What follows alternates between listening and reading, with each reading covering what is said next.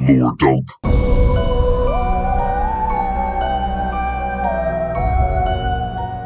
Hello, and welcome to Lore Dump, the show where we take someone who hasn't played a game and walk them through the full story. My name is MONTY'S, and I am joined by Chase.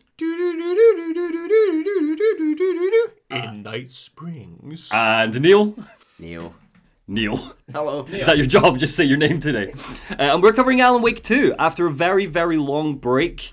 For me, because you've been in the chair for so long of this, Chase, doing Yakuza, we decided to take a break for a special spooky episode. My back hurt a little bit from carrying the channel, so had to head it off. So yes, it's a Halloween special. We're covering Alan Wake 2 today, and right after this, we will be covering Alan Wake 2 Night Springs. Full disclosure, there is one expansion waiting to release, which is Alan Wake 2 The Lake House, which will be the final piece of DLC and story that we get for Alan Wake 2. As of when we're recording this, we haven't seen a trailer, we haven't seen concept art, we don't have a release date. So you might be listening to this, and some of the stuff we talk about today might be disproven in the Lake House DLC. We will see what that looks like when it comes out, but... And we'll lore dump it when it does. Yes, we will. So... I don't really have much at all for you for this, except to flag that Chase... What, strangely, have you done since we finished Remedy? It's the first time that this has ever happened, but I've not only played, I've 100%ed Alan Wake 2 multiple times. You've done all of them, right? I've played every Remedy game, except for I did not play Quantum Break. Fair enough. I bought Quantum Break, but I never got around to playing it. And you didn't play Max Payne, the older one? No, I've not played Max Payne, but I blame you for it. I went on a bit of a Remedy binge, so I near completed Alan Wake 1, although I got way too frustrated finding all the Theruses, so I never found all of this. A near 100%ed Control, and then 100%ed Alan Wake 2, which is the easiest 100% that I've done in a game in a very long time. Remedy add more. What's your favorite one? Probably Alan Wake 2, but I think it's really difficult to say that it is better than Alan Wake 1. Because they're so wildly different in tone, in storytelling style, in gameplay, in every single way. They're so wildly different that it's impossible to one-to-one compare them. And Neil, you therefore are the only layman. Yeah. You don't know this game. First time this has happened. I mean, it kind of happened. We thought it was going to happen with Kingdom Hearts 1. But in essence, you didn't actually know anything about Kingdom Hearts 1. No. Kingdom Hearts was the friends we made along the way. I have played Control. We have flipped the script a little bit because when we did Control, I'd played that, and you didn't know. So, but I want to set the scene a bit for our listeners. We're here in our usual recording studio, but the curtains are down, the lights are off. Yes. There's a spooky red strip lighting in the room. It's very atmospheric. Strip lighting. Are we getting a show from Monty? I mean, you're going to get some sort of show from me today. I think we'll have to introduce a new tier of patron for something like that. I'm planning to try and scare you. That is my goal. Mainly you, Neil, because you know a lot of the beats coming, Chase. Question for you then, because Neil was asking me this outside. I think this game is, at points, legitimately terrifying. Were you scared playing this? I was unsettled. I will say there is a specific segment, and you are well aware of which segment, that is horrifying. Yeah, it's the same segment. We are on the same page. We've talked about this. I'd say that's the only part, though, that ever feels properly full-blown scary. I'd say the rest of it is very, very unsettling, but never full-blown scary. I think that's totally fair. I think it's such a slow burn that when things explode, it is terrifying, but it doesn't last long. I think as well that especially some areas like near the lake where you just get so used to the area that even when it's pitch black and it's the middle of the night, it's like, I know where I'm going. Especially I got a shotgun. For lore hunters, I think it's a different experience too, because you understand and you've uncovered everything there. Yeah. There's a lot of extra stuff to find, Neil. So a lot of this extra stuff is in here. This is by far going to be the most indulgent lore dump I've ever done. Like, there are full segments I've taken. You're doing a me. I am. There's full bits of script here I've taken because the writing is so beautiful in places, particularly a certain character's monologues. It's like a lot of the old. It takes me back to a lot of the Goofy stuff from early on in the show. You know. What, Goofy from Kingdom Hearts? That's what I fully thought he meant. That's what I meant. That's what you meant. There's only one thing I need to see from this, as well as a satisfying conclusion to Alan's story, and that's the old gods of Asgard. Okay, that's all you want? Yes, that's why I'm here. That's why I came today. You don't want our good friend Barry?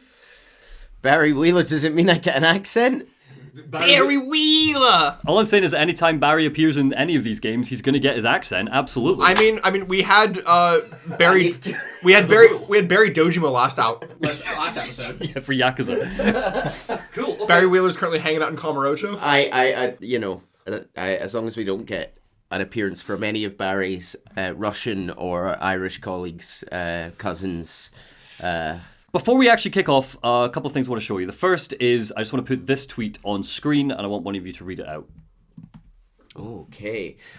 And this is a tweet from Sam Lake, Sam Lake's account, who I would like to say, this is so you could cut this out if you like, but I would like to point out that Sam Lake has watched your Alan Wake 2 critique on YouTube. Heck yeah, he has. Sam Lake has tweeted, unverified, but Alan Wake's American Nightmare is canon. What the fuck? You're the only one who can verify it. What do you mean it's canon? Oh, no, that's fine. I'm perfectly fine with calling it canon. Well, the key thing here is that I have said on this podcast that Alan Wake's American Nightmare is not canon. But this information isn't verified. Oh, well. Well, you said that because you didn't like it, though. You said that more in the vein of you really don't want it to be canon. I read this tweet entirely as I've not seen this before. This seems like a troll to me. The fact that the word unverified is in there seems like it's designed to annoy people. And Sam Lake is an absolute troll as well. Yeah. Here is your first question, Neil, because we're going to be covered in theories by the end of this. By the end of this game, I think you'll have a different opinion about whether or not Alan Wake's American Nightmare is canon or not. American Nightmare, to catch me up as well, American Nightmare was the DLC, one of the DLCs for... It's not a DLC. It's a full-blown game. An expand-alone game for the first Alan Wake. Quite divisive. Famously did not feature the music of Muse. And was basically documenting some of Alan's attempts to write himself out of the dark place. Correct? Yes, American Nightmare was one massive failed attempt by Alan. Crystals, and there was a lady with a crystal, and there was you were in a farm, and we were dealing with time loop stuff. Yeah. Mr. Aliens. Scratch, Cool Mr. idea. Aliens. Yeah, Mr. Scratch was there. Remember, which was like psycho killer, serial killer. Oh, he was so good. Patrick Bateman, Mr. Scratch. Yes, looks just like Alan. He's effectively like a clone of Alan. All that sort of stuff. But just want to put that on screen. So can I maybe it's helpful if I recap as the layman here. My guess. Is where we kind of left things off. Alan is in the dark place. Yes. A sort of dark reality dimension, seemingly entered or housed in the lake. Mm-hmm. Where he went in there so that his wife could be released. Yes. He is stuck in there. He's got a typewriter. He's trying to write himself out of this. He's basically in hell. We know that there is probably a Mr. Scratch, who is a dark entity, who looks like Alan, who is sort of threatened to go and live his life and wreck his life and go and meet all the people he knows and be all creepy. And we think that there is probably a connection to Hatch, right? Who's in Quantum Break. Martin Hatch from Martin Quantum Hatch. Break. He was mentioned in Control as a passing reference by Dylan. R.I.P. Lance Reddick. Yeah, Yes, right. yes. That's right. Yeah. We were kind of landing on, dimension hopping of some kind, some kind of interdimensional being. Do you remember the name of the organization who investigates that stuff? It's not the FCC. It's the FBC. FBC. Thank you. The Federal Bureau of Control. Yeah. Who, in the game Control, there was some mention in some file somewhere to them being at the lake or setting up a base at the lake. Yes, they have a research station in Cauldron Lake. That's yeah. right. Yeah. So, cool, right. Next thing I want to show you is, so just with the idea of like failed writing attempts in mind, it turns out that Alan has actually tried this twice, two other times that we know of. The first is Fortnite. I think I saw a TikTok where they were like looking at some of the, I don't know how they pull this data, the least used skins in Fortnite, and I think Alan Wake was one of them. Oh, my beautiful darling boy. So in Fortnite, you can effectively not replay, but you can experience the first game. What? Yeah, you just like, it's like a Fortnite map. Fortnite's so weird. Fortnite's a full-on sandbox these days. Yeah, I know that, but I didn't realize they put in like story for each character. Yeah. It's bizarre. So your character, just like with the gun and stuff, like you walk around and you witness like ghostly visions of like Alan and Alice in the lake and in the cabin. It seems distracting while a 13-year-old is trying to shoot me in the head. And then Alan pulls out a chug jug and he shoves it down Alice's throat and he says, the other failed writing attempt is Dead by Daylight, the multiplayer horror game. This is canon, by the way. I want to point out that Remedy have said that both of these are canon failed writing attempts. I love that. Yeah. I would also like to put out there that we also know for a fact, fully canon, Alan Wake wrote Five Nights at Freddy's. Freddy Fazbear. Yeah. Canon creation of the mind of Mr. Wake. Because they're both in I would like to then take this idea further and say that when I go home tonight, and as I will inevitably do, I'll boot up WWE 2K24, I go into the community creations and I download a created Alan Wake wrestler, that is also an attempt of Alan to get out of the game when I have him in a 3-way against Randy Orton and John Cena later. I would also... Ooh, that's hot. Not that sort of 3-way. No, it's absolutely... It could be if Alan wants it. Cool. Great. Okay, well, with all that out of the way, let's get spooky. Let's start. So, Prologue. Alan Wake sits in his writer's room, trapped in the dark place, staring into the distance. A bright pinprick of light shines from his forehead. Back to the beginning, we hear his inner monologue gasp. We all come to a story with hopes and expectations, looking for answers. Sometimes it would be better to live with that hope, without ever knowing the full story. In a horror story, there are only victims and monsters. The trick is to not end up as either.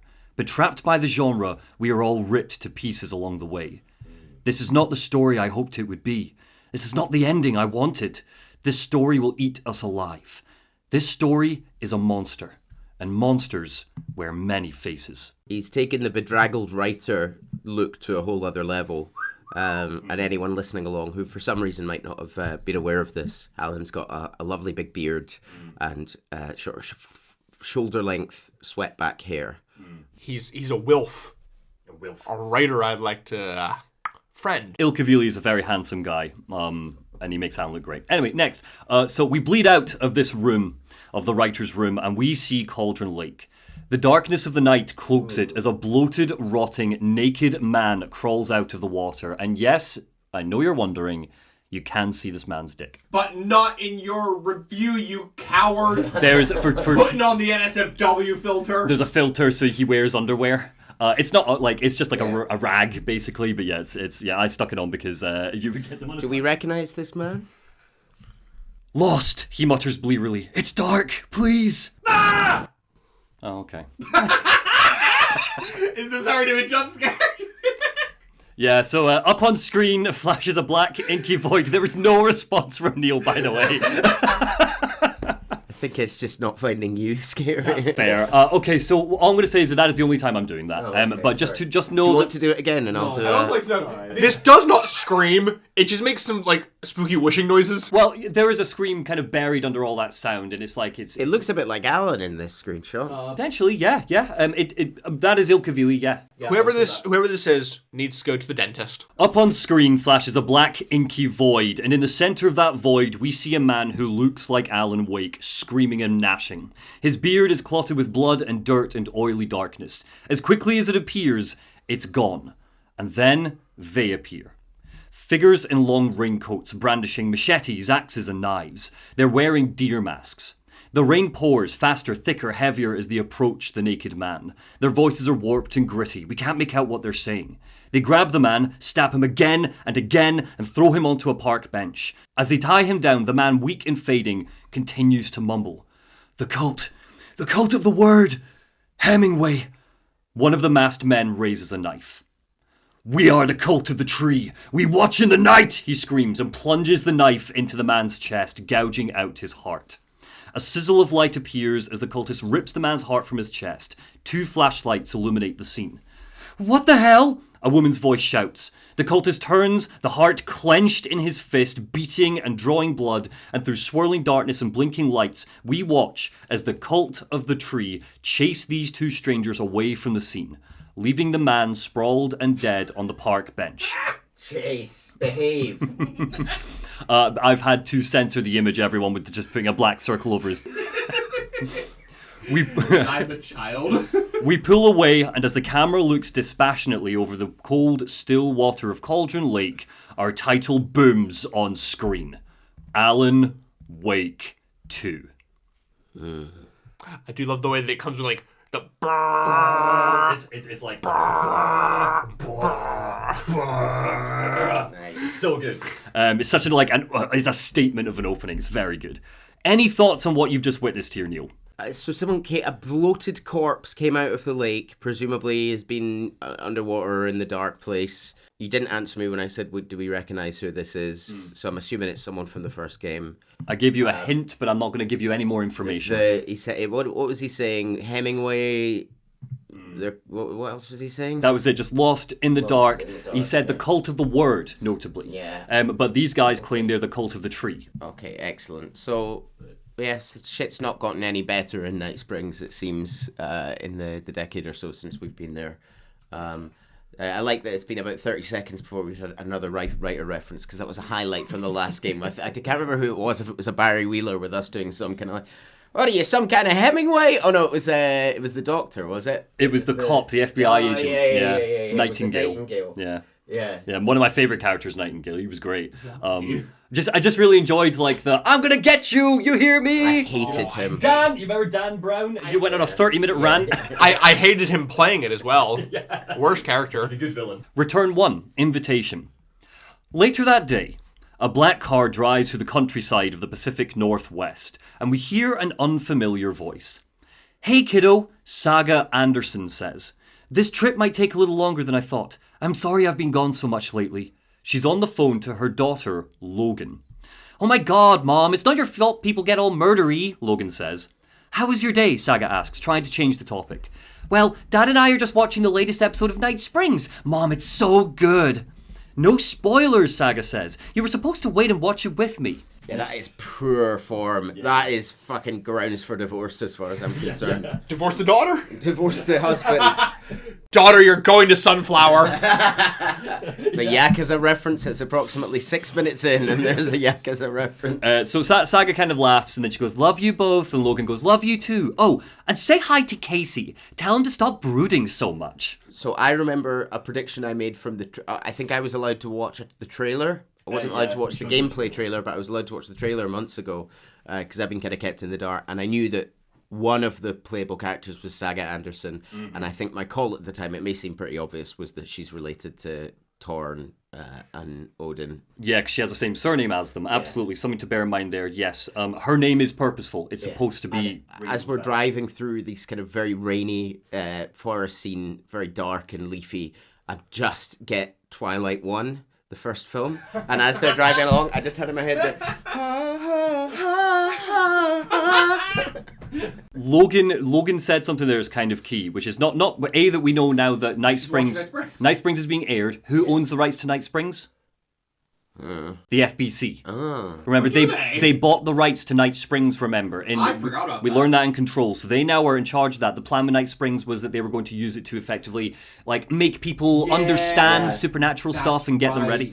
Also, though, Logan said, and say hi to who? Casey. Where does the name Casey ring a bell? Oh, Detective Casey. We cut to the inside of the car to see Saga and her partner, Agent Alex Casey, voiced by the late, great James McCaffrey, and with Sam Lake as the body. That's Max Payne, baby. That is Max Payne. Yes. Who is Alex Casey? Do you remember why? Alex Casey is a character that Alan wrote. That was his cash cow. He was struggling to write the final Casey book in the first Alan Wake. No, he had just finished because he kills Casey in the book, and that was very unpopular. And now, in the real world, there is and has always been and Alex Casey. Well, we learned in Controls AWE, we got one little bit of sheet that basically was like, there's a guy called Alex Casey who keeps coming to the FBC to ask if we have any information on Alan Wake. Isn't that weird? And that's all we had from that. So I forgot about that as well, and that now has my theory brains right.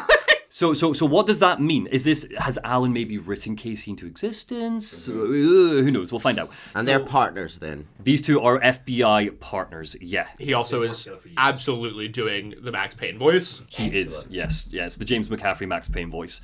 Saga Anderson is our dual protagonist. Across the game, we will flip between playing as her and Alan. Something to flag to you, and we're not going to do this, is that you choose the order that you play in. There's a certain point coming up where the game quite literally goes, who do you want to play as now, Alan or Saga? And they've both got their own stories that branch off and then come back together at the very end. You choose that order. I've picked the order for you. Okay. I've kind of picked the order I think works best. I've played this game 5 different ways now, 5 different times, and this is the way I think has the most impact emotionally. So just bear with me. It might not be the order you like, listeners, but it's just the way we're going to do it. So Saga nudges Casey in the car, and she's like, Logan thinks you should try cheering up. And Casey goes, snarky kid. And he gives like a little chuckle, and he goes, wonder where she gets that from. So Saga is an FBI agent. She's a profiler who loves her job. She finds it really easy to get lost in cases and is endlessly curious. Casey holds her in high regard. It seems like they've worked a few cases together and they're partners to the end, evidenced by the fact that they drink their coffee in sync with one another.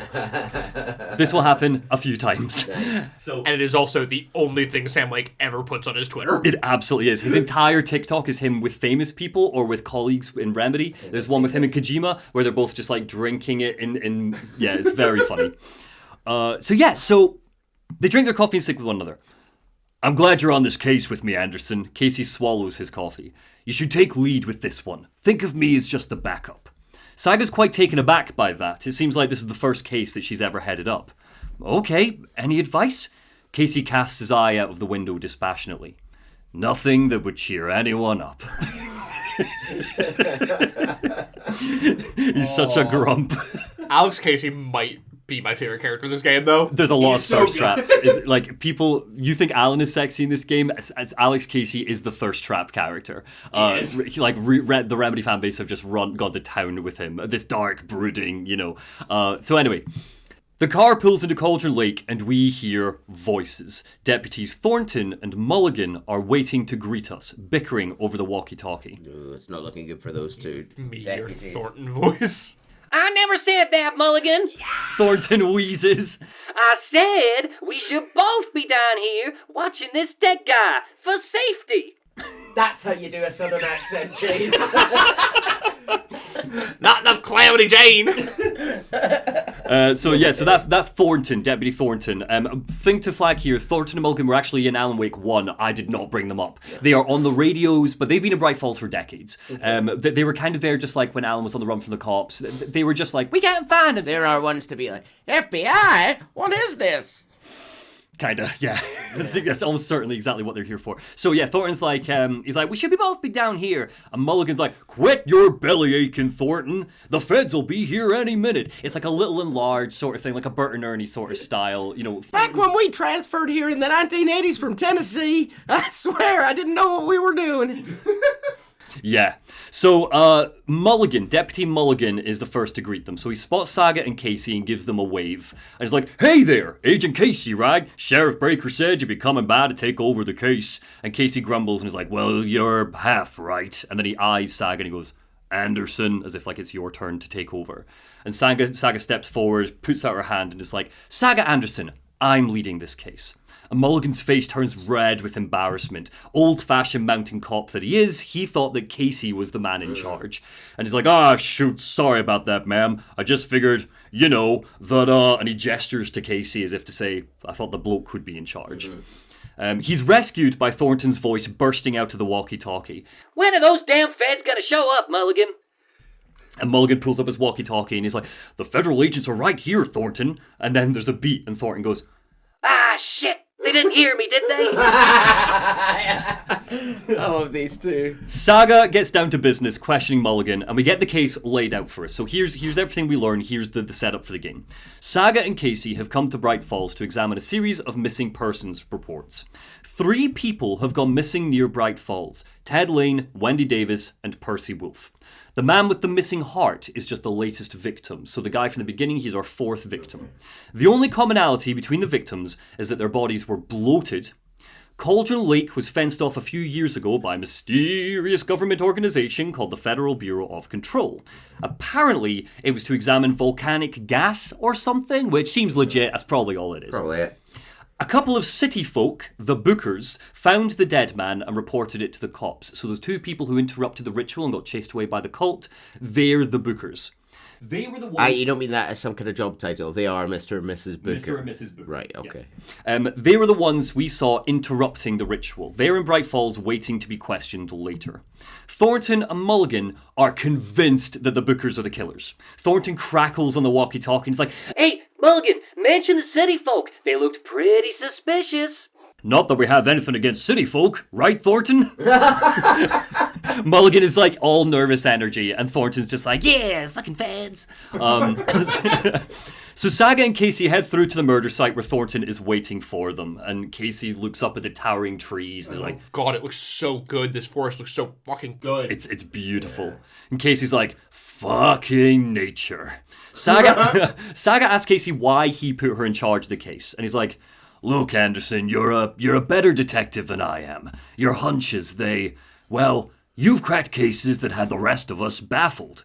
And she's like, are you thinking of retiring? You know what happens to cops who say this is their last case. The closer the pair get to the lake, death flag. The closer the pair get to the lake, the heavier the rain pours. Casey remarks that he likes the rain.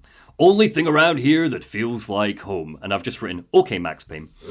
Saga's like, you think law enforcement has a sense to put up a tarp around the body? Saga asks. And Casey goes, if they did, next coffee's on me. They get to the murder site, and to nobody's surprise, there is no tarp here. You owe me a coffee, Casey states. Look at this fucking weasel. This is Thornton. Yeah. So Casey's like, you owe me a coffee, and is quite clearly not a joke. Deputy Thornton is the Burt to Mulligan's Ernie. He's a thinning, rat-faced man. So, FBI, huh? That's so cool, hunting down psycho serial killers and shootouts with the mob.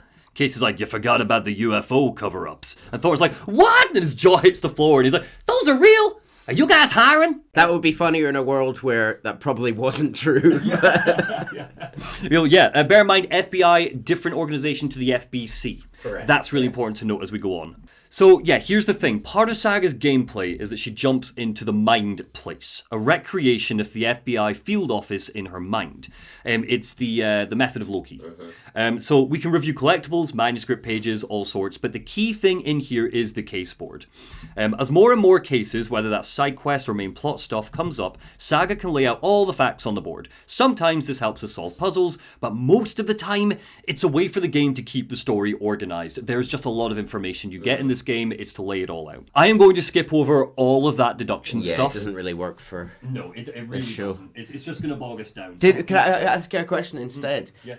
I'll ask both of you this. Did you enjoy this aspect of gameplay? Because I saw it getting mixed to positive reviews, I would say. I didn't enjoy it as a gameplay feature, but I really enjoyed it as a storytelling feature. Okay. The thing to bear in mind here is that, the deduction board is a bit of a necessary evil, and when they originally were making the game, they built an entire sequence where Saga would find bits of evidence, she would then have to mess around with that evidence, and effectively it became one massive puzzle. Remedy were like, this bogs down the pacing. Like, people were getting... And it was not just like, it's not implemented well. The quote I had somewhere was basically, we made an entire detective game inside a horror game, and it ruined all tension. So in the end, this is it, basically. You put stuff up, it connects in Saga, and you get to figure out where things go and stuff. That's the puzzle, quote unquote. And is there is it as simple as sort of put it in the right order and the next quest unlocks, or is there sort of, can you fuck up dialogue if you've got deductions wrong? No, it's not L.A. Noire. No, good. She'll say if you put it wrong. But it is very useful for certain puzzles. It helps you solve puzzles and like actual puzzles. And I'd imagine when you come back to Saga after playing as Alan, what the hell were we doing? That is exactly what it's here for. And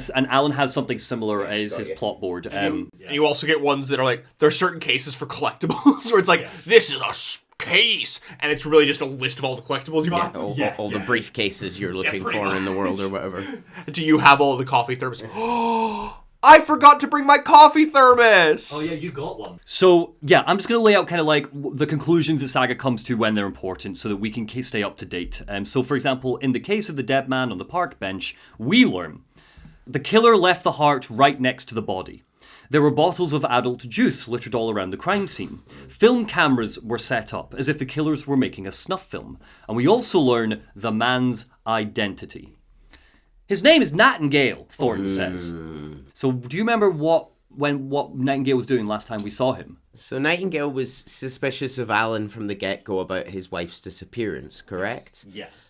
And how the hell did the first game end for Nightingale? So Nightingale, his whole motivation, remember, he was drinking on the job, he was a rogue agent. His whole thing is he was a member of the Righteous Brothers. There were his FBI brothers in arms who died, and Nightingale found a manuscript describing the death. So and it was like written by Alan Wake. So he came to Bright Falls to find out more. He was all over the shop, though, driven mad by all the manuscript pages he was finding. At the end of the game, we saw him get taken by the dark presence. It ripped him through a door. Yeah. We thought that killed him. Turned out, last closing shot, we see him standing in a shop in the shadows, part of the darkness, watching Rose. And at the time, we all thought that he would be the new face of the dark presence. Barbara Jagger was the original face. Yeah. That's not the case. And something else has happened. When they're examining the corpse, did they talk about... Because this is a corpse that has been in water for a number of days, dead. What does the autopsy tell them? What are they thinking about that? Thornton points out, he was FBI, he came to town about 13 years ago. Oh shoot, you probably know him, brothers in arms. He takes a beat and glances awkwardly at Saga and then goes, and sisters. Yeah, constant. I love how earlier you went, there's another character saying Hemingway. A brand new one. Yeah, that was your thing. He came out, the first thing he came out going, Stephen King, Hemingway. I'm pretty sure he says more than just Hemingway. I didn't want to give it all away. Yeah. So that's the big one. So Casey. It turns out that Alex Casey in fact knew Nightingale. They never worked any cases together, but knew that he went off the deep end, started obsessing over the writer Alan Wake, and got the boot right after. I wonder what happened in 2010, Saga mused. That's right, because he'd been fired from the FBI by the we find out that he's not actually there in an official capacity. Yes, he went completely rogue. Saga's like, wonder what happened in 2010, i.e. Alan Wake 1 time, and Casey's like, probably something this town wants to forget. The other thing... Thanks, Casey. Yeah. The other thing that Saga can do in her mind plays is profile people. Casey mentioned earlier that she has these amazing hunches that have helped her crack cases before. Well, that is her profiling and her intuition. In the mind place, we can ask the essence of suspects or witnesses, a series of questions that cut through the crap and help us get to the truth. But it's not just suspects or witnesses. That these people aren't aware that she does this. It's worth me noting. This is a superpower. It seems like a superpower. It's just her intuition. I remember not the first profiling, but I think the second one. And I messaged you, and I went, I hate this. I think it's exposition dump stuff, but I think it's really cool, and I think it has moments where it pays off. It's not just suspects or witnesses. Saga can also profile dead guy.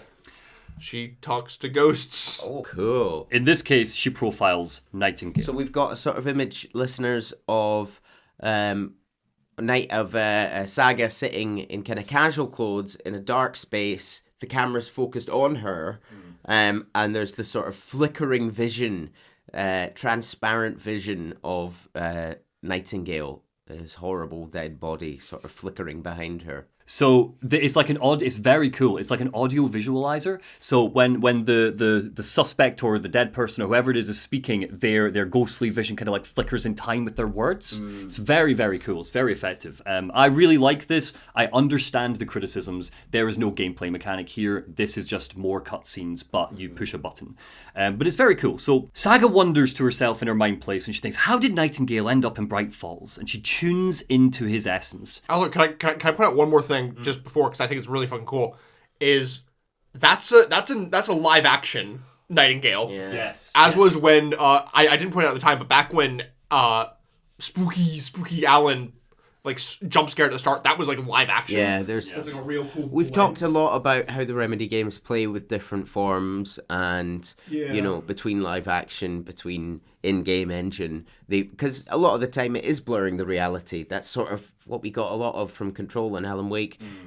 Story, real life, when they intermingle. And I wonder if the space behind her is significant. Actually picking out details in the space. It seems like she's in some kind of old living room behind her. It's the FBI's field office in Bright Falls. You will see this physical location later. So she's still... We will pet that deer. You will pet that deer. And there's a shot, and I don't have it in any of my slides, where whenever Saga finishes the profiling, the final shot is always her just like taking a deep blink as she like comes back out of it. And whenever she does, the antlers of the deer behind her always is either side of her head. Just this idea that she is, she's the deer. That's the way we think of her. I don't think I actually noticed that. It's very cool. Oh, that is cool. So Saga profiles Nightingale, and she's like, how did he get here? And we hear him rasp through the darkness. His silhouette bubbles into the background. Up from the lake that's not a lake. It's dark. He was there too. You are not allowed in a lake until he says otherwise. Why was Nightingale a victim? Flick the switch. It goes click. Lights are off, but somebody's home. Somebody's home. It's always like that. They don't have conversations with her. It's like you just get snippets. It's almost, that was almost his sort of last thoughts, maybe, or his... Yeah, it's kind of the idea. She's just talking to the Nightingale AI. It's just a Nightingale-flavored ChatGPT. From just that, Saga is able to surmise that this wasn't just some random act of violence, it was a ritual sacrifice, and Nightingale was just a component in it. So she gets there quick. And the flick the switch, it goes click is a reference to the MacGuffin at the end of Alan Wake 1, correct? Potentially a reference to the clicker, yes. Yeah. Which, when we talked about Control, we theorized that the clicker is probably an object of power. Yeah, and the clicker was originally a story from childhood about it was just a little light switch, but it will bring on light and hope and blah, blah, blah. But in the end of the game, it does appear to... fix everything, doesn't it? At the end of Alan Wake 1, the clicker was able to burn the darkness away. That was the power that the clicker had. And at the end, he put it inside Barbara Jagger's chest. Remember, Tom Zane, way back in the 70s, he burned out her heart. Yeah. He puts it into that hole, flicks the clicker, and it destroys Barbara Jagger. And it means that the dark presence no longer has that physical form, and it needs to go somewhere else.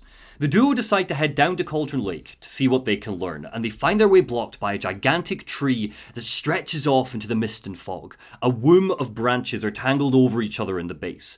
Notably, I made this comparison in my critique of the game, we see this tree in Alan Wake 1. It was called the Great Old One, but it was a lot smaller and had been cracked by lightning. Much like the rest of the landscape that we will explore, it's different now.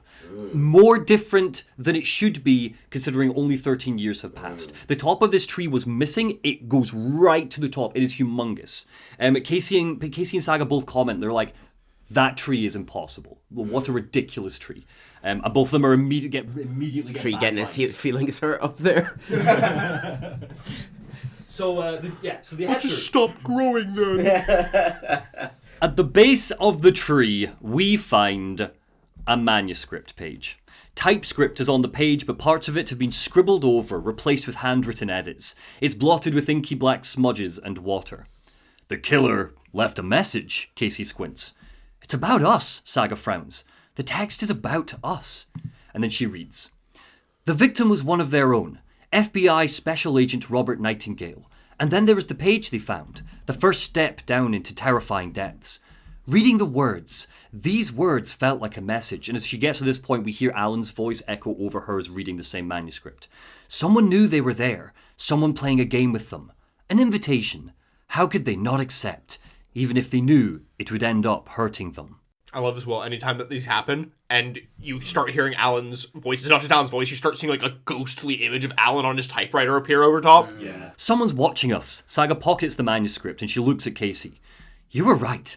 This case is right up my alley. Casey's like, I hate this. Don't let it drag you in. And Saga's like, too late. I'm already hooked. And she grins at him hungrily, and she's like, I need the next chapter. So she profiles Nightingale again, and Nightingale says, I carry his words close to my chest now, and he gurgles, and he says, inside, the awful truth, you must dig it out. So, it's time to head to Bright Falls. No, reach inside the chest, there's something there, literally. Well, time to head to Bright Falls. I think by this point they have actually sent Nightingale's body off with Thornton to get autopsied at the police department. They've told Thornton. So the body's gone by now. Take it back to the morgue and we'll deal with it later. So that's why they're going back to Bright Falls. So they head through. It's Deerfest season. Yay! We're finally gonna see Deerfest, maybe. Maybe. So yes, it's our cozy mountain town. Sheriff Breaker is waiting for us at the Oh Dear Diner. Remember Sheriff Sarah Breaker from the first game? And when Casey learns that they're waiting at the diner, he shoots off like a bullet. He's like, I smell coffee! So there he goes. People are out building Deerfest floats, putting up posters. So yeah, they're putting up posters. They talk about the FBI being in town and debate the upcoming mayoral election. There's an election coming. That's important. We're going to deal with that. It seems Mayor Setter is running unopposed. Ooh. Mascots for the diner are out in the street, dressed as gigantic thermoses and giving away free samples. How much coffee have you had today, Charlie? One of the mascots asked. Don't know, don't care. How much have you had? Not enough, that's how much. So, water is encroaching on... That man is not on coffee. He is on cocaine. Maybe that's in the coffee. Yeah, that's why the coffee's so good. Water is encroaching on the town, flooding parts of it. That's strange, though, because a lot of the residents note that it hasn't really been raining much lately. We see as we approach the diner that it's under new ownership. It's part of the Coffee World brand now, owned by the Koskela brothers. Okay, so Starbucks has come to town, is that? We will meet the Koskela brothers. Oh, right, okay, so it's more a regional, Yeah. Sheriff Breaker waits for Saga and Casey with a couple of cups of coffee. Sheriff Tim E. Breaker. Oh, fuck. Played by Sean Ashmore. Where do we know Sean Ashmore from? Quantum Break. Yes, Jack Joyce in Quantum Break. Notably, his name is Tim E. Breaker. Time Breaker. Great. What do you think the E stands for? I don't... It's egg. It's probably egg, isn't it? And I take it, a relative of Sarah Breaker. We don't know. Don't know. Sarah Breaker just happens to not be in town. We don't know what's happening. But maybe we'll learn more later. So Tim is lovely. Casey looks hungrily at the coffee that he's holding and accepts it when offered. And he's like, let me just say, I'm happy the two of you are here. Frankly, we could use the help. Our witnesses are inside, the bookers. They don't strike me as the murdering type, but you can decide for yourselves. Tammy and Ed Booker are on their last nerve when Saga meets them in the diner. There is a kind of an understanding amongst the fan base, and it's never made that explicit, that the reference to, quote, city folk is probably a race thing. Thornton and Mulligan, whenever they're, because their reaction to Saga being in charge, and then not that we've got anything against city folk, to her, and the Bookers were just there at the crime scene, and immediately Thornton and Mulligan, it must have been you, city folk. And some of the you'll get some more kind of throwaway references later, where it's probably a race thing. I think if I remember right, aren't they the only three people of color in this game? Well, in Bright Falls, yes. Can I point out that there is someone, and it might just be another punter, but I'm just overthinking everything in this. There's someone sitting behind them at the. It seems like if we're going to interrogate someone, let's know who that is. Yeah. So Tim's going inside, have a quick chat. They just have a coffee. I don't think they killed them, but just ask them yourself. I love when we're outside and Tim comes up and offers them the coffee, and she's like, no, I'm all right, thank you. And Casey's like, yes. Yes, it's he's like Gollum. He snatches it from him. It's so good. So Tammy and Ed Booker, the Bookers, they are on their last nerve when Saga meets him in the diner. Ed's a playwright. Tammy is a true crime novelist. They came to Bright Falls so that Ed could find some inspiration and Tammy could do some research for her latest novel, which is on the disappearance of Alan Wake. They don't tell us anything new. They found the cultists killing Nightingale, they ran for help, reported it to the police. Thornton and Mulligan have been treating them like suspects, not witnesses. But Tammy specifically is hiding something. And like magic, Saga profiles her and immediately figures out that she stole a cultist's necklace. Can either of you describe the symbol of the cult of the tree? Yeah, sure. We've got, it's I suppose, looks a bit like a tree. It's two triangles on top of each other. Where have we seen these, just notably, where have we seen this particular symbol before?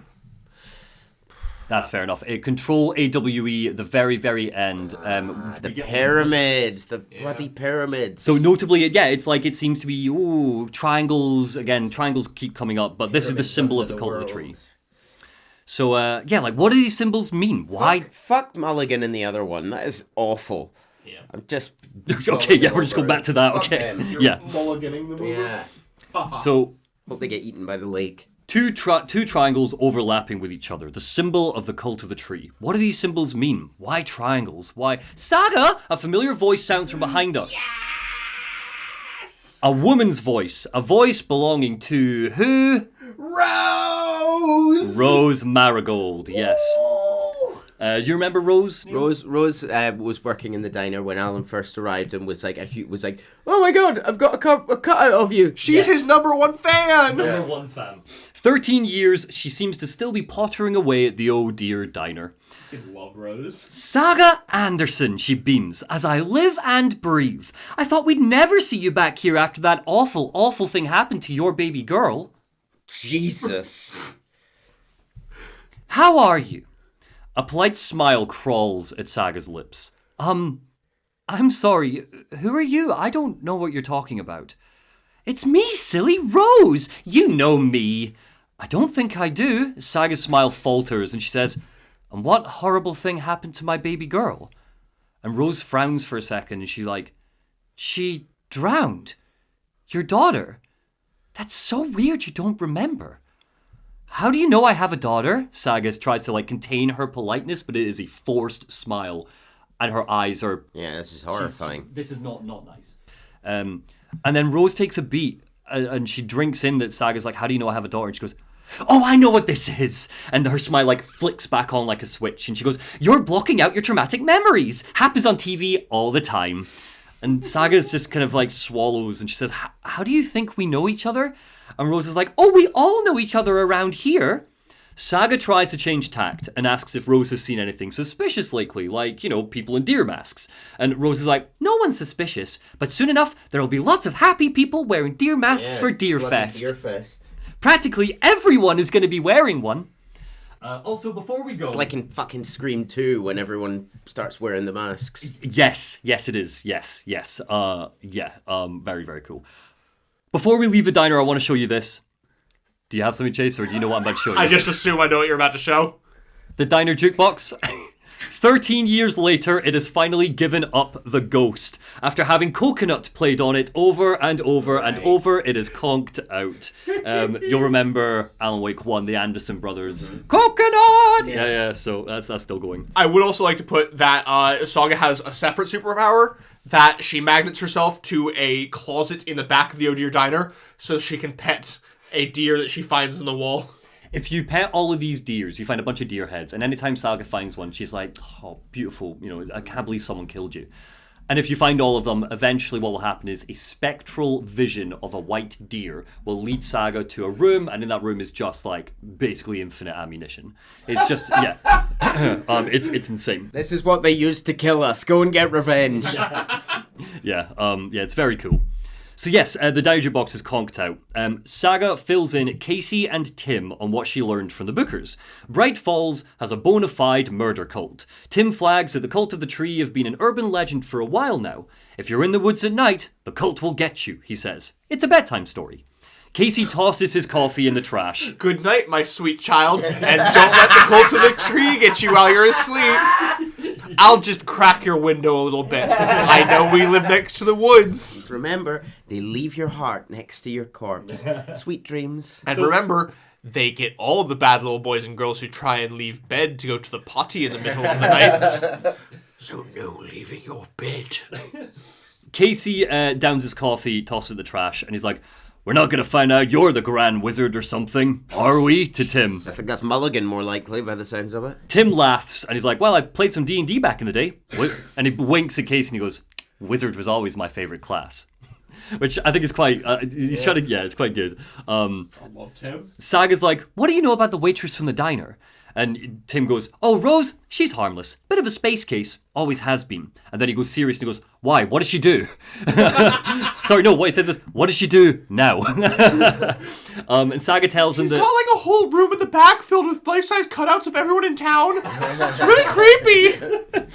Saga tells him what she said about her daughter, and Tim's like, he doesn't wave it away, but he's like, look, Rose has a talent for saying the weirdest thing possible, best not to take it. So are we to assume that Rose then has, because Rose was a bit creepy in the first game, are we to assume that Rose has some kind of seeing different timelines, seeing different dimensions thing, like because maybe she she's slightly unhinged, like she's able to see different versions of people and doesn't really know it? Rose is Would we say that she was creepy in the first Maybe game? Maybe not. She was goofy, and then remember she got a little bit creepy for a little bit. Well, but that's because she got possessed for a little bit. Yeah, right. She was harmless in the first game. The way Tim described it, Space Case harmless. There's two things that Rose is absolutely certain of. Logan is dead, or Saga's daughter drowned, and she knows Saga intimately. These are the two things that she's convinced and apparently of. Saga used to be here. And apparently Saga used to be here. And Saga's like, I don't. And so far, Tim doesn't go, oh, Saga, yeah. No. Nobody else seems to. Rose is the only person to immediately recognize her. While we were exploring the town, Thornton and Mulligan were transporting Nightingale into the town morgue. Once again, I've had to cover up Nightingale's pee-pee. Thank you for color matching the circle this time. You're welcome. So he waits for us in the dark, flickering lights. Something about morgues always cheers me up, Casey says. Jesus, Alex. Take a day off. Tim's like, I can't say I feel the same. You know what? Maybe you should retire. I also love how, as well, Super Saga, as we're walking down here, Tim's like, we share a morgue guy with the other town over. So he's over on the other town. Saga's like, nah, don't worry. I'm good. Yeah. I know how to do these bodies. I'll do it myself. She's not wearing gloves. So Casey's like, I love morgues. Tim's like, you're a bit weird. And Saga's like, he's joking. And he looks at Casey, and Casey just kind of goes like, no.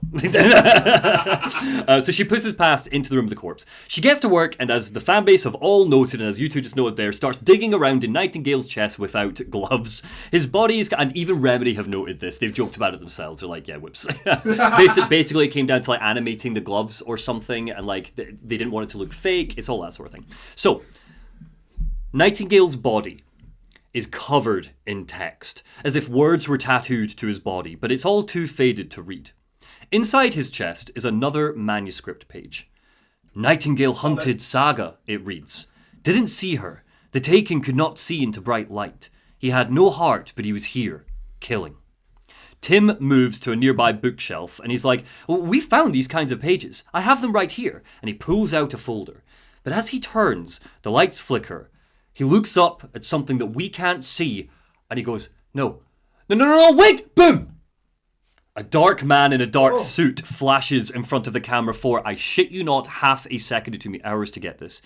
When we return to the morgue, Tim Breaker is gone. He just disappears. The manuscript page he was holding floats to the ground and just lands on the thing. And he's gone. We'll talk about this man later. What the hell? Casey says, his mouth falling open. The lights flicker again. Nightingale sits up. Oh, God. Another flicker. He creaks his neck to the cop standing by his body. Another flicker. He picks up the cop by the throat, squeezes, cracks, drops him to the floor dead. A beat, and then chaos. Nightingale shoves Casey hard in the chest. He's thrown back into the shadows. Saga raises her gun, tries to fire. He throws her to the ground. As she tries to pick herself up, we hear screams and shots from the corridor outside. We don't see what he does, but it sounds like Nightingale is tearing apart the Bright Falls police force. Saga looks up, dazed, and Nightingale stares at her through the window. The clicker. The thing that was once Nightingale snarls. Show me the clicker. Lights are off, but somebody's home. Hemingway brought you here, witch. I'll make you pay.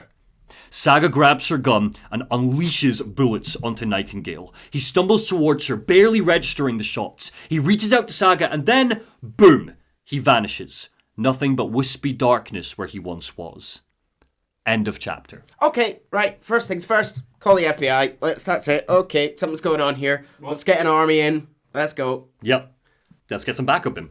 I hear you like manuscript pages. Manuscripts, just like the other game, I've pulled out some of my favorites and I've pasted them in a particular way so we're not giving too much away. So manuscript 1. The writer went into the lake, banished the dark presence. Taken still lurked in the woods. The dark place receded. The current pulled back those with darkness inside, into the lake. Nightingale was there, one of them. The dark presence, Jagger, had taken him. The witch had stolen his heart. They sank beneath the waves, the dark place, wandering in the shadows, muttering to themselves. It's dark. I'm lost. Where am I? Who am I? Premium cabins for rent in Bright Falls. It's cold. Who said that? I need help. Please, stop this. What did I do? You must dig it out. Their shapes shifted. Echoes of the writer's dreams fading in, fading out. The next story and the story after that. The writer was writing again.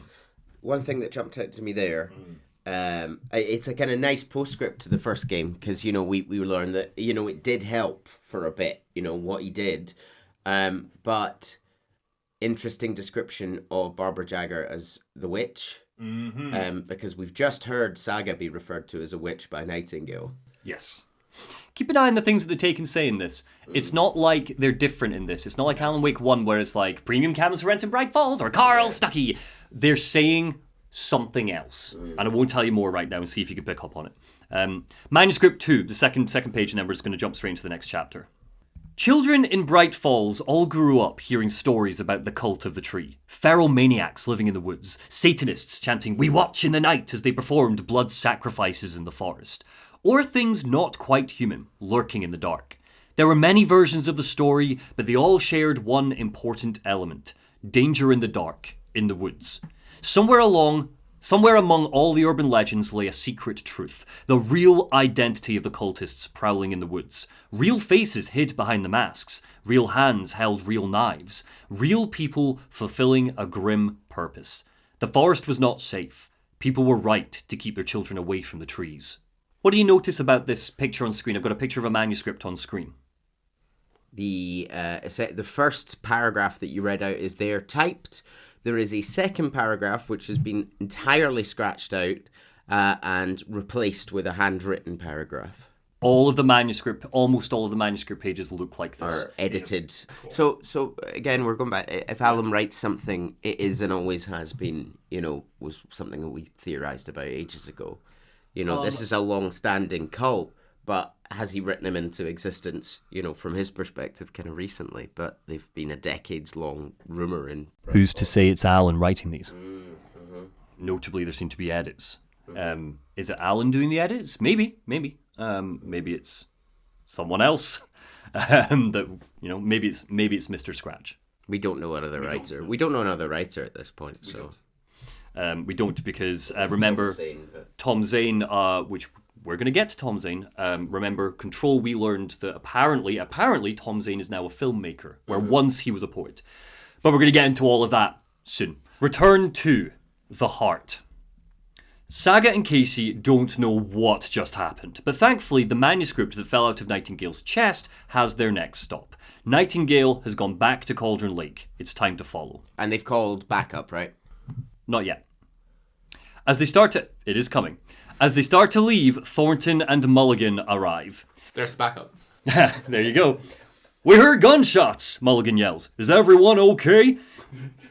I love how he says this as well, while there is 3 corpses at his feet. The door they open has a body slumped up against it, and the body slumps down, and they're just standing with this body next to them. Just the worst. Is everyone okay?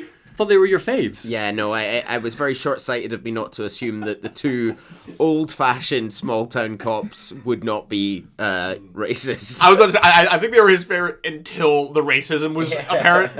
So Mulligan's like, we heard gunshots, is everyone okay? And Thor's like, did you get spooked by the bodies? Notably, they say all of this while standing next to the corpse of their dead colleague. Saga quickly explains what's happened, and Thornton is like, what? The sheriff's gone? He disappeared, what? Poof? Like magic? Magic's not real! And as Saga and Casey exit, we hear him hiss, magic's not real! Right, Mulligan? And Mulligan's like, no, Thornton, magic absolutely is not real. Casey calls for backup. He calls the FBI. He's basically like, it's this Bright Falls case. We need backup. Anyone you can spare is what he says. He's like, just fucking get here. There's a monster here.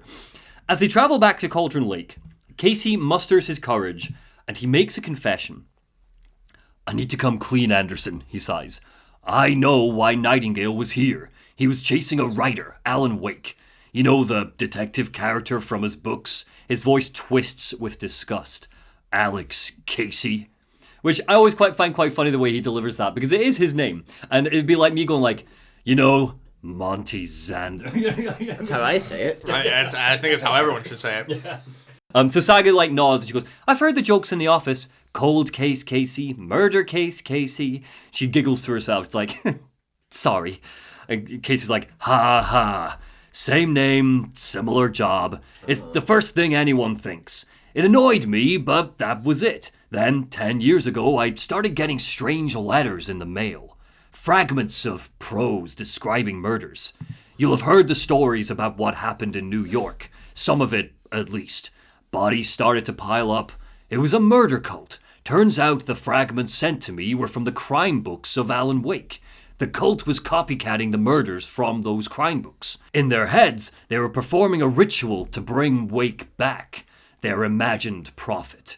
After that case, I started looking into Wake's disappearance on the side. And you thought this case might be connected. His name does keep popping up, Saga sighs. It's okay, just next time give me all the facts before we find ourselves in the middle of a horror story. I've been thinking about the cult of the tree. What sort of cult refers to themselves as a cult? And Casey's like, in my experience, they don't. On their way down to the lake, Saga and Casey meet a couple of new faces. At a local FBC monitoring station, we meet a maintenance worker called Stephen, furiously wrenching some cogs and fiddling with the equipment. It looks like something's gotten in and pulled apart the wires. Next to him is Ilmo. The raccoons. It's the raccoons, which we did hear about this in Control AWE. That something's been messing with the equipment and it's probably just raccoons. Nothing to worry about. No weird stuff in Bright Falls. Next to him is Ilmo Koskela, owner of Coffee World, the Watery Trailer Park, and the Oh Dear Diner. Okay. Hello, Ilmo waves cheerily at Saga and Casey. I'm Ilmo Koskela. Lovely to meet you. Are you two authorized to be here? Saga asks. I work for the FBC, ma'am, Stephen snaps. I'm authorized to be here. And Stephen hired me to show him through the woods, Ilmo says. He's doing important government business, Ilmo says. I bet you two are here about that murder nasty stuff. How's it going? Oh, if you're in the area, be sure to stop by Watery and visit our coffee-themed amusement park. Or, there's the sauna Javista. This is Finnish for sauna and sauna. Saga is like, what's this monitoring station for? And Stephen flashes her a cool smile. And he's like, just research, volcanic gas, stuff like that. He fiddles more with the station and grunts. Damn raccoons, Ilmo laughs. It's not raccoons, Stephen says. Ilmo turns to Saga. That's one gorgeous sweater, Saga. Looks Nordic. I bet a family member made it, huh? Suspicious. Saga ignores him and presses Stephen for more info, but Stephen is like, no, it's all classified, sorry. Operations here are run by a different department. If we go off the beaten path, we see a bit more of that different department. It's an FBC facility called the Lake House. We can't get in, or to be honest, even see the damn thing because it's all fenced off, but if Saga pushes the intercom, we get loud, buzzing, static. Mysterious. We will talk about this when we get to the DLC, probably, because the DLC is called The Lake House. There's notes from Steven, where he is very much like, not a fucking chance is this raccoons. Something is messing with things. This ain't raccoons. I keep coming back to fix it, and it gets broken like a week later. Yeah, I found pliers here last week. Yeah, basically. One thing I will tell you about Lake House is that people who have kind of like broken the game and managed to get the camera out of Bright Falls have gone over the ridge, and we see that the Lake House facility is, of course, we kind of knew this already, is Dr. Hartman's clinic. Okay. Oh shit, is it? Yes, I it's didn't there. know that. It exists in the game. It's not very detailed, but it exists in the game, and it is the path leading up to the clinic. Oh, that does make so much sense, but also I didn't think that at all. Well, remember, in AWE, we learned that the FBC took Hartman's clinic, so they've turned it into a research facility. Yeah. Back to Ilmo. So he is like, my mother used to knit me and my brother Jaakko sweaters like that all the time. I bet your family's from Finland too. And Saga's like, close. My mother's from Sweden. I don't know much more about my family beyond that. So further into Cauldron Lake we go. When we get there, the murder site is flooded, like a storm has blown through it in the 2 hours since we were last here, but again, there's not been any rain since we went to the morgue. Casey stays behind to examine the crime scene. Saga moves deeper. The further into the woods she goes, the less light there is. It's as if the leaves are purposefully blocking out the setting sun. Black, murky footprints lead back down to the gigantic tree. Profiling Nightingale, he tells us, The tree was a threshold. This place and the dark place. he chuckles, foam spills over his teeth. You're in over your head. Next stop, Caldera Street Station. Notably, that is a location from Max Payne. Oh, is it? Yes, it is. It's the name of a subway that he goes to. Through the case, it's not quite that, but it's basically that. Through the caseboard, profiling, and manuscript pages, Saga pieces together what she needs to do. Get past that big goddamn tree. To do that, the pages tell her she needs to complete a ritual. Threshold. Control thresholds. It's gaps in reality that lead into other dimensions. Other planes of reality. So Nightingale said that this tree is a gap. How very video gaming of her to not think that she can just walk around the tree in the middle of a massive forest. I mean, you've played this. It is just all blocked off by rubble and trees and stuff. Yes, you could climb over it, but yeah. Yeah, because the only logical conclusion here is to do a ritual for a threshold and not to just go around. Maybe if I'd seen a guy just disappear, I might start to investigate the supernatural. Can't go over it. Can't go under it. Can't go around it. Gotta do a full-blown murder cult ritual to get through it. I hope you don't have a problem with rituals, Chase. Only have problems with rituals that lead me on. Bright Falls is full of urban legends. It's not just the cult of the tree that's weaved into myth and legend and story. There are lots of old rumours that have fizzled in the woods for years.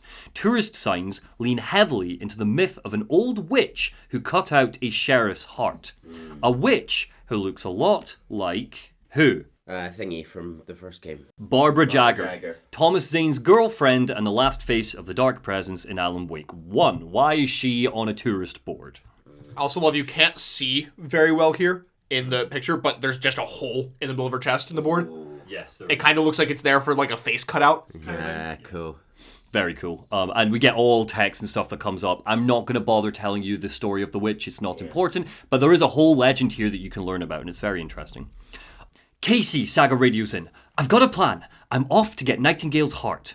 Roger that, Casey curses. I followed some ATV tracks into the woods and got a bit turned around. Did you get lost? Saga laughs. I've only been lost once in my life, Anderson. The years I spent with my ex-wife. He's so good. So, if I was her, I'd start to believe that he was written from a pulpy 1980s crime novel. So Saga reaches the general store in the heart of the woods. If he says he's getting too old for this, I'm gonna leave. Oh, sorry, he does. I'm pretty sure he already said it. Sorry, yeah, I haven't put that in the script, but he's already said he's getting too old for it, and they've already joked about him retiring. Yeah. So the general store. So Saga makes it to the general store in the woods. It's like a little kind of tourist cabin sort of thing. It's abandoned. Bottles, cards, scraps of wood sit on tables. Was this a hideout for the cult of the tree? An animalistic shriek and a clatter from up ahead. A deer. Just a deer. It's okay. Calm down, Saga. Bang! The wall ahead explodes, covering her with splinters. A huge hulking figure cloaked in darkness swings an axe at her. It's wearing a deer mask. We watch in the night! It roars. Saga shoots the mask, revealing dead skin and wild eyes. She burns at it with her torch, and the darkness shrieks like it's in pain. She fires again, and the cultist lies dead at her feet. She finds the heart lying in a cooler at the back, and takes it to the tree. The words she needs to speak are tattooed on it. Cult of the Word, sounds a lot like whatever happened in New York. That sounds like a cult of the words, you know, if they're going off the words in Alan's book to do spooky murders. Probably didn't call themselves that, though. Well, that's what they're calling it. Well, it's also notable that Nightingale, when he came out the lake, that's what he was saying. Cult of the word. He wasn't talking about the cult of the tree. And yet it's the cult of the tree that killed him. Weird that there seems to be two cults, maybe? What's going on? Saga places Nightingale's heart into the hole in the sign. And she says the words that are tattooed on it. The wave crashed on the far side of the mirror. I brought you the heart, witch. Show me the terror. From somewhere unseen, a red light beams. Not washing away the darkness, just colouring it. The branches at the base of the tree respond, receding, opening a passage. As Saga passes through, the inside of the tree stretches impossibly, pushing on forever, until eventually she comes out into a deep swamp shrouded by trees. She tries to call Casey on the radio, but there's nothing but static. The wind pushes through the trees, making a wailing sound, but between the noises, she hears her daughter. Mom! Logan shouts. Mom, help! Saga scans the tree line, but Logan is nowhere to be seen. As she works through, a subway station bleeds in over the loop, the swamp and woodland. Logan's back in Virginia, Saga pants. I'm just imagining things. The overlap loops maddeningly 3 times. Every time it feels like Saga's making progress, but she doesn't know how she knows that. It's on the 3rd loop around that Nightingale appears.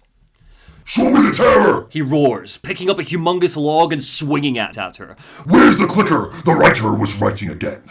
His ribcage is bent outwards. The elements have rotted his skin, so it's taken on a bizarre moss-like texture. He uses yellows and greens, his face a mask of hatred. Saga opens fire without thinking, burning the darkness away. Nightingale is blown away into nothingness, dead.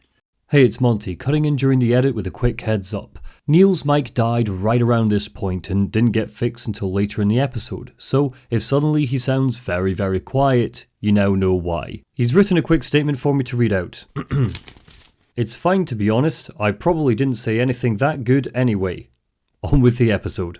This is our first boss fight. It is a beautiful game, and yeah, this is a gorgeous... Nightingale is really horrific. Bear in mind that what you're doing, especially if you're playing with no filters on, is you are just lost in a swampy woodland with heavy rain, while a naked, bloated man carrying a log is just screaming at you, and he comes out of nowhere. It's so... That's terrifying as well, because the woods are so tight. It's like tight little tunnels. They're barely wider than you. And he's just, like, chasing you through the tunnels. Yeah. And he'll, like, zoom forward at points, like, rush you. Very good. Very, very good. So, as Nightingale dies, Shadow cloaks in the overlap until Saga is lost in a perpetual void of darkness. She can't see 3 feet in front of her, but she can see a flickering, grainy signal. Who are you? Alan Wake asks. His voice sounds far away, like the overlap keeps losing him. He looks straight at Saga. Hear me? Cauldron Lake! I'm at Cauldron Lake, Saga says. Where are you? Escape, Alan says. Danger, the dark presence! And as quickly as he came, the signal dies. Saga blinks and she's standing on the shore of Cauldron Lake, back in the real world. A beat, the clacking of a typewriter somewhere far away, and Alan Wake appears on the beach unconscious. Oh no. Are you okay? Saga asks, leaning down and touching him. Alan wakes, screaming. He got out with my face! Scratch! He's changed the story! The dark presence! We must stop it before... Calm down. What's your name? Alan Wake. I'm a writer, but I've been... Wake? Where did you come from? You've been missing for 13 years. Alan stares past her. Fear, dread, panic, and confusion shake up his eyes. 13? Anderson? Casey approaches, grumbling about this stupid, crazy forest. When he sees Wake, he skids to a halt. Is this who I think it is? Alex Casey? How am I? Is this the dark place? Am I still in hell? Alex Casey just kind of scowls at him and he goes, yeah, the PI from your books is the same name as me. Great, moving on. So there you go. Boom. End of game. Alan out of the dark place. No problems. He won. One boss fight. Easy peasy. We did it. Dead easy. All he needed. Yeah. I'm surprised. He needs a shower, though. Manuscripts and side stuff. So, manuscript 1. This page is just called The Overlap. The reality-changing influence of the dark place flowed like water flowed, like fear flowed, down the path of least resistance, eroding weak spots until they cracked, in places where reality was more yielding, where a story told and retold, imagination sparked, and fear ignited again and again had softened the walls of reality. Sites of violence and tragedy, where truth was laced with fiction, where a work of art proposed an alternative narrative, something people could suspect to be true, something people felt strongly about, something they feared. The stronger the connection between the belief and the emotional response, the better. The darker, the better. A ghost of a witch ripping a man's heart from his chest. 2 brothers murdering their neighbours and hiding the bodies in a well. A young woman haunting the flooded bunker where she drowned. Bedtime stories. Folk tales. Urban legends connected to specific places. These were the sites where the overlaps came to be. So we call them overlaps in this game, but they are thresholds. Okay. Thresholds, overlaps, same thing. This is explaining how reality changes. That's what this manuscript is. it only works if someone believes in it, which means that why only, quote, true passionate art can work. It needs to be good art because it needs to work on someone. Someone needs to believe in it and have an emotional response to it. And this is the game's reason, and it's potentially a throwaway reason, but I do like it, as to why horror is so effective. Yeah. Because horror you get such a visceral impact when horror works, more than a rom-com or something like that, is the argument it makes. Okay, page 2. This one, Neil, is called Scratch on the Hunt. Oh boy. He's got a knife. Go and get you. Scratch stalked through the forest, a terrifying dark presence in the night, more sensed than seen.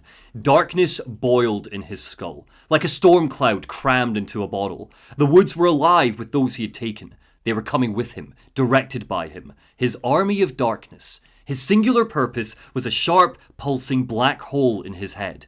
Waves roaring out of it to whip his flock into a frenzy, filling them with his purpose. The clicker, he wanted it to make his horrific ending to the story come true. The art was there, the clicker would push it across the final threshold. A detonator to send out a tidal wave that would spread to overtake reality. He was so close to claiming it. The Taken gibbered and shouted, straining against their invisible leashes, filled with bloodlust. Scratch let them go. They launched themselves into the air with violent glee. He ripped a signpost from the ground, swung it in his hand as if it was made of air. Ahead, the music started. It called him on. Let the final Deer Fest commence. Final manuscript here. Coffee World attacked. Sorry, we're all out of Bright Falls blend, Anna apologized to the customers. I'll just grab some from the back. More coffee coming right up. She suggested they ride the percolator while they waited. She passed Ilmo Koskela at the Espresso Express. Big smile, Anna. Coffee World is all smiles. Anna nodded, smiled until her face hurt. She stopped walking, realized she was standing next to the Huatari well. Must have zoned out, she thought. Huatari? That's how you're supposed to pronounce it. They pronounce it watery. Huatari, potentially, but it's the Huatari well. That's how the Finns have been pronouncing it, so I'm just going to take that.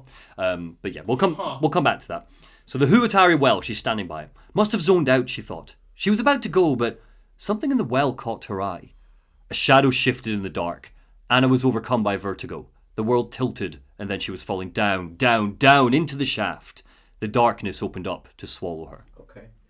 So is this the same well that 2 bodies were dumped into by those 2 guys? Very notable. Very glad you're paying attention. I really, really love... What 2 guys? The previous manuscript of the game that you played.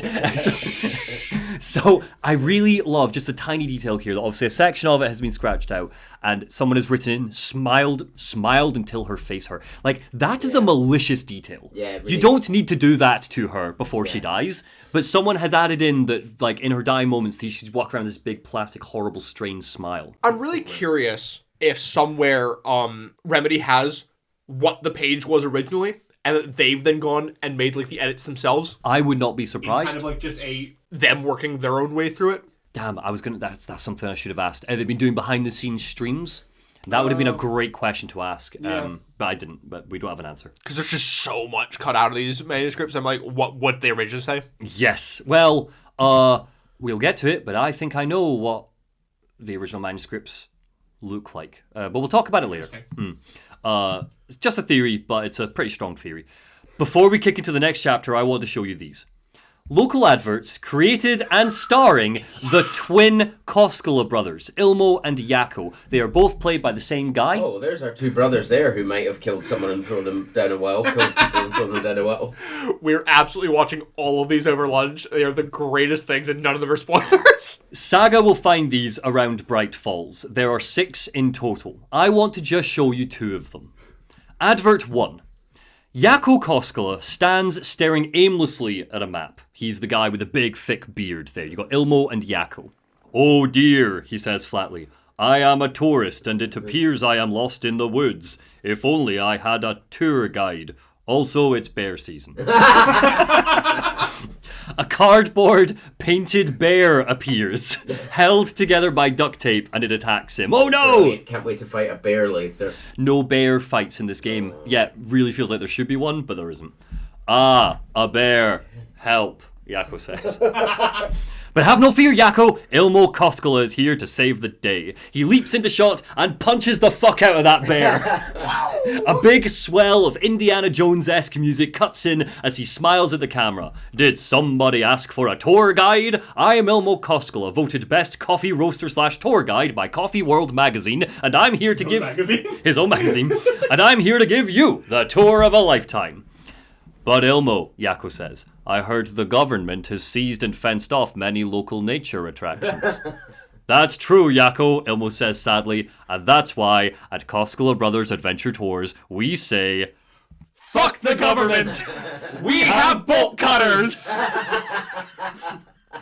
They've got everything, you guys. They've got hiking. Which I would also love to point out, and I wanted to say this earlier, the fence that they originally crawled through is absolutely just like an FBC fence that they've cut into with bolt cutters. Definitely them that cut through that hole. So yeah, they've got everything. They've got hiking, they've got fishing, they've got bird watching. Once again, another cardboard bird. The tour of a lifetime is just one phone call away, and if we book now, guys, we can get 9% off of this limited edition coffee thermos. Oh, fuck you. Fucking need it. Here's one for Coffee World, their amusement park. Coffee World, so we just find them like playing in bars or whatever as we explore. Ilmo and Yakko stand in their theme park uniforms. Hello, Ilmo says. Welcome to Coffee World, voted Washington's best coffee-themed amusement park. All of our attractions are family-friendly and available to children of all ages. And then Yakko comes in and goes, just like our coffee. Coffee World, where the fun is always percolating. You can ride the Espresso Express. Soak in local history at the Huatari Well, where 2 serial killers once hid the mutilated bodies of their murder victims. Visit Mocha the Moose and her friends at the amusing petting zoo. Just don't feed the goats coffee. Seriously, stop feeding the goats coffee. And why not finish up at the local gift shop where children under 10 receive a 9% discount on keychain and propane tanks. Coffee World, yo Jawa great time. Anyway, next chapter. They're really like 9%. Which I absolutely feel is like some sort of like tax thing, because that would be the full thing that would come out of the Ilmo's brain. Where like if it's 10%, they'd have to like pay some tax on it. That is almost certainly what it is. So he's like doing 9% just to like, we'll get you in, but we're not paying the government any tax. So next chapter, Initiation 1, Late Night. Saga and Casey drive Alan back to Bright Falls, and as they do, Saga checks in on her family. Her husband David tells her that Logan slipped in the bath and hurt herself. She's fine, but it sounds like it was a nasty fall. She could have drowned. To cheer herself up, Saga grabs a cup of coffee with Casey, and they drink it in sync with each other. Classic. Well, Alan looks like his life is ending in the background. Yes, Alan is just having not a good time. Notably, Alan gets some new clothes here. What are his clothes from? American Nightmare. Yes, it's his American Nightmare outfit. Check shirt with a t-shirt underneath. Just notable. I don't. Is it important? Who knows? Is there anyone you'd like us to reach out to, Mr. Wake? Saga asks. You have been gone a long time. Your wife? No! Alan cuts back immediately and then softens. And he goes, no, they'd be in danger. It'll come for me. Tell us about the pages, Saga asks. You have what looks like a title page with you. Return. The writer's name has been scratched out pretty violently, but your name can still be made out underneath. Alan laughs bitterly. Scratched out, yeah. Scratch. Did you write these pages, Mr. Wake? I'm trying to remember, and Alan winces and holds his head. It's a crazy jumble, like a nightmare. None of it makes sense.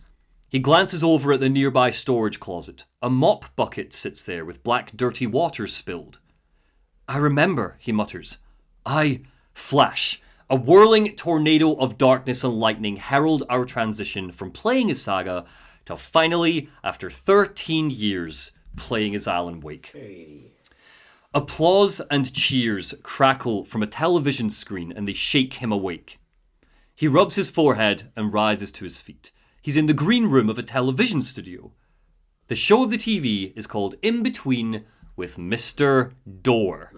So you'll remember in Control, Remedy have lost the rights to Quantum Break, so they've lost the rights to Martin Hatch. Dylan kind of made a throwaway comment in Control that, he's called Mr. Door, but Hatch and all. So yeah, it's Hatch. I love them tempting the copyright law. We now call him Warlin Door, not Martin Hatch. Warlin Door, we're going to get to him in a second. He's not played by Lance Reddick, of course, because Lance Reddick passed away. However, in the game files, someone has found a early prototype picture of an In-Between Me Mr. Door poster with Lance Reddick. It was going to be Reddick. It was David Harewood is fucking stellar. So good. He's so good. Sir David Harewood. Is he a sir? He's a sir. Did not know that. Good for him. MBE. So let's get into it. He wakes in the green room, and it's the in-between with Mr. Door. "We have a great show for you here tonight," Door says to an unseen audience. "Alan Wake is here, one of my all-time favorite writers and guests on the show. He's here to talk about his latest book." Alan squints at the screen. Shit, but was I on a talk show tonight? He doesn't remember how he got here. He barely remembers where here even is. Whoosh! Suddenly, he's in the TV and on the show. In live action! Live action. Mr. Door welcomes him with open arms and a warm smile. Alan and Door aren't the only people here, though. The old gods of Asgard are here as well. Look at Bob Balder up on the drums. Shut up. I love you. Everyone, God, I have to read one more comment about it. So, for full disclosure, right, so this is Poets of the Fall, the real-life band that they're based off of. We've got Odin over here with his eye patch. We've got Thor on the drums, and we've got Balder on guitar. We've been winding him up because in his critique, he fully zooms in on Thor and goes, "Look, even Bob Balder's here." Yeah. The old gods of Asgard are here as well, playing in Door's house band. We have Thor and Odin Anderson, but we also have fat Bob Balder on guitar. Who is so not fat. He's the skinniest of the three of them. Which is kind of the joke, basically. This is a tiny throwaway detail from past games, but it is worth me mentioning now. Balder died years before Alan Wake 1. Nothing mysterious or supernatural, he just died of leukemia, but it is the reason the old gods stopped touring originally. And also, these guys seem young. Yes, absolutely why they seem young is because it's Poets of the Fall, really, is the honest answer. But lore-wise, there might be a reason for this. Yeah. But we'll think about it later on. So they're Door's house band. I will also point out that Odin Anderson's eye patch is over the wrong eye. Not an accident. I will also point out that they're drinking some delicious Coffee World brand Oh Dear Diner coffee. They do, yeah, and Door drinks from an Oh Dear Diner mug as well, there's all that sort of stuff. So Door sits a bewildered, panicked Alan down on the talk show couch. "It is so good to see you, Alan," Door smiles. Alan just stares at him. "Are you okay, my friend? You look like you've been cooped up in the writer's room for too many years." Canned laughter plays over the tannoy. "Well, I've waited so long to get my hands on the sequel to Departure. You left us on quite the cliffhanger. We've all been dying to find out what 'it's not a lake, it's an ocean' really means." "You and me both," Alan replies. "Well, the wait is over," and Door slams a new book down on his desk. "Your new book, Initiation, hits the shelves tomorrow." Alan flinches seeing the book. What is that?" "That's exactly what every reader will be asking. This book is so mind-bending. It's cerebral. It's an auto-fictional thought experiment, a horror story, a postmodern detective story." "Wait, no," Alan cuts him off. "This isn't right," and he looks out at this audience. "I haven't written anything. I'd remember if I'd written a book, right?" "Well," Door fixes Alan with a grave look, "maybe it was written by your evil double." Alan's eyes widen, and he tries to say something, but he can't find the words. "Well played, man!" Door claps his hands. "That is spot on! Playing the role here, pretending the world of the book overlaps with our own. Very meta indeed." He turns to the camera. "Initiation tells the story of a fictional writer, Alan Wake, who is trapped in a nightmare, desperately trying to find the manuscript of a novel he's forgotten that he's written. He's tormented by his dark doppelganger, guided by visions of a fictional detective that he's written." That's right! Alex Casey's in this book as well. At that, the cheers from the tannoy almost drown the scene out. They're so loud. They shriek. "I found the structure of the reality you build in the book fascinating. It reminds me of The Matrix. So the writer is trapped physically in the writer's room, and he projects himself out into the dark dream of, is it New York? Through the story that he's writing. Like astral projection. Did I get that right?" And Alan's like, "Yeah, that's exactly right. Go on. That should be taking notes here. This is great stuff." Dor kind of falls silent, and he squints at Alan, and a look of concern crosses his face, and he goes, "Notes for that other Alan Wake in the room, writing this as we speak? Are we all in your story, Alan?" He turns to the camera and laughs. "Initiation hits the shelves tomorrow. After this, I'm sure we'll all be eagerly awaiting the culmination of this Hero's Journey trilogy of yours. A book called Return, perhaps." The camera's cut off and Dor leans back in his chair. "Man, thank you for one of the strangest interviews of my entire career, Alan. All this talk of meta-narratives, I half expect to disappear once this scene ends." The lights flicker, and just like that, boop, Dor is gone. The talk show set lies abandoned. It's just Alan and lurking, shadowy darkness. Alan slaps himself awake, reminds himself that he needs to get home to Alice. He explores the production building and finds a couple of interesting things. The first is this book, My Interpretation of the Many Worlds, by who? Casper Darling! Dr. Casper Darling. Where are you, darling? What a darling. What a darling. Where is he and why is his book in the dark place? The second is this dressing room for the old gods of Asgard. I don't have a picture of it. The second is the dressing room for the old gods of Asgard. Alan can't help but shake the feeling that he knows that name from somewhere. The third is a flickering TV. Interacting with it, we get a glimpse of him in the writer's room, a transmission from the past. Notably, he's wearing his Alan Wake 1 outfit in it. The hoodie and the jacket with the elbow patches. Nowadays, he's just wearing a suit. Alan talks of how the dark place wants to drown him, how he's losing himself, losing his memory. It's feeding on him, twisting whatever it takes into psychotic reality. At some point, he lost the clicker. But that's okay. He found the lamp the clicker was cut from. He can use that as a tool. He notes that he wrote countless stories, countless failed attempts, like Fortnite. He decides that he needs to dive deeper to find more inspiration. Going deeper into the TV studio, he hears an ethereal, monstrous roar. "This is the ritual to lead you on!" Something is stalking him. He picks up his pace, and as he does, the pursuing thing gains speed. He races into a storage room and it follows. He dives for the door, but it's locked. The roaring grows louder and louder, and now it's shrieking. It's forever shrieking, shrieking to the ends of the cosmos as it rushes for him. He turns as it blasts through him, and we cut to black. And Alan awakens in his writer's room. It's grown since Alan Wake 1, reshaping itself with his consciousness. A blackboard sits with Initiation Draft 1 above some index cards. Ideas for a story. Descriptions of what had just happened. He doesn't know why, but the word scratch fills him with dread. He sits back down at the desk, and he starts writing. I would start again at the talk show, he thinks. He shoots awake with a start in the green room once again. He rubs his forehead. We hear Mr. Dor's voice one more time. Welcome back. We got a great show for you here tonight. A real treat for all you Alex Casey fans out there. We've got Alan Wake, and that's right, Alex Casey himself is in the studio. Sam Lake, the actor, who has given his face to the famous detective in the film series. Let's bring them on. Whoosh. Alan sits on the talk show again. Sam Lake sits on the couch next to him. Yeah. The most self-insert of self-inserts to ever self-insert. I said in one of our old lore dumps that to use the Dark Tower as an example, Stephen King self-inserts at one point. And I was like, I don't think we're ever going to get a moment like that.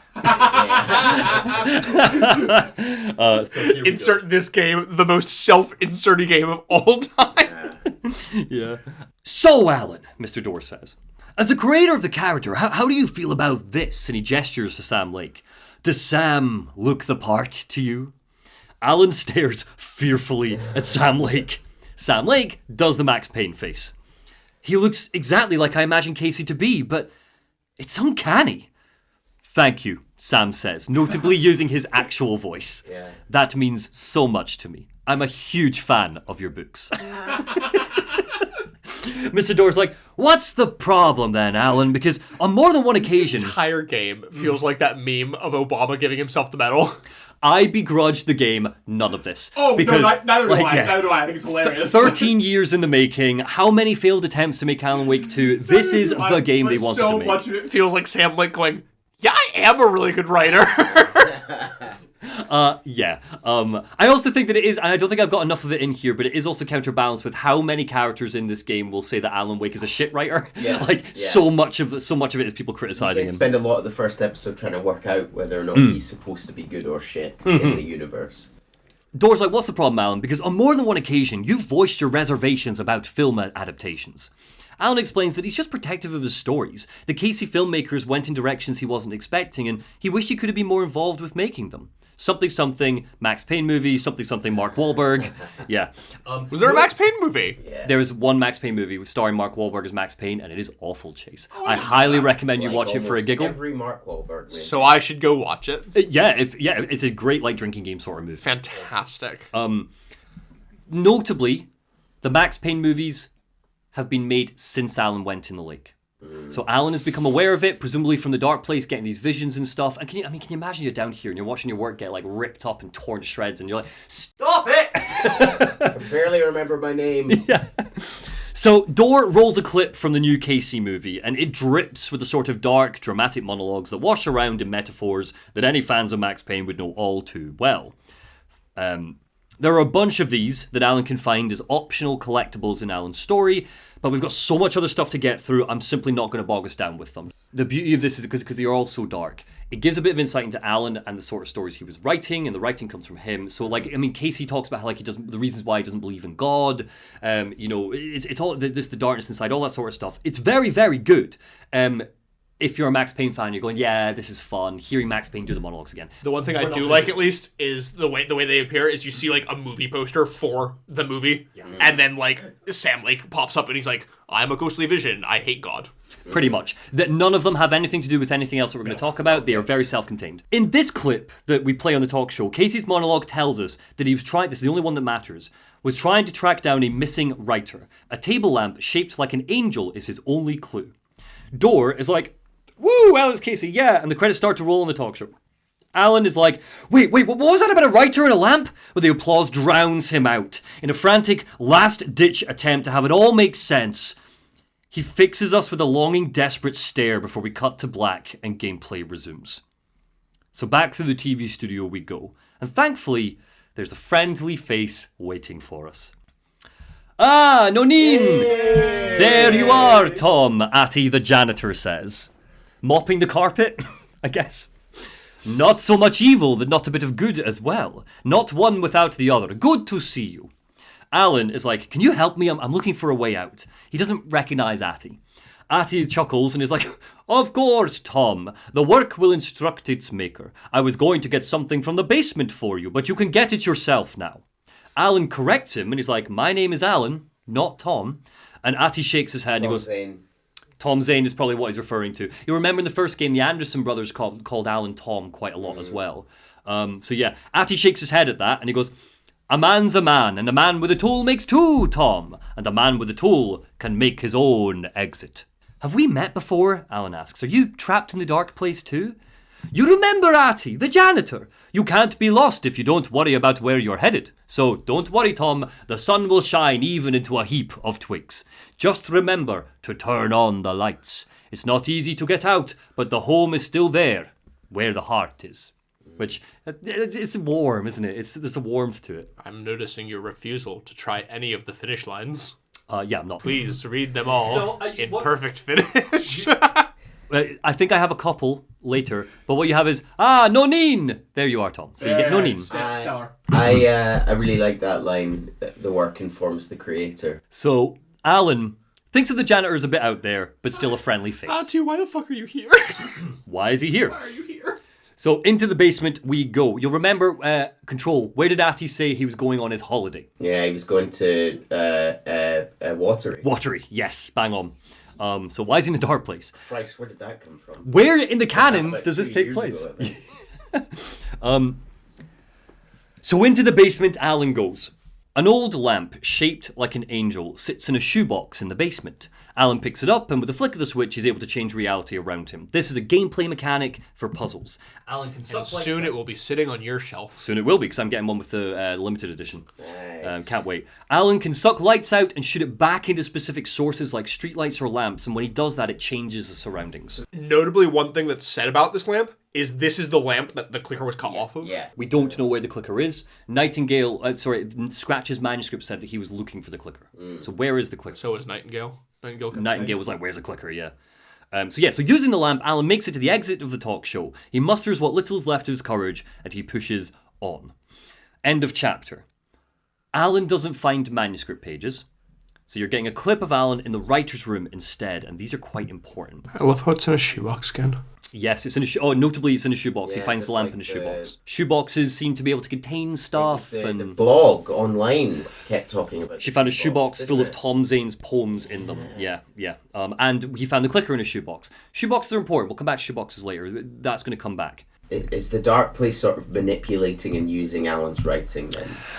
That is what the Dark Presence did in Alan Wake 1. Yeah. And it's what he's been dealing with this whole time. Yeah. The Dark Presence is down here still. I mean, it just chased him and got him, it seems, in the talk show. So, it's all going to get quite trippy now. So, Alan doesn't find manuscript pages, so you're getting a clip of Alan in the writer's room instead. This one is called Writing. Alan is in his American Nightmare outfit. This is how American Nightmare is canon in the sense of, like, we can trace a journey here through his clothes.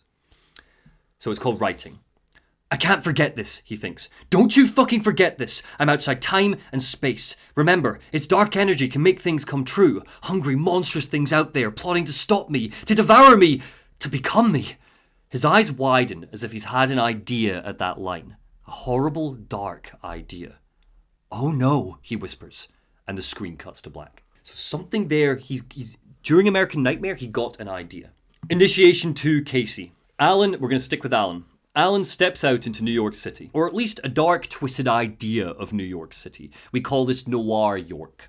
Okay. The reason why we do that is because that is kind of the internal, it's what the Remedy team called it, and it's purposely kind of based around this the same vibe and atmosphere of the Max Payne games. So it's a dark, twisted idea of New York City, Noir York City. Every traffic light is set to red, telling Alan I don't know what you mean dark and twisted. This pretty much just looks like New York. Every traffic light is set to red, telling Alan to stop. Graffiti bruises and scars walls with phrases like, find Alice, you die here, scratch, and don't write.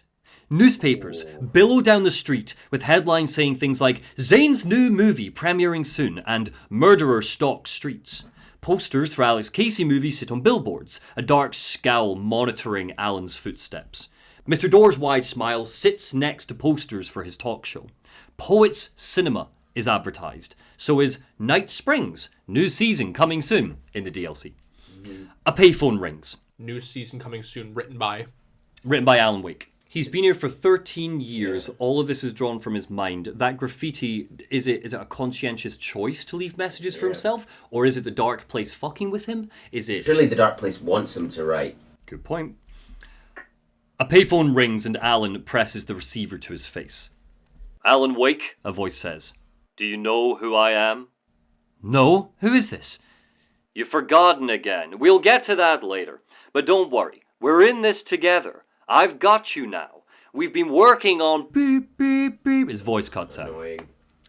It's worth me noting that while Alan doesn't remember who this is, both of you, if you played the game, would instantly recognize this voice. It is Tom Zane, who you'll remember looked like Alan and sounded like Ilkavilli when he appeared in Control's AWE DLC. Then Zane cuts back in. There are spies all over. Shadows. Listen carefully. Caldera Street Station, the subway. You need to go there. I'll call you again later. Alan continues on down a dark alleyway, the lights glisten green and red, setting the mood for a fateful encounter. Is this the way it was on that page? Alex Casey's voice sounds from some shadows. Alan nearly trips over himself as the detective steps into the light. It's worth me noting that Alex Casey is wearing garish patterns, just like Max Payne did in his first game. This is like an elevated version of Casey. This is the Casey off the page. He dresses differently from Bright Falls Alex Casey, and he monologues, and he's all very poetic and stuff. Oh, hey! Alan lets out a sigh of relief. Oh, we met on Door's show. Sam Lake? Alan Wake, Casey snarls, not hearing him and stepping in closer. The writer. I'm looking into a murder. What? And Alan takes a step back and is like, what is this?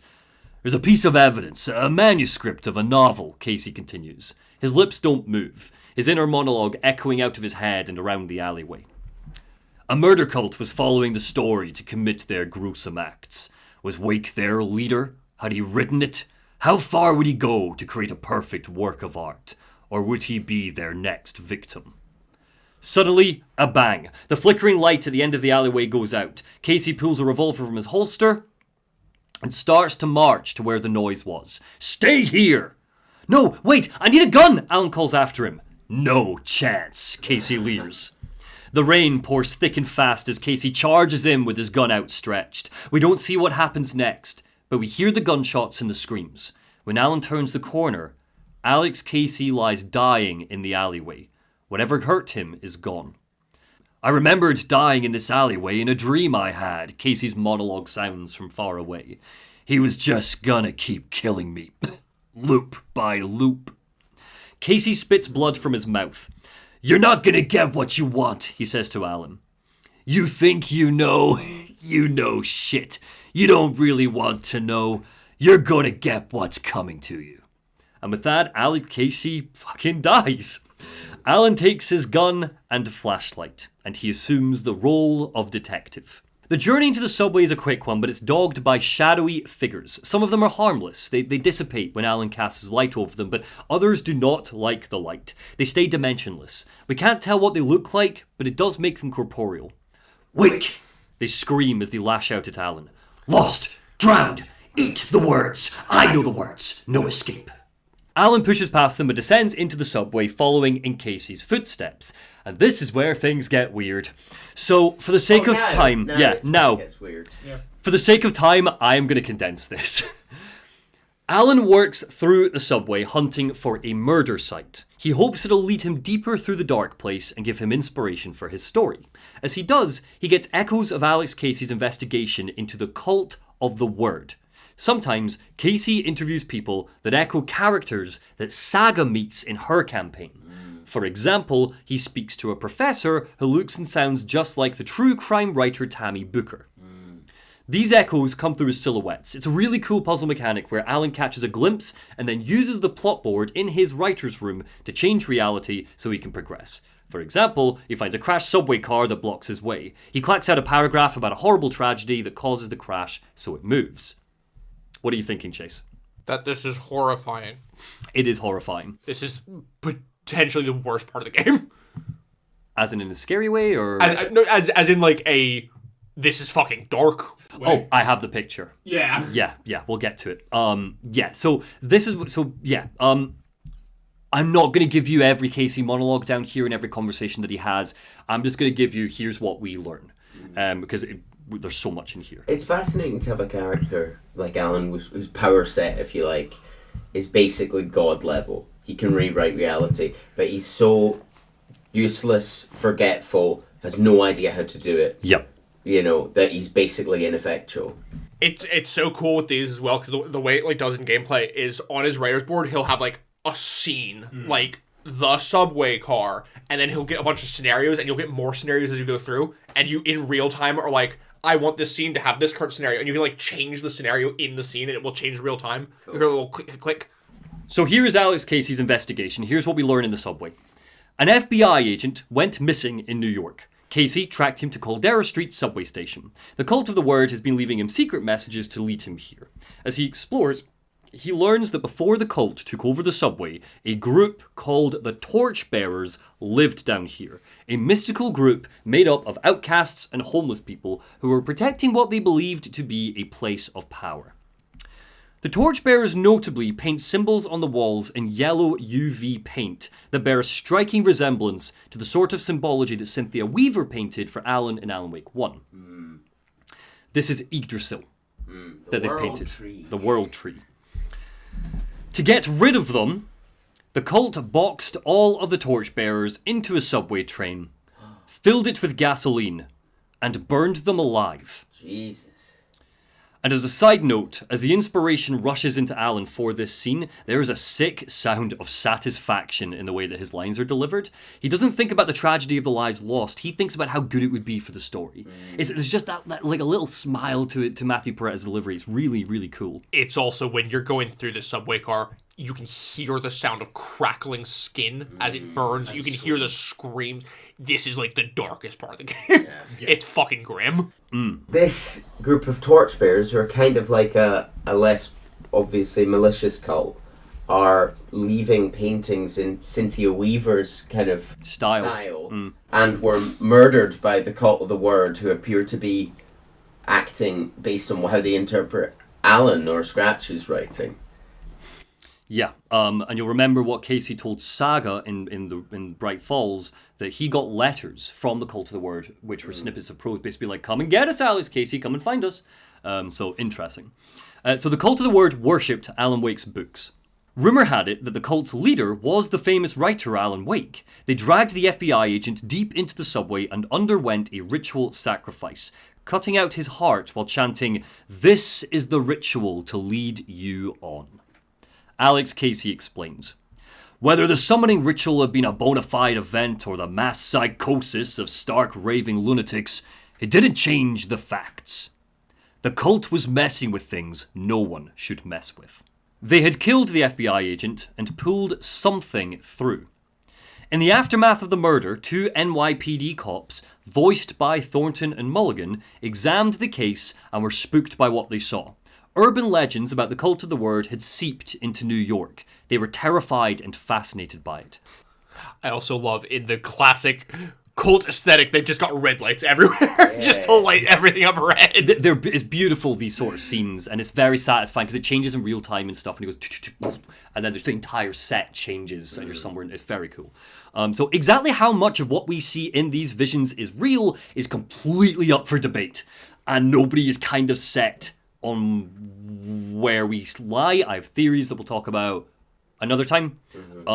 Alan catches these glimpses and slots his version of Alex Casey into them. So everything is a little bit more theatrical and exaggerated.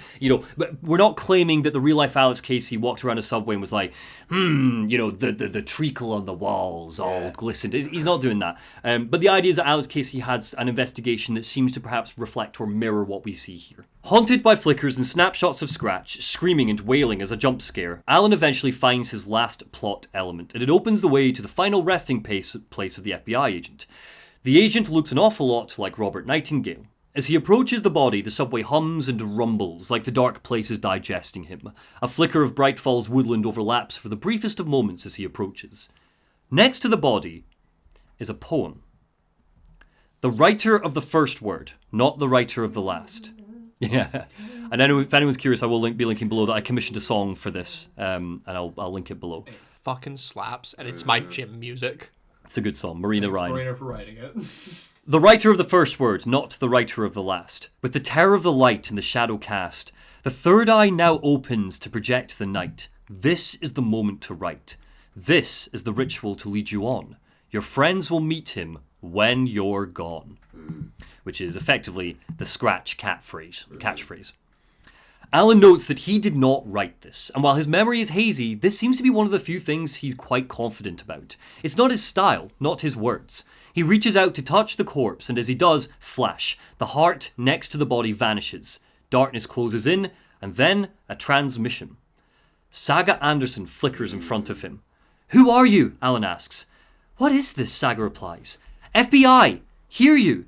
This is Alan Wake. I'm trapped here. The dark place. I'm under Cauldron Lake. I'm trying to escape. I'm making progress, but I'm in danger. The dark presence, please, help me." And just like that, Saga is gone.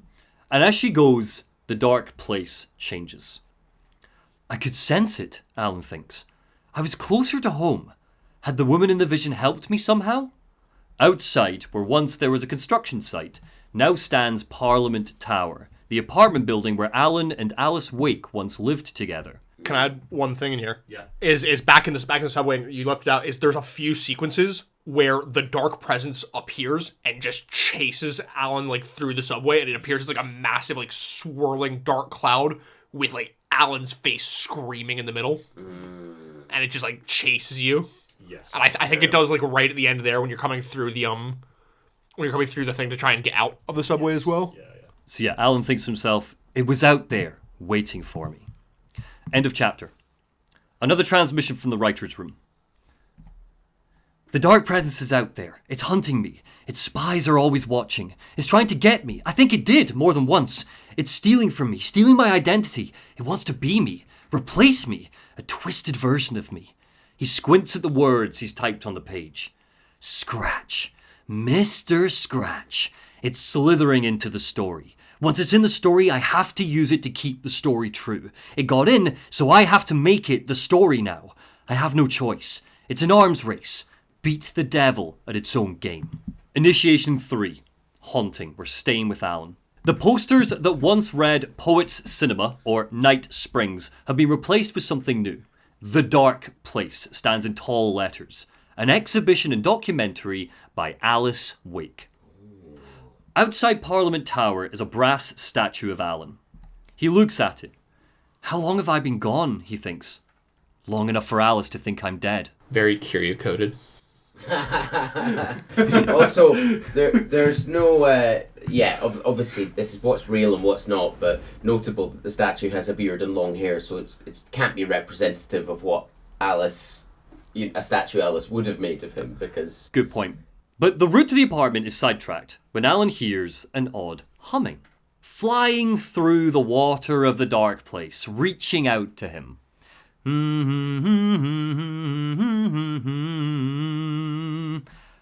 Oh, hey, Alan, Sheriff Tim E. Breaker says. You snuck up on me. Tim Breaker is here. This is where he went. He's got a little board. He's trying to work out what's going on. Yeah, we'll talk about it in a minute. So, Alan peers past Tim at a whiteboard full of frantic scrawls and doodles. That's my crazy wall, Tim grins. I'm just trying to make sense of things. It seems that when Tim disappeared from Bright Falls, he was taken to the dark place. Tim doesn't know how long he's been here, but what he does know is it was Mr. Warland Dorr who snatched him up. And he knows Alan. And he knows Alan. Have we met? Alan asks. Memory problems again, huh? Tim gives a warm smile. Yeah, we've met. Tim has been trying to map the dark place, but he's struggling. After all, it's tricky to map a dream. He leaves caches of resources for Alan to find, marks useful upgrades on our map, etc. We'll find him 6 times off the beaten path, always signalled by his humming of that strange tune. Every time we get to him, he's got some new weird information for us, and more importantly, his whiteboards are full of more odd information. He is hunting for Warland Dorr. There's one I like on the board that he's got there. It's me, but not me. Others I know, yet they are different. I'm going to show you the final whiteboard in a minute. Excellent. And we're going to talk about what's on that whiteboard, because we're just going to do it all now. Yeah. So, the talk show host? Alan asks, and Tim scoffs. What? No, the guy has many disguises, but a talk show host? I don't think so. He goes on. You know my dreams, I've always been having incredibly vivid dreams. They feel real the second I wake up. In the dreams, I'm often someone else. A different person with a different name, living a different life in a different world. Alternate realities, maybe. But certain things don't change. Like Dorr. All I know is Dorr has something to do with what's happening to me. And he knows, and he whispers this because he suddenly is frightened, and he goes, that I know. He's like some sort of sadistic mastermind, torturing me. He looks off into the distance, his face crumpling with fear and confusion, and then he shakes it off. I don't know how long I've been down here, but your disappearance from Bright Falls is still the only thing folks talk about. Well, that and, Deerfest. Are you related to Sarah Breaker? Alan asks. Yeah, she's my cousin, Tim says. Okay. Full disclosure, pure fan theory, I fully believe that Alan wrote it so that Sarah is not in Bright Falls for this game. Like, an old friend, get her the fuck out of Bright Falls and protect her. Tim's like, yes, Sarah Breaker is my cousin. A few years ago, I had a police sketch made of Dorr based on my dreams. I sent it around, and Sarah said that she recognized it from an old case file from the 80s. I moved out there to look into it and became sheriff after she left to join the feds. We don't know what feds we're talking about. Could be FBC, could be FBI. We don't know. We will not find out this game. My memory of Dorr from, or Hatch from the other games, he's not dark presence. He's an interdimensional force. And the first talk show anyway, it almost seemed like he's giving Alan some of the tools to help him.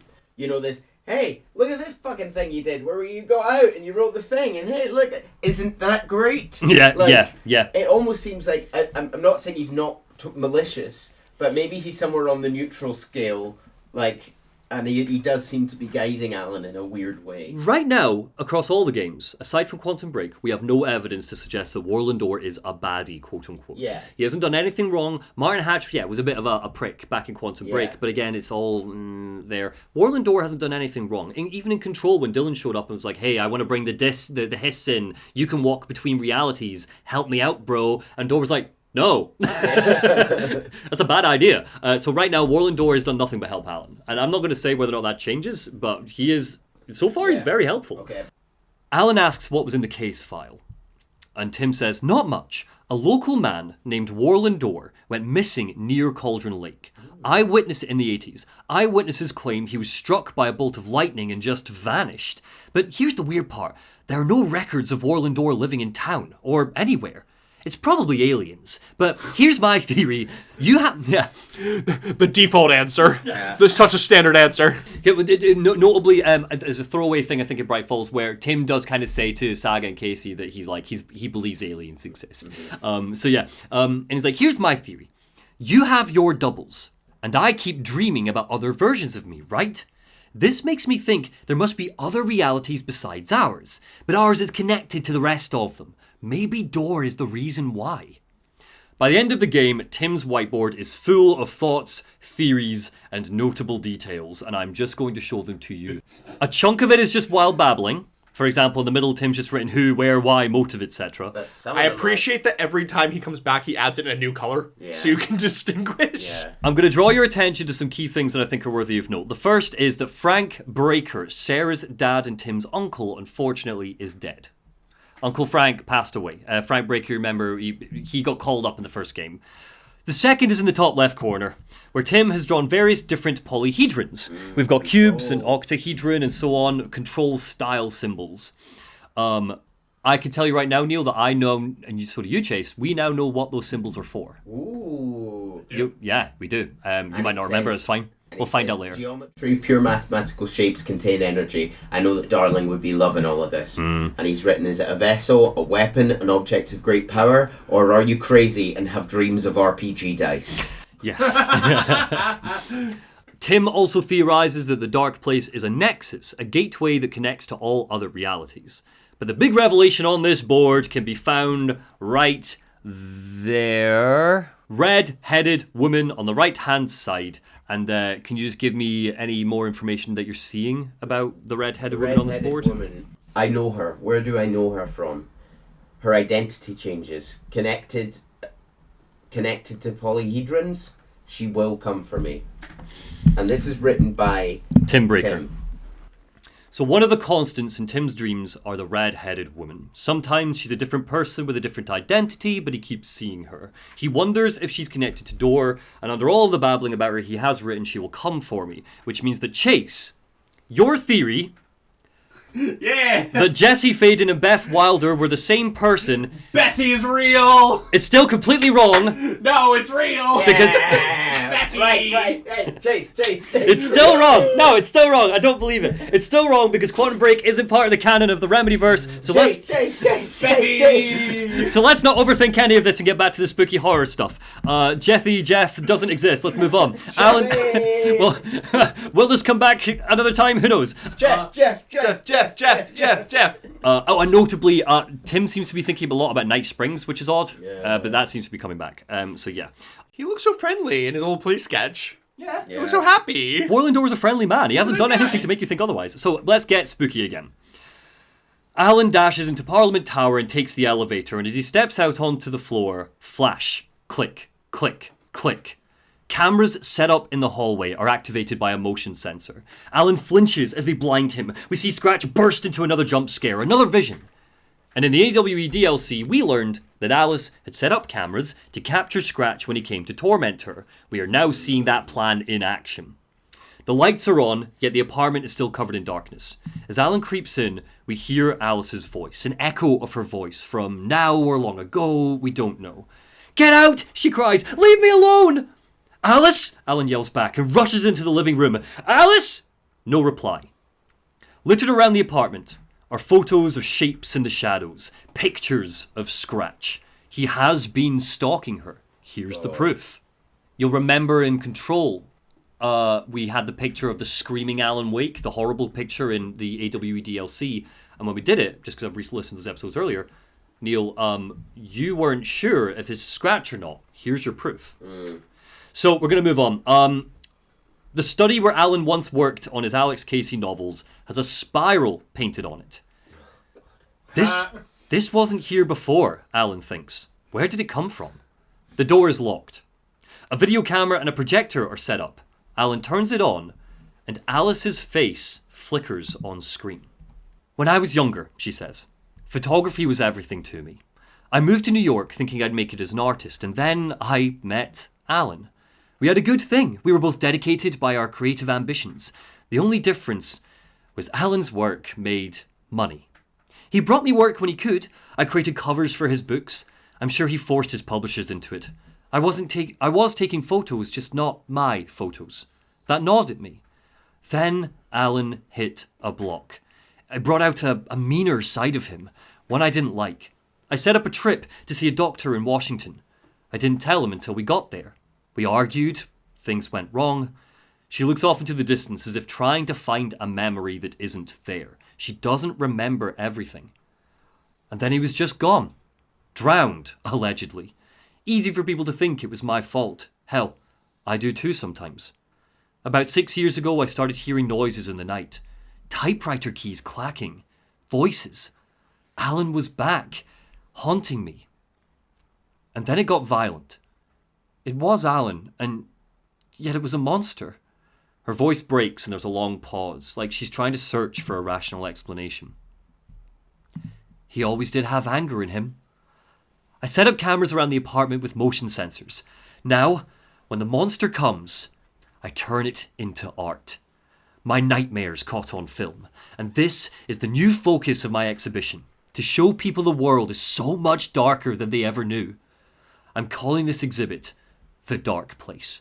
God, poor Alice. Also, amazing that she's turned this into art. Phenomenal. But Christ, this is just awful. I love the line, when the monster comes, I turn it into art. Yeah. Like, we are going to get more of these. Yeah. And they fucking, man, like... She has my favorite line in the game, I think later. I think it's probably also my favorite line of the game. I think if it's the one we were thinking of. It's a beautiful line. The writing, full note, Alice's monologues not written by Sam Lake, written by Clay Murphy. Because I think it is the best writing in the game. And I want to make sure that goes out to Clay Murphy. So anyway, notable there, I think to plant your seed, Neil, this one was not all written by Sam Lake, as I said. Kind of important moving forwards, that perhaps Alan Wake 2 was actually finally made, and they finally made it because maybe Sam Lake started asking for more collaboration and for help in the writer's room, maybe? Anyway, let's move on. I'd like to point... Sorry, go on. I'd like to point out Alice is wearing a wedding ring. You know, whether or not that is, she's still wearing her ring, whether I doubt she'd be married because she's living this sort of paranoid life of, you know, capturing ghostly intruders, but, you know, maybe still loves Alan. Alan's voice quivers as a silence fills the apartment, as he feels the weight of the horror his wife has been living with in his absence. Venom fills his throat as he utters his next phrase to give it purpose and weight and meaning. Scratch was terrorizing her. He focuses on the image left behind by the projector, and whoosh. Suddenly Alan is in the entrance to his writer's room, but he's not alone. A corpse sits at the typewriter. Him. Another version of him dead. A gunshot wound in his head.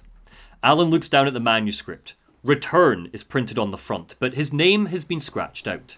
He puts the pieces together. Scratch must have beat him to it. He changed the story. As if lured in by the fear that curdles his heart, the dark presence rushes into the writer's room, a billowing, glitching cloud of blackness, and before Alan can react, it engulfs him. Alan's screams herald the end of the chapter.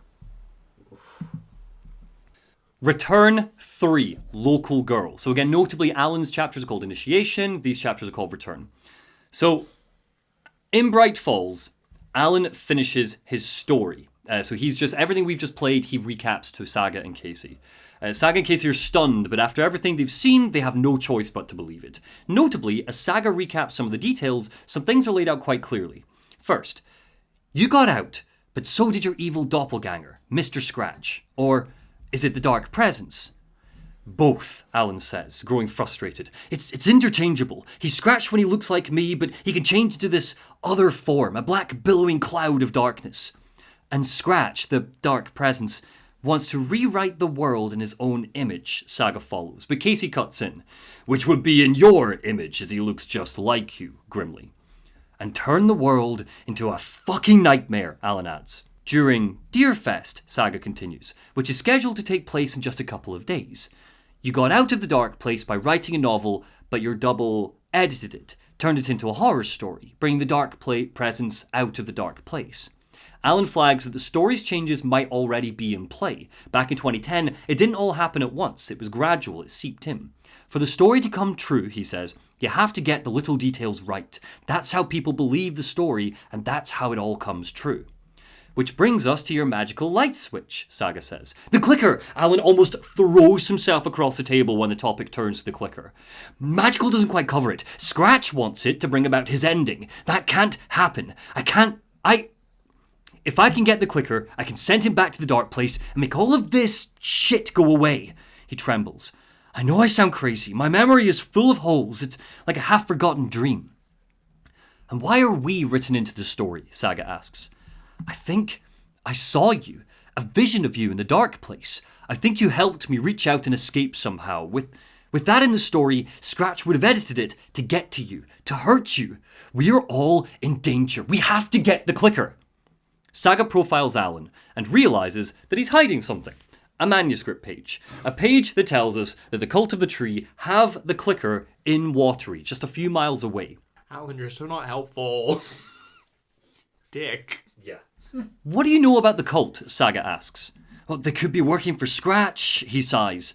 That's the most likely explanation, but my memory is full of holes. I told you, I don't know. You're asking me too many questions, and I don't have an answer. Saga decides to head to Watery, and Alan... Saga decides to head to Watery, and Alan demands she bring him with her, but Casey cuts in. No dice, pal. If Scratch is after you, then so is the cult. We don't do civilian ride-alongs. This is an FBI investigation, and I don't see a badge on that flannel. Damn it! You're making a mistake! Sure, buddy. I'll add it to the list. Saga jumps in her car and drives over the hill to Watery. Home of Coffee World and, quote, America's Little Finland. Home to biker gangs, fishermen and dock workers. It's a misty puddle of a town. One street, a sauna and a community centre. It's dying. Jobs have dried up. The flooding has been getting worse. The younger generation has moved away. The Koskela brothers have taken Watery's fate into their own hands, buying up a chunk of land and commercialising it. They've tried to inject a bit of liveliness back into the town with stuff like Coffee World. It's brought jobs and tourism, but it looks like it hasn't been enough. It's karaoke night in the community centre. And on the mic is Ati the janitor. Oh! He's on his holiday! He's on his holiday. Well deserved. Yeah! Yes, nobody's gonna take me away from my holiday, or she's gonna rattle. And he's a great singer. He is a great singer. He's singing the Hero's Tango, which is the song that we... he sings two songs. Hero's Tango, which is the song we heard in Control, which basically describes the events of Alan Wake. And he's also singing a song called Nightless Night. It's his favourite song. In Finnish, it's called Uten Yö, which will be the phrase I'm using moving forwards. He's also got a band. He also got a band. It's called Ati and the Janitors. Yes. Ati used to be part of a band. The band are not with him now. Yeah. But he used to have a band, Ati and the Janitors. I just know that there's a poster above one of his mop buckets for Ati and the Janitors. I'm not going to give you a full translation of Uten Yö, Nightless Night, but the lyrics of the song are basically about how the apocalypse is nigh, dark days are upon us, and the devil is coming. Quote, Old Scratch, Satan, our saviour, a black cloud boils inside his skull. When Saga enters the community hall, she sees Rose. Strangely, Rose is not wearing her diner outfit. Instead, she's wearing a nurse's outfit. It seems like Rose moonlights at the Valhalla nursing home, the nursing home that Barry opened up for the old gods. The old folks are out on a day trip. Thor and Odin are not here. Excuse me, Saga whispers to one of the old folks. I'm looking for the watery trailer park. Shh, Rose hisses. Saga, Atti's singing. We also see in here this poster for the Bright Falls Film Society, led by Thomas Emerson. He's leading a series of lectures on Tom Zane, the filmmaker. Emerson was, you're not going to remember this, so I'm just going to tell you, this guy from Alan Wake 1, the patient who is making a Night Springs video game. It seems like his profession has been rewritten? Saga realizes that she's not going to get any help here, so she follows her map out of town to find the trailer park. And as she does, she's stopped by a couple of familiar faces. Hey, Saga, Ilmo Koskela says. Great to see you back in Watery. Everyone in town missed you. His twin brother Yako beams alongside him. Super good to see you again, Saga. You two own the trailer park, right? Do you mind if I look around inside? Yeah, I'm pretty sure the owner of the Watery Lighthouse Trailer Park, me, can help you with that. It's good to have our funniest resident back. Resident? I don't understand.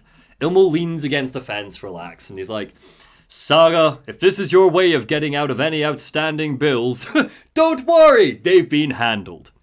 Yako nervously looks at his feet. He's quite a little guy. He's just doing his own wee thing. And he's like, it must be hard coming back to where you and your little girl lived. Saga concludes that the horror story must be messing with their memories. That's concerning, but it's not what makes her insides twist and tighten. They believe that Logan is dead, just like Rose. As a manuscript page later says, for the horror story to involve her was one thing, but involving her daughter was crossing a line. And there's that thing of people need to believe it before it can be true. Yes. The theory going into Alan Wake 2 was that Alan has created Saga as a hero to rescue him from the lake. How much of this is true? Like, this is a big question that the game wants you to ask. How much of this is the story, or how much of... Which bit did the story change? Did the story change that Saga doesn't remember coming to Bright Falls, or did it change that she was always a resident in Bright Falls? Which is true? How many of these changes are Alan, and how many are the Dark Presence? Absolutely, yes.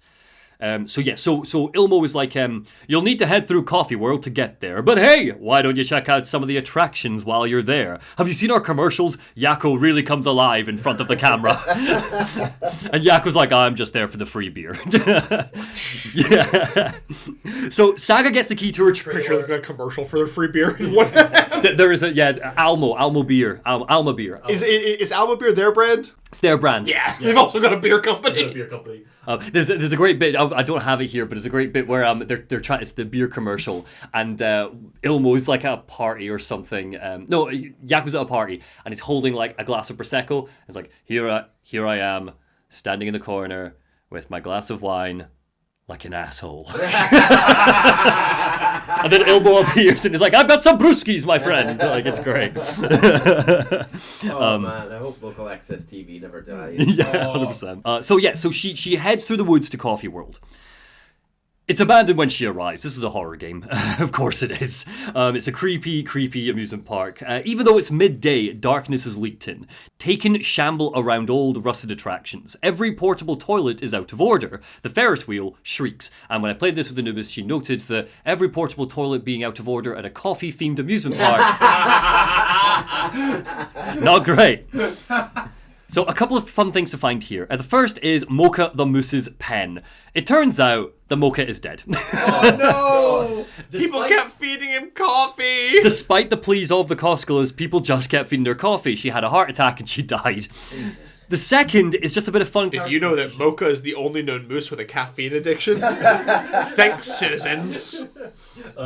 We find vet letters and stuff where Ilmo's like, hey, it's like, you need to send me another moose. Mocha's died. The people keep feeding her coffee. And the vet's like, I only had one moose. So all of that. The second interesting thing is it's just a bit of fun characterization for the Koskelas. Coffee World has a few puzzles for Saga to solve, and we pick up from collectibles. This is all because of Ilmo. Saga, it's all horror kind of puzzles, but it's just a game explaining them. Saga ends up profiling him and his brother, and we see they bickered over all of the stupid puzzles around Coffee World, and Ilmo's like, people love puzzles, Yako. Only very smart people can think up puzzles. It's very good. The third is the Huatari Well. There's an old story that surrounds Watery regarding the Huatari brothers. Wait, can we go back for a second? Yeah, sure. Because I love the thought that must provide valid ID to confirm the date of birth, assumedly for children who would not have IDs. yeah. Did you ever do that when you were like, you're like 10 or 11, your mum and dad were like, right, you're 9, you're 7, so we can get the child prices. Yeah, 100%. I still do that now to order off the kids menu, because the kids menu is the only one to ever have mac and cheese. So, Saga goes to the Huatari well. There's an old story that surrounds Watery regarding the Huatari brothers, vicious serial killers who hid bodies in the well. To bring in tourists, the Koskulas built Coffee World around the well, and there's signs up documenting the old killings. Weird decision. The Koskulas are building a deer float all about the legend for Deerfest. When Saga passes the well, a female... They're multi-talented. I don't trust the quiet one. When Saga passes the well, a female taken crawls out of it. Anna smiled! She shrieks. Smiled until her face hurt! Oh, Anna. The fourth is that there are a lot of missing pet posters. I didn't actually put that together until now, but that was the person from the manuscript. The fourth is that there are a lot of missing pet posters. We see these across the whole Pacific Northwest, Bright Falls and Watery. It seems like cats specifically have been going missing. Very weird. Cats are interdimensional travelers. That's why I'm thinking from that. The fifth is a campaign poster for Mayor Setter. So remember, he's running unopposed. We heard him being talked about briefly, but across Saga's campaign, we will find numerous campaign stands for the mayor. Remember Mayor Setter. He's seeking re-election. Phrases like, Mayor Setter will stand up for justice are on sidewalks. He won't roll over on the issues, stuff like that. Typically, campaigners stand nearby with big plastic smiles, handing out badges. In Coffee World, there's nobody, but just keep this name in mind. Eventually, she reaches the trailer park, where apparently her and Logan once lived. And a blast from the past is waiting for her as an electric guitar kicks into the score. It's in the rain, Odin Anderson says, clutching a dark glass bottle and swaying. He puts a hand on his brother Tor's shoulder. Must not drink the water or take a bath ever again. Only drink the moonshine, brother. I don't feel like myself, Tor roars at the heavens. Don't know how to fight it. And then he turns to Odin. We're too old. Seeing Saga, the two old gods of Asgard stumble toward her. Odin throws his arms wide as they greet her. His voice shifts from the sound of a grumbling, gritty old rocker, and it's laced with sweetness and warmth. Sweetie pie, he says, right on time. It's not true, Tor bleats at her. The lies to hurt you and make you weak. Don't believe a word. They believe because deep down they want to be told what to think. Odin laughs and offers Saga the moonshine. We're different. Rebels! You must stop it before it turns real. Don't be part of the story. Make the story. Saga looks at them, and despite herself, she can't help but smile. How do you know about the story? Well, same as you, of course, sweetie pie, Odin declares. We are family! The Andersons! Vikings! Gods! His eyes fill with drunk tears. It's so good to finally see you, Saga. I am your great uncle Odin, and this is your long-lost grandfather, Tor. What are you thinking, Neil? I mean, maybe. Yeah. Absolutely. Now, we sort of implication in Alan Wake 1 was that their songs also had sort of reality power. Power utilitarians, remember, is the term we use. They're power utilitarians. Was there moonshine also in Alan Wake 1? There was. Remember, Barry found the moonshine. He was like, oh, I'm going to market this. And he was always... Because the moonshine is made with water from Cauldron Lake. Cauldron Lake. Yeah. So they're just sipping on Cauldron Lake. Yeah. So grandfather Tor. There's a beat as Saga's curious gaze locks with Tor's regretful stare. He sighs. He is your grandfather, Odin repeats, and I am the All-Father! As Odin cackles his last words, Saga's heart sinks. Just as crazy as everyone else, she thinks, and pushes past them. As she does, Odin and Thor start bickering over whether or not Atti's music is good or not. Odin's like, I think it's quite good. And Thor's like, no, that tango shit, it's not metal. It's like, yeah. Coconut's metal! The key to her trailer slides in evenly to the lock, and as she steps inside, there's a haunted, familiar, sorry air that fills her lungs. Dozens of empty bottles of beer, letters of condolence addressed to her. Logan's room is full of the sort of detail that Saga thinks you cannot make up. An old Gods of Asgard poster on the wall from Great Uncle Odin and Granddad Thor tells Logan to keep on shining, you little rock star. There are drawings here that Logan did of her family, of playing video games with her dad, joke books and storybooks. And before I tell you the final one, notably, I don't have it here, but one of the drawings is of Logan and her dad playing Control, and the former is on screen. It's just an Easter egg, but it's cute. But yeah, and the final thing she sees is a newspaper clipping with the headline, "Tragedy in Watery, Local Girl Drowns." Logan's picture is underneath it. Saga starts to panic. She scans the text of the paper and throws it to the side. It's not true, she mutters. No, it's not true. It's just a fucking story. She pulls out her phone and dials Logan's number. It rings out. She tries David's number, storms out of the trailer, and it goes to voicemail. David, is Logan okay? Call me back as soon as... Her next words catch in her throat as she looks across the trailer park. A man covered in shifting darkness stands at the other end of the trailer park. Mulligan. He's wearing a deer mask and a police uniform. The cult of the tree! Mulligan rasps and darts off into the woods. Saga follows, and he leads her to a work shed just outside of Coffee World. It isn't long before Mulligan's jittering, warped voice is joined by Thornton's. Shitty pastrami sandwich! He croons from somewhere unseen. No one will find her corpse! Inside the work shed, the deputies are nowhere to be seen, but as Saga explores, she finds a trapdoor leading into the basement. And in the basement is the Cult of the Tree's church. Chandeliers made from deer antlers hang from the ceiling. I love that. Pure fucking True Detective. Yes. True Detective was a major inspiration for Saga's half. At the end of the room is a mantle with the Cult of the Tree's sigil twisted into shape by branches, two triangles overlapping with one another. On an altar underneath it is the clicker. Saga reaches out to take it, and just as her hand touches it, a flicker, as if reality changes. Thornton's face shrieks on screen, a jump scare, and suddenly, it's gone. Thornton and Mulligan have taken the clicker. Through profiling and manuscripts, Saga surmises... I've just skipped over 2 hours of gameplay. Saga surmises that Thornton and Mulligan must have retreated into the overlap, just like Nightingale did. This overlap is inside the Huatari well. She needs to complete another ritual, restore another work of art. In this case, the Koskela Brothers Deerfest float, which I quite like. I like that it's art, but it's like, you don't think of it like a parade float like that, but this is a piece of art. I don't like this by the Koskela Brothers, given what we know about, spreading fear and the stories of fear being the most useful route for the dark place. Them having a float at this family-friendly, about a local serial killer legend. Yes. Does not seem sensible. Well, again, who's to say the Koskela Brothers necessarily know that this is going to cause supernatural magic shit? They just think it's interesting. It's a weird thing to do. It is a weird thing to do. I mean, they're weird dudes. Yeah. You don't go, That's exactly what Saga does. She does her ritual, and as she does, she finds some illuminating documentation about the Cult of the Tree. It seems like the cult is pretty unorganized.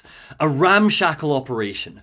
A note reads, I'm not trying to play the blame game, but we cannot let random tourists walk right into one of our rituals. We were stopped right before we got to use the clicker. Hell, the lights weren't even set up yet. Unacceptable. I'm only being harsh about this because I know we can do better. The cult have gotten their hands... That's some middle management level gaslighting. Yeah. The cult have gotten their hands on some FBC documentation. Notes showing that they've been monitoring Rose. She hasn't done much. She talks to coffee stains. She reads and rereads Alan's books, takes notes inside them. There's one where it's like, she spills the coffee, and then she just starts arguing with the coffee stain. We don't know what she says, but this is just what her behavior is like. The FBC have also documented the Cult of the Tree as a para-criminal organization. You remember, the only other para-criminal organization we know is the Blessed Cult, which we're not going to get into today, but that's just a reference. The FBC are not taking the cult of the tree seriously. Quote, our assessment yielded a category orange risk status, it reads. Overall organization is low. And somebody in the cult did not like that, scribbling beneath the report, our level of organization is fine. They don't know what the fuck they're talking about. On the front of some files around the FBC logo are scribbles like someone's been brainstorming. It seems like the cult symbology was inspired by the pyramid iconography of the FBC. That's where they got the idea for their symbology from. It seems like somebody found a bunch of FBC information, read it, and got inspired to create the cult of the tree. Goddamn pyramids again. Were they a source of power? The board.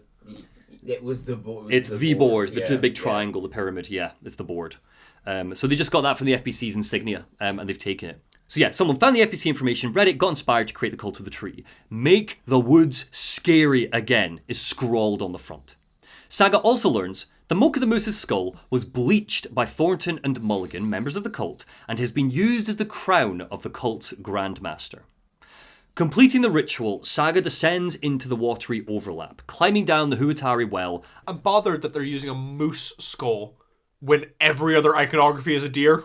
Yeah, again, I think it just shows how like they just don't know what they're doing. How, at this point, how conscious of their actions am I supposed to assume the cult? Because a lot of the writing and stuff suggests that these are, and maybe it can be a bit both, that these are sort of fully willing, just people in the woods, but obviously we know them, we've seen that word taken, and we know that they are also... army. They're a replacement for the monsters in the first game. Well, they are taken. And they seem to babble away. Do they occupy both spaces? Like, have Mulligan and Thingy always been members of this cult? Unknowingly? Knowingly? I'll tell you soon. Okay. You will find out. Right now, worth noting that Saga isn't running around the woods shooting cultists. She's only shooting taken. Any cultist that she's fought has been a possessed cultist. Yeah. So they run around with their deer masks and stuff, but then the dark presence gets them and makes them all and monstrous. But you will get there, and yeah, it's supposed to be quite unclear. We don't really get what's going on with the cult of the tree. They seem disorganized, but also, they killed Nightingale, a star. Like, what's going on? So, completing the ritual, Saga descends into the watery overlap, climbing down to the Huatari well. A lakeside cabin is what greets her, and the distant throaty chuckle of Coffee World's mascot, which I didn't get into earlier, but it is this horrible throat, and it goes like... It's like it's on a loop. It's horrible. So it bleeds into the sounds of Logan's cries and calling for her mum as she's drowning. The overlaps loop and loop and loop again, and every step is interrupted by the shrieks of Thornton and Mulligan. Or... interrupted by flickers of a hand holding the clicker. They just kind of like... How long did it take you to get that one? Ages. Eventually, Saga confronts Thornton and Mulligan. Their eyes are dead, but they raise their guns and fire at her without hesitation. Show the bitch who's boss! Thornton screams. She was boss! Drowned! Mulligan yells. Saga steals her resolve, blasts them. This fight's so good. It's so good. It's very so tough. Good. Thornton's up on the ridge with a sniper, and Mulligan's running around with a shotgun down here. It's very, very good. And they keep you have to fight him a few times, and they keep respawning from the well and stuff. It's horrible. So she kills them. The overlap curdles and warps around her, and through the darkness comes Alan's voice. Another flickering transmission coming from the dark place. Still trapped, he shouts. I wrote you in to be the story's hero. I've been tricked. Scratch! I can't understand you, Saga yells back. How are you here? You escaped! Rage twists at her face as the image of him crackles in front of her. Did you put my family in the horror story? Wake doesn't answer. The darkness whirls away, and Saga is left alone in the middle of Coffee World. She touches her pocket and feels a bulge. Pulling something out, she stares at it. The clicker. I have it, she thinks. I can stop the story. End of chapter. I've got manuscripts before we get to them. What do you think's going on right now, Neil? Obviously, the game kind of wants to drop that as a bit of a, maybe it's Scratch that got out earlier that they've been talking to, but then we've seen so many versions of, like, it's been hit. We keep seeing this. There's different versions of me. There's so many different. He's killing the different versions of me. Who fucking knows how many Allens there are at this point? But I don't know. It's. We also are to infer that Scratch has sort of been out for years in a sense. Tormenting Alice. Very confusing, very interesting. It is a mindfuck. It will all be explained. That element is definitely 100% explained. But yeah. So, a couple of manuscripts for you. Manuscript page 1 is called Deputies Corrupted. Mulligan fired. Thornton hacked the pastrami out of his windpipe and opened fire with his partner. The monster fell and they kept shooting. The thrill of domination. This was the cult of the tree. Not one tree, a forest. Secret knowledge in a deer mask. The last line of defense. Bradfall's fucking finest, Thornton yelled. They crept over, pulled out their flashlights. The horror. This was Monica from the tackle shop. An innocent woman. Thornton's pastrami came back up. The killing of Monica Thompson was a terrible mistake. Thornton blamed Mulligan's itchy trigger finger. Mulligan blamed Thornton's shitty pastrami sandwich. They only agreed that it wasn't their fault. God. No one will find her corpse. We'll hide it. They fed the body to the maw of a crumbling well, like the murderous Huatari brothers did long ago. They lied to everyone. The word would never get out. But a secret like this doesn't die. It grew inside them like a cancer. The darkness taking over, filling the shape of them. Jesus. Yeah. Manuscript 2 is called Ilmo Resists the Dark Presence. Ilmo Koskela jolted awake from a nightmare. He was drenched in sweat. In the dream, he'd been covered in blood, gleefully murdering people, his friends. He had murdered Yakko as well. The dream made him feel sick. The dark force of the lake was growing stronger. It was trying to make Ilmo and Yakko something they were not, trying to turn them into Ilmari and Jakopi Huatari from the legend. But they were Koskela brothers. Their mother had not raised them to become murderers. They had backbone, honor. They had Finnish sisu, which is grit in Finnish. And it's a term that comes up a lot in this game, sisu, this idea of like just you have this sisu inside of you. Something bad was coming. The hidden device they had hooked up to the FBC station had been intercepting alarms like crazy the past few days. Ilmo would make sure his cult was ready for war. Out in the night, the story seeking to give birth to an overlapping watery drifted on, looking for another pair of men more prone to corruption. Interesting. So that tells us quite a bit, but notably tells us that the Dark Presence wanted Ilmo and Yakko to be our bosses, effectively. Ilmo managed to push it back. Some people are not corruptible by the Dark Presence. People filled with darkness in their hearts. Thornton and Mulligan killed an innocent woman. That darkness crept in. Nightingale was a prick. Makes sense why he was corrupted. Full of hatred. Full of hatred. So, notable. What else do we learn from this? Well, two things.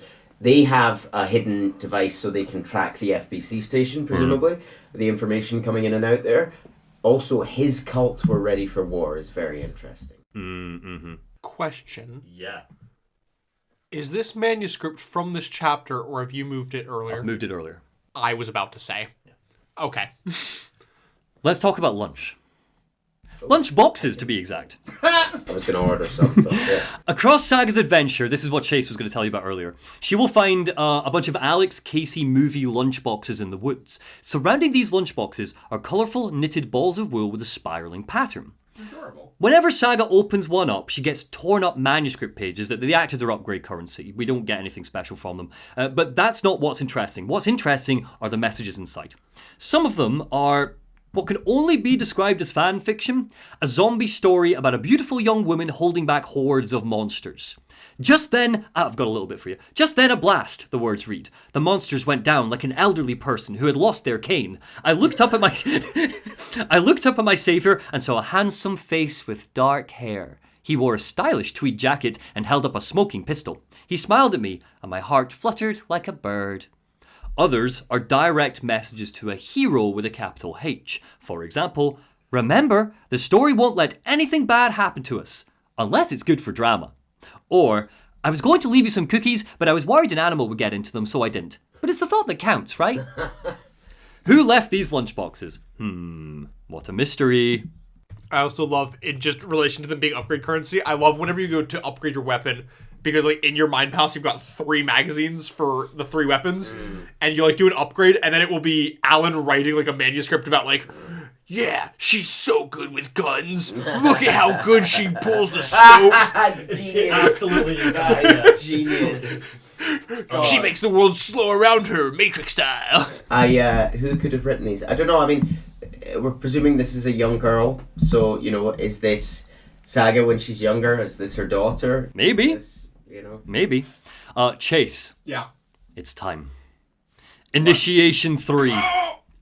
3? 4. Initiation. Alan jolts awake in the green room of Mr. Door's talk show. Let me find my pre-recorded reaction to this. You're going to send that over to me. So, players, before Neil knows what's about to happen, because Neil doesn't know what's about to happen, Chase obviously played the game, but anybody who knows Chase or has gotten a vibe for Chase from any of our other lore dumps knows that what's about to happen is right up Chase's alley. So I asked Chase to live record themselves playing this segment. I have a full half-hour recording of me playing Initiation 4. We won't play the full thing, maybe just a couple of clips, but yeah. We'll explain what's about to happen in a second. So, Alan, he wakes up, rubs his forehead and winces. I was back, he thinks. I wasn't able to escape. The dark presence had stopped me. So what the fuck is going on in Bright Falls if Alan wasn't able to escape? Welcome back! Door's voice crackles from the TV. Tonight's guest is Alan Wake, and this time we wanted to do something a little bit different. A deep dive into who he is as an artist and as a man. Together with our house band, the Divine Old Gods of Asgard, we've created something very special. The song is called Herald of Darkness, but I like to call this next segment, Neil, the story of the journey of Alan Wake, the musical! Oh, of course. Chase is doing the dance. Brilliant. This entire chapter... Sam Mike's just sat there on the side I going, hate to say this. This may have been spoiled for me by the awards show. No! Got Have it! you seen it? Have you seen the live performance? Saw a clip of yeah. That's okay. That's fine because we're not showing you the TGA performance. The award show is not what you're about to get. Okay. So this entire chapter, I shit you not, from the beginning to end until we are onto the next chapter, is an entire fat musical documenting Alan's life from childhood right up until he's trapped in the dark place. God, this is how they recap the first game. There is choreographed dancing. Mr. Door and Alan sing to each other with iconic lines like, Mama gave me a magic clicker, and it can last for up to, I shit you not, 30 minutes. Wow. With just extended guitar solos and stuff. Oh, There is, we're going to show you it, and then we're going to come back so you can give live reactions, but I'm just going to give a vibe for this. There is a jazz interlude, where Alan is like, a vicious cycle, I'm stuck in a loop, this is really scary. Matthew Peretta has a history of musical theatre, so What am I doing? Am I stuck in here? He's been on Broadway. I didn't know that. Robin Hood, Men in Tights. He's also in it. Robin Men in Yeah. Tights, yeah. So there's a guitar solo that extends or shortens depending on how long it takes for you to get through combat. So enemies come out and Alan gets a flare gun, so it's a one-hit kill and stuff. It's so good. It's also really hard. I died so many times in this segment. Yeah, if you're not careful, this can be pretty tough. It's amazing. Most of it is sung by the Poets of the Fall, aka the Old Gods of Asgard, but there's bits where Dor and Alan are singing. Not looking so old though. No. The Young Gods of Asgard. There is a custom dance. It was performed live at the Game This Awards. is the bit I've seen, yeah. The chorus is super catchy and borderline celebratory, with a particular line that everybody knows, which is the chorus, which is, show me the champion of light, and I'll show you the herald of darkness, etc., etc. That is the chapter. Amazing. We're going to take a break and show you a bit of this. My second favorite part of the game. Oh, wow. I think that's totally fair. It's also my second favorite part of the I game. think we both have the same favorite part of the game. Yeah, totally. It's so fucking good. Even with the pre-warning of when I was going into it, it just exceeded every expectation. Yeah. Oh! Oh, this is trippy. Oh, hi! If the TGA doesn't have all of this choreo, I will be crushed. Oh. Yeah! Dancing, Alan! Let's go! Oh shit, Dora's dancing too! This is the Ashtray Maze, but 1,000 times better. Is it over? Oh no, it's not over. And all your stories of crime and murders of hard-boiled killers became bestsellers. We've just shown you Herald of Darkness. What do you think? Yeah, it was okay. Yeah, it's wonderful. It's the best thing Remedy have ever done. So the original plan was that there was a couple of fun facts on this. First off, the original plan was that there was going to be this sequence was actually going to be in Control. They wanted to Control to have a musical, and it ended up just getting cut because of scope and time, and they couldn't make it work. So when they started working, they on got Wake 2, fucking Take Control anyway, which is pretty fucking close. Pretty close. Basically, imagine if Take Control was like a full-blown musical where like Jesse sings and stuff. The other thing is that when they started Alan Wake 2, Sam Lake was like, musical. We're doing a musical. We're going to do a musical. And everyone was like, we can't do a musical, Sam Lake. What are you doing? And he was like, it's my non-negotiable. So that was the one thing. It took ages for him to make work. It worked really well. Sam Lake is a theater kid confirmed. Final thing on this is Matthew Peretta, who voices Alan Wake. So at the TGAs, Matthew Peretta does a bit of the dance. Never taught the dance. David Harewood taught him the dance in the car park 5 minutes before they went on stage. Shit you not. That's so funny. The plan was always that the two of them would sing and then stand off to the side. I love in the TGA performance, the way that they've managed to do Ilkavili just on stage, just lip syncing it while Matthew Peretta stood off at the side with the microphone. Honestly, get Ilkavili like a lip syncing award. Stick him on Drag Race. He'll be 10 out of 10. That was his Drag Race championship performance right there. The Game Awards. So that's the chapter over. After it's over, Alan awakens in the talk show to find Ati mopping the floor, humming the chorus, and Alan's like, catchy, right? And Ati responds with something like, my friends, they make the devil music. Like he's humming it, and he's like, this is quite good, but it's the devil's music. I also love him singing in his Finnish accent, the champion of the light. That's very good. I do enjoy this implied feud between him and the old gods as well. But they're friends. It's friendly feuding. Yeah. Something that I haven't written down here, but it's worth noting. So the inspiration for Herald of Darkness, as in universe, where does this come from? Pretty simple. Ed Booker, the Bookers. Ed Booker's a playwright. Tammy Booker is a true crime novelist. She's writing about Alan Wake's disappearance, and he writes plays. And while he's in Bright Falls, we pick up a little thing, which is like he gets inspiration for like a space rock opera. So the idea is that maybe that's like just flushed down the toilet, gone into the dark place, and it's happened here. So very fun. Return 4. No chance. We're going back to Saga. Back in Bright Falls, we cut away from Saga and check in with Alan and Casey. It's clear that Casey's been waiting for this moment for years. Alan Wake, he chews his lip. My name comes up, your books come up, you come up. I've read them. There are echoes of my life in there that make it feel like someone's been watching me. He sips his coffee. I think you like using people, Wake, taking their lives and twisting them into your stories. And when someone gets hurt, it's kick-ass material for the next one. Alan snorts. I take it you're not a fan then, Agent Casey. Let's get one thing straight. This is not your playground, Casey gnashes, and I am not your fucking creation. It doesn't work that way, Alan grumbles. You can't make something out of nothing, even in the dark place where the rules hardly apply. I saw visions of what's happening, what will happen, dreams. I tried to use them in my writing, but I think I stopped writing. A memory returns and he seizes it. I think I gave up, but maybe I forgot not to write. Suddenly there's a clatter outside. Casey and Alan look out the window and then bang! A bullet shatters the window and whizzes through the room. Casey pulls out his gun and takes cover by the window. Alan throws himself to the ground behind the table. The cult of the tree have come for the writer. Give us the writer and nobody needs to get hurt, a cultist shouts, and Casey gives my favourite James McCaffrey performance ever when he simply says, fuck off, and starts shooting out the window. As a neat touch under the music, we get just a little echo of the Max Payne theme here. Casey heads to the back door and gets ready to go out and fight. Behind the table, Alan stares as the screen flickers with shots of Scratch's face. Casey! Alan turns to him. I need a gun! And as if he's echoing Dark Place Casey just before he died in Alan's campaign, Alex KT mutters, no chance, and dives out into the hallway, gunning down cultists as he goes.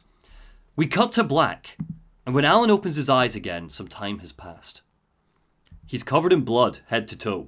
The mutilated bodies of cultists are arranged around the room haphazardly. Innards are splattered on the walls. Blood stains the carpet. We hear Casey's voice outside. Freeze! I've had it with you cultist maniacs! Alan charges through the woods, following Casey's voice. He can't believe the FBI agent is still alive. That's what he thinks, like, I can't believe he's still alive. And then suddenly, Something knocks him to the ground and we cut to Saga. She's just up the path. She sees Alan. Sees a cultist charging towards him with a knife outstretched. She fires and knocks the cultist back, the knife flying from his hand. And as the knife falls, so does the cultist's mask. Ilmo Koskela. Saga, you don't understand, he roars. But before he can continue, the whirring of a chopper overhead. The FBC has arrived. Yeah. Casey called for backup. This is what it looks like. The FBC secure Alan. He's out cold. Careful, they bark at each other. They think he's a para-utilitarian. They arrest Ilmo Koskela under suspicion of paranatural crimes and haul him and his brother Yako into the back of the car. Yako was there too. Agent Kieran Estevez approaches Saga. Monty's favorite character. I love Estevez. Agent Anderson, we'll take it from here. Wait, Saga almost laughs. The whole situation is so ludicrous. This is my case. Not anymore, the case has been transferred to us. She's straight to the point, no bullshit. We're moving the evidence and paperwork from your field office to our base of operations at the sheriff's station. I'm really curious if there is somebody high up at the FBI, because is it clear that if the FBI knows what the FBC actually No, does? they don't. They do not know. So I'm curious if there's like somebody like the head of the FBI who like the request for backup came up and he went, shit, this isn't our jurisdiction. He like passed it over to the FBC, or whether the FBC I'm wondering whether like the FBC intercepted it and just like it never got to the FBI in the first place. I think almost certainly the FBC have moles in the FBI, right? And they're just like, no, that's our case.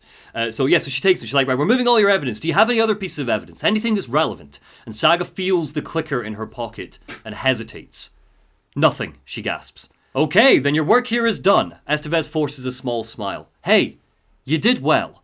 Saga inhales her frustration. She was so close to getting the clicker to wake and just to be obstructed at the last minute by some other agency.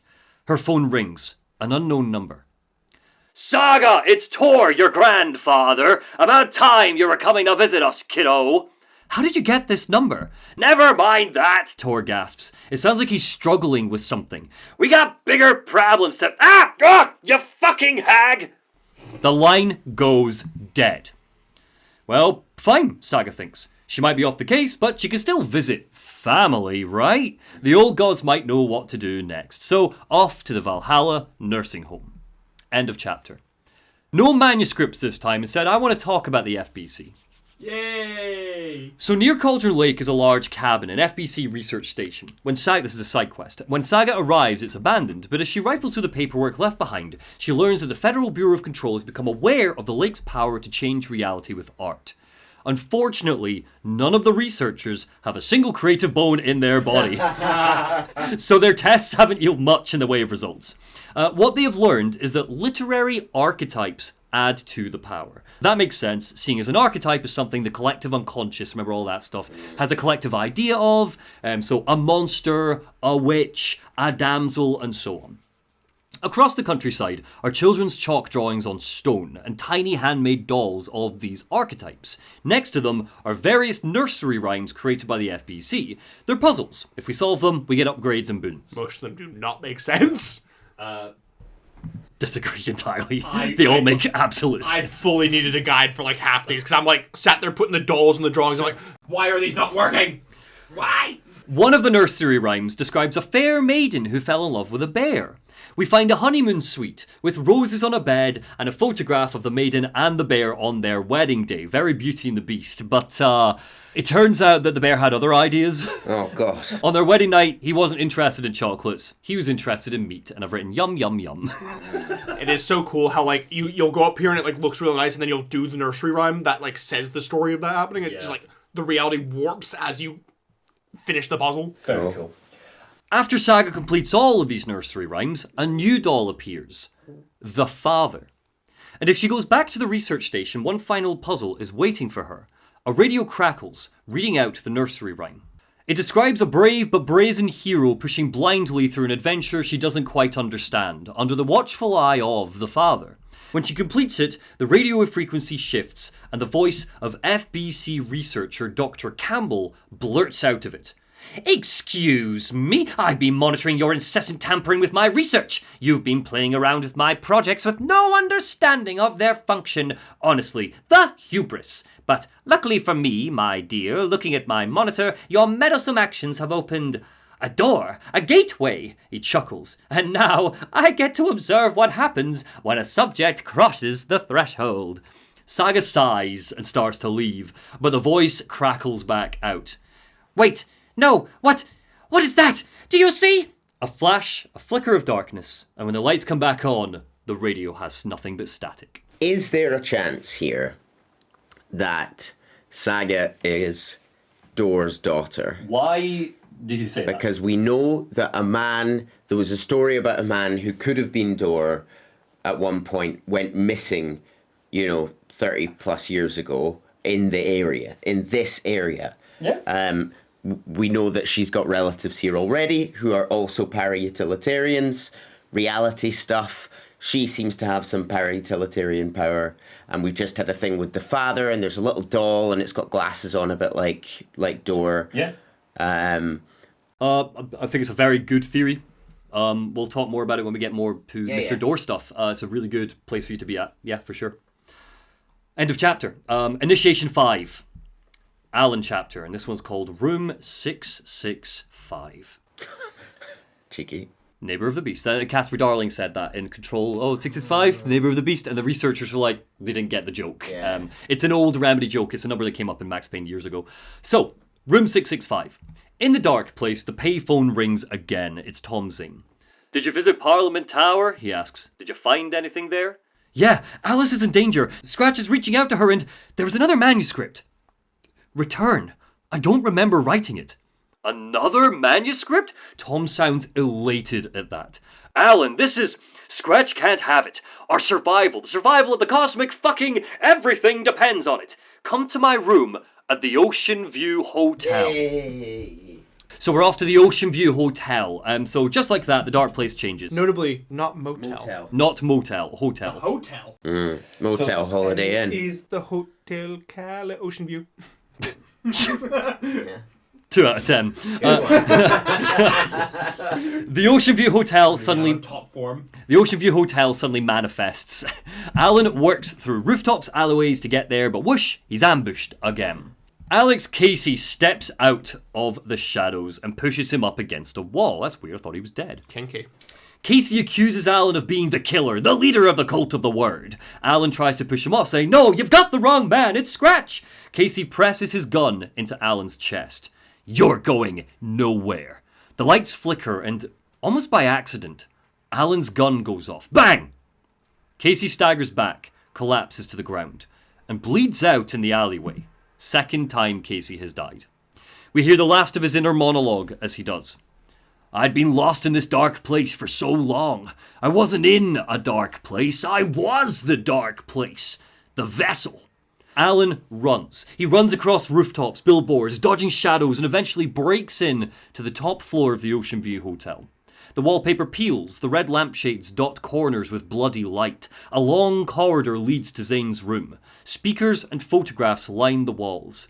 The speakers are plugged in, but playing nothing. My theory, nothing to back this up, my theory is that it's playing a frequency that keeps Zane's room stable in the dark place. We know frequencies are important in this universe.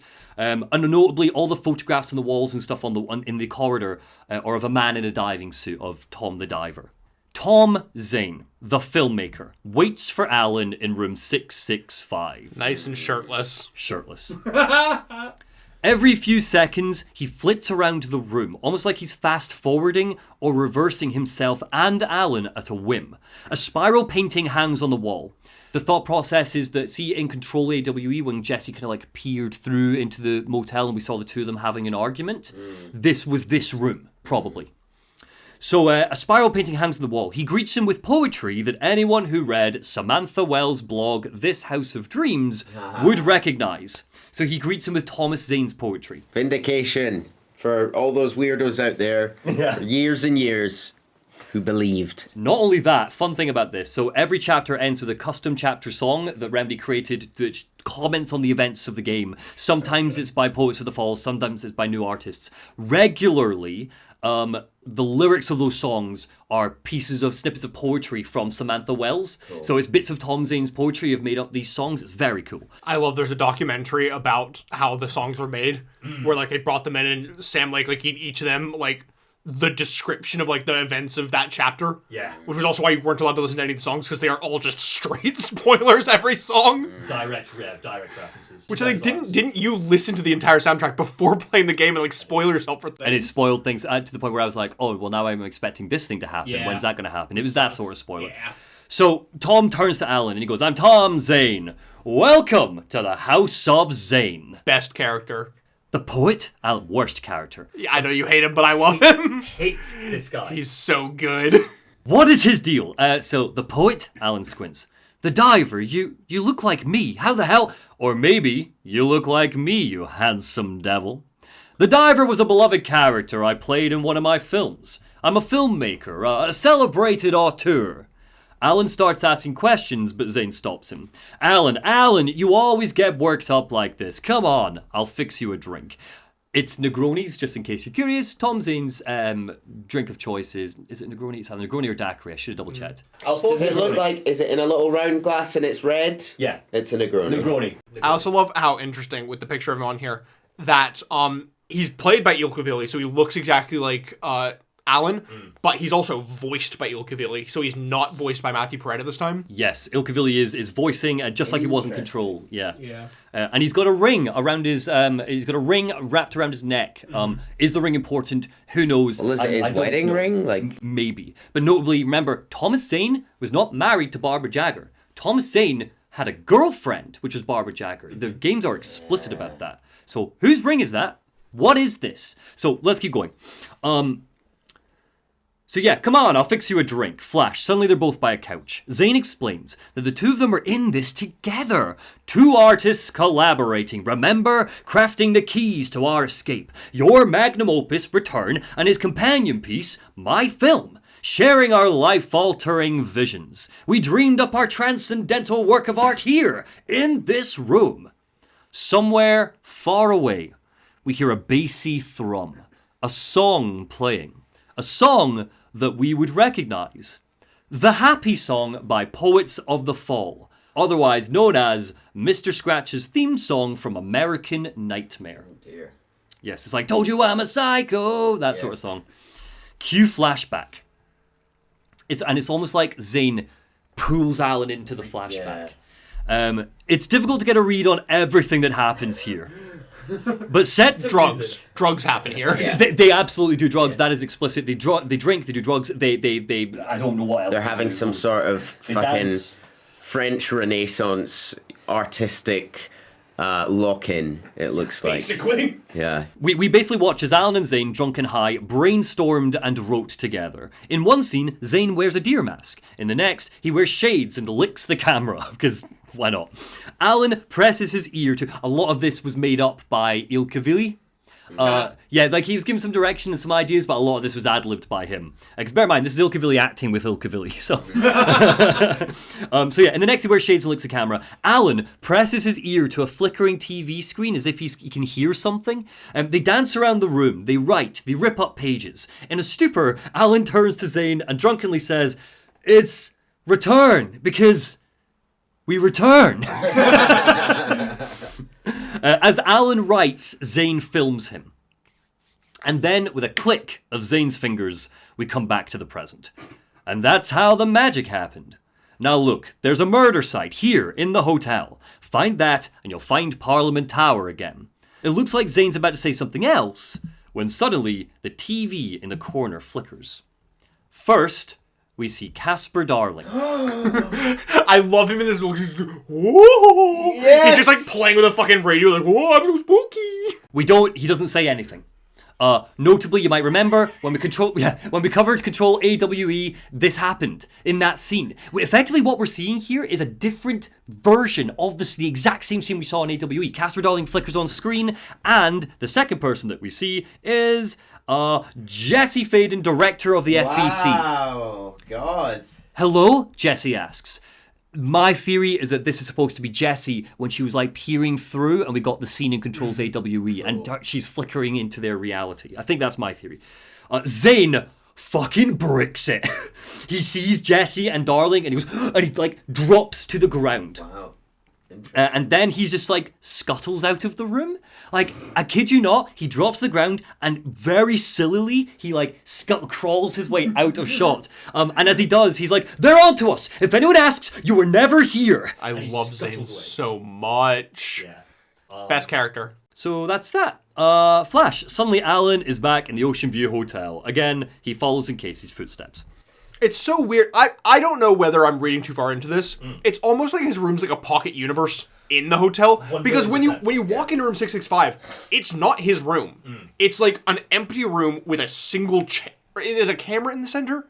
There's a camera in the room. It's like an empty, tiny room with a projector in the middle. And it's you turn on the projector and the projector projects his room. Which is very Control. Yeah, it's weird. It's like he's a pocket universe separate from the hotel, but in the hotel. Maybe. And I don't think I went into detail on this, so it's an interesting detail. We're going to talk about Zane so much, especially like as we go. But something to note, Samantha Wells' blog, she was visited by Tom the Diver in the diving suit, and he was basically like, "It's all right, everything's going to be okay, shadow monsters, don't worry about it." And he told her that, we don't know exactly how he said it or anything, but he told her that he created a pocket universe for him and Barbara.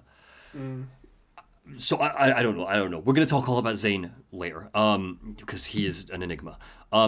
So, Casey was brought to a hotel by a rumour and whispers through the radio. The Cult of the Word had struck again. An immersive play called The Cult had been staged there. We don't know exactly what the plot of the play was, but it seemed to follow a writer in a dark room who summons the devil under the influence of his muse. A grand dame was cast as the muse, and Scratch had been cast as the devil. Scratch, so it's almost like Scratch has he's gotten into this play. He never took off the deer mask. His name was scratched off of film posters. He played the role to perfection. But on opening night, his true colours showed. The Cult of the Word invaded the hotel, and led by Scratch, they went on a rampage, slicing up cast members and disfiguring bodies. Bone, brain, and blood form a trail for Alan to follow, and as he climbs the stairs to room 666... Before we get there, a revelation. I just want, before we get into important things, I have less important things. Right. So I don't want to interrupt with the important things. But I love the lore of the play, The Cult, as well, because the way it's described in there is as this like word of mouth thing. Like, it's not written down anywhere. A company can only ever do it once, and then they need to like word of mouth tell the next company that's going to do it. It's a very cool production. It's very cool. This is probably my favorite Alan level. I think so as well. I've seen some musicals over the years where I wish they'd done that, but then not told anyone else. Yeah. So we get to room 666, which, you know, Scratch has a cool sense of humor there, I think. Yeah, it's the devil. It turns out he wasn't killing mindlessly. He had done the play to get close to this grand dame who was playing the muse. As he tired of the random killings, he stalked up to her room, and he drowned her in a bathtub. We find the corpse of an old woman floating in dark, dirty water. An old record plays distantly. It sounds like a rock ballad, but we can barely make it out. We can't really make out the woman's face either. It's under that bloody water. Next to her body is another poem, or is it a continuation of the poem from before? Who knows? And it reads, "Lost on the shore between the forest and the ocean, the owl and the deer reflected in motion. In his room he will hurt her, and in hers he is caught. His story ends, her story does not. This is the ritual to lead you on. Your friends will meet him when you're gone." I can't hear these poems anymore without just hearing them in the song. Yeah. Thank you for showing the self-restraint to not sing. It just I'm singing in my head. Yeah, good. Finding the body, the dark place changes once more. A brief shroud of darkness shows Saga flickering. "The clicker," Saga says. "Trapped?" "You know about the clicker?" Alan asks. "It can help us. I destroyed the dark presence with it last time. You can help. You can find it. Get it to you," Saga says. And just like that, she's gone. Outside the hotel, Parliament Tower groans back into place, waiting. End of chapter. Oh, you forgot that as we go to leave, we get into the room and the dark presence appears and it swirls and it chases us out. Yeah, there's also another scripted, pretty dull chase sequence. Nah, I love the dark presence appearing. I love how you two always just like opposite bits of a game. No, we have the same first and second favorite part of the game. Okay. So Alan heads to Parliament Tower, but he's interrupted by that warm, familiar humming sound. Hey, Alan, Tim says from a storage closet. I'm just going to say right now he's in the hotel. I've put this out of place, but we find him in the hotel. Also, this hotel's so fucking weird. Mm-hmm. Like, you go into a room and like on like the first floor, and you come out the other side, and it's on like a third floor. Space is warping all over the place in this hotel. It's weird. It does the Silent Hill thing where you walk through a door and suddenly teleports you somewhere. It's very good. So, hey, Alan, Tim Breaker smiles from a storage closet. Unless you've not forgotten again, have you? Sorry, who are you? Alan forces a laugh. Just kidding. I'm remembering more now. This time, Alan asks Tim about the humming. What's it from? Oh, it's the Night Springs theme. I can't get the song out of my head. It's a real earworm. I hear it in my dreams. It sounds a bit nuts, but I think the song is connected to Door. As Alan starts getting ready to leave, he eyes Tim. He's been acting fidgety this time. You ran into Scratch, didn't you? My double.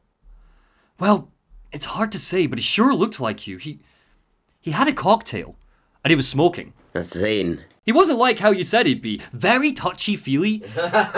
He wore leather pants, and Tim's like, he was looking for you. He was asking about the manuscript, and then he asked if I was going to a costume party, because, you know, when he gestures to the sheriff costume.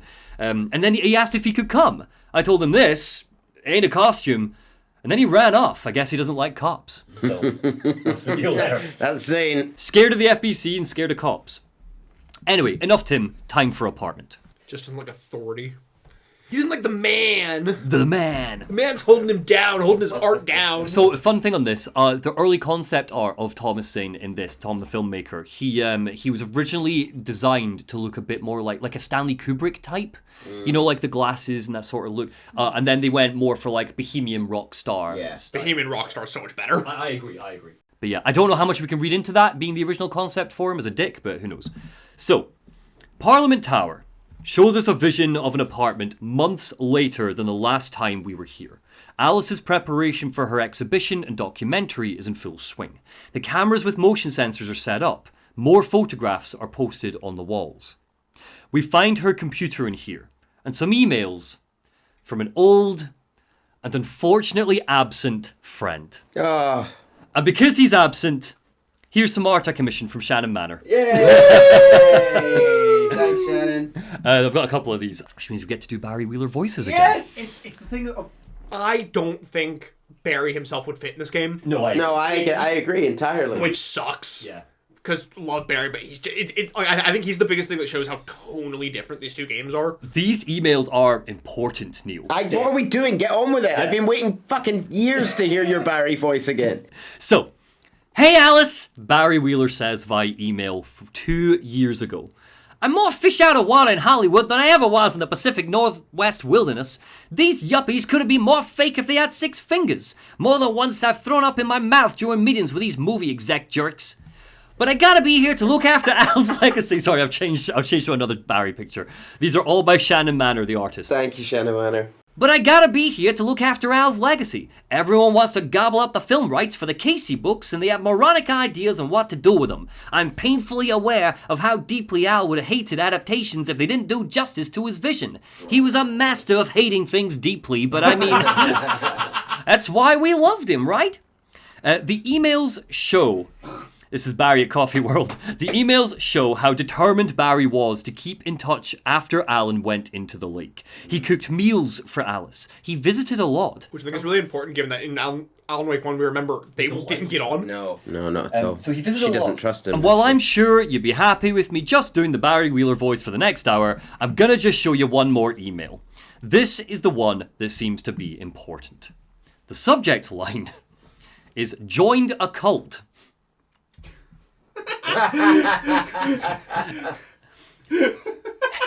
Sorry, everybody. It's a picture of... What is it a picture of, guys? Barry Wheeler with his lights around. He's got the cult of the tree necklace hanging off of the lights. He's wearing a deer mask and his headlamp. Hey, Alice. Don't worry about this. This is a different cult. I'm going to point that out. It's a Scientology. Hey, Alice. You're going to think I've been replaced by an evil double, but I have joined a cult and I love it. Joking about it being a cult, kind of. Blessed Wellness Retreat. So we recognize the name Blessed from Control because the FBC think that Blessed is a para-criminal organization who seems to have been around for like 70 years. Wow. My theory is that Blessed is going to be the villain of Control 2. Yeah. That's my theory. That's purely based off of that reference. So will Barry be in Control too? Yeah. Fingers crossed. So, I have never felt this good and, well, healthy. The guy who runs the place, Chester Bless, is a goddamn miracle worker. Not a wacko in any way. I've lost a ton of weight. You wouldn't recognize me. Chester says I'm lucky to have ended up here, that something bad would have happened to me if I'd stayed in New York. I believe... Yoink. Don't question it. I'm also terrified to see redesigned Barry. Yeah, we'll talk about that in a second. I believe him. I wasn't feeling great after everything that happened, especially after those FBC creepos wanted to chat to me, enough to turn anyone into a conspiracy nut. I hope you're good over there. Come visit anytime. Your pal, Barry. Oh. Yeah. Barry. Firstly, phenomenal artwork, Shannon. Thank you very much for that. Beautiful stuff. We are sad to not have Barry, but I think you're right about the tone. It just... I also don't know where he'd go. I guess that he would be along Saga, maybe, but they just don't... I don't think they'd vibe. I also think including him maybe as a character for Saga means that a lot of the stuff that you're learning quite organically as a player, which is catching up people who hadn't played the first game, Barry would probably just go, here's an info dump, and that's not quite as effective. The second thing on this is, so the mention of Barry losing weight is because they're all into their mocap and stuff now, Remedy, much more than Alan Wake 1, and the actor who voices Barry looks nothing like Barry. So nothing like Barry. He's a very fit, skinny bloke, like he's got like a chiseled jaw, he's very handsome. So as a result, I think it's setting the scene. Are we going to get Hot Barry? I think it's going to be Hot Barry. Hot Barry! Hot Barry in Control 2, so we'll see. But that's it, no more Barry now, but that's our Barry. Alice does not seem to have replied to any of these emails. Dick. Poor Alice. We love Alice, but also Dick. Oh, she's in her own dark place. No. It's without question the most horrifying bit of these games to me is the knowledge that she has been there alone with this thing trying to get in. Yes. That just upsets me in a way that nothing else here does. Especially since he said that he was never going to, like, talk to her. He was just going to stand on the sidelines and let her see him. Yeah. It's worse than if he just attacked her one day. Like, this is a haunting. That's what this is. It's horrific. It's the kind of like, she'll go to sleep knowing that he's just sat in the corner of the room. Yes. And it's the worst thing that Alan could be tortured by down there as well. Yeah. Yes. You know? Yeah, because she doesn't know. She doesn't understand. You know? So, Alice doesn't seem to have replied to any of these emails. She drowned herself in her work. The apartment itself has basically become the exhibition. We find snippets of her documentary throughout. There was something in the dark, Alice says. Something I needed to see, to show. The more shadows I captured, the more I felt I was on the verge of a breakthrough. I started only going out at night. One thing from all of this is clear. Alice Wake is no longer afraid of the dark. She doesn't know what she's searching for, but she knows that there is something to find. There's a world hidden behind ours, a dark tide ebbing and flowing against reality, faces in the shadows. Fear of the dark is just fear of what could be, of that vast, paralyzing ocean. But photography can freeze reality in a snapshot, put a cage around the infinite and capture it. Our favorite line, I think. My favorite line in the game. Photography can freeze reality and put a cage around the infinite. Especially because it puts so many implications as Alice is a potential para-utilitarian and her art of influencing the late. Well, her art is capturing, like, faces in shadow. And it's like, we're not taking art and sitting going, you know. So she's infusing her camera with power. Yeah. Oh, so good. I need to prove those faces are really there. Flash. And suddenly Alan finds himself back in the writer's room. I have cut a bunch of Alice. What you get from the monologues, but for the sake of time, we just can't get through it all. It's quite simply Alice drowning in work. Alice, there's something there. There's something, she's on the verge, she just can't fucking get it. But she's in this exhibition continuing to work on it. So let's continue. Also, one of the really interesting things is that she's in New York doing all this and still getting influenced by a lake in Washington. Yes. Across the country. Well, bear in mind, she was in the lake. So she's carrying probably a bit of that with her. Like, whether she realizes it or not, she's been touched by the supernatural. She's 80% water, and at least 1% of that water is lake water. What I wonder is, we've seen Alan in Noir York, right? Which is another dimension we know, but these are sort of connected. I wonder if any of the times she's captured, it's been him. You know, it's been him. You know, in not really knowing where he is, but having a vision of her apartment. Maybe. Yeah. So, Alan finds himself back in the writer's room. No body this time, just him, and an empty room with a typewriter. He approaches the manuscript to the desk. Return. He picks up the pages and starts to read. Each turn of the page so loud it almost deafens him. The words are horrific. It is so dark, so twisted, and so cruel. He had not written this. He would never have written this. But he knows who did. Scratch. He sits at the desk and starts to fix it, edit it. He draws lines through the words, scrolls handwritten changes, writes Saga Anderson into the story. He makes progress, a lot of progress, but it's taking too long. A flicker. He looks up. Scratch stands in the doorway. Oh, here we go. He's found him. Alan jumps to his feet, scrabbles for his gun, but it's too late. Scratch charges forward, gun raised, opens fire, bang! Everything goes dark. End of chapter. Alan is the handwritten parts of the manuscript. Yeah, good reveal. TypeScript is Scratch. Yeah, good stuff. Who is out of the lake? Probably Alan. But how?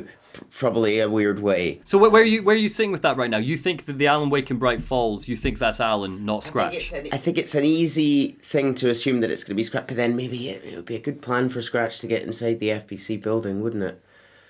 Or they're going to the FBC, they're going to the sheriff's office. Yes. I think that's where it wants you to be, but I think because we've seen so many different Alans being sort of killed and mentioned, I think that there's every chance it's also an Alan. Also Alan, maybe. Yeah, I don't know. Quick announcement before we start, a lore dump based announcement. This is an announcement that Chase knows, but you missed this, Neil. It wasn't a secret, but you missed it, so I just want to get your raw reaction here. Cult of the Neil t-shirts. Oh, God. Now available at the link below.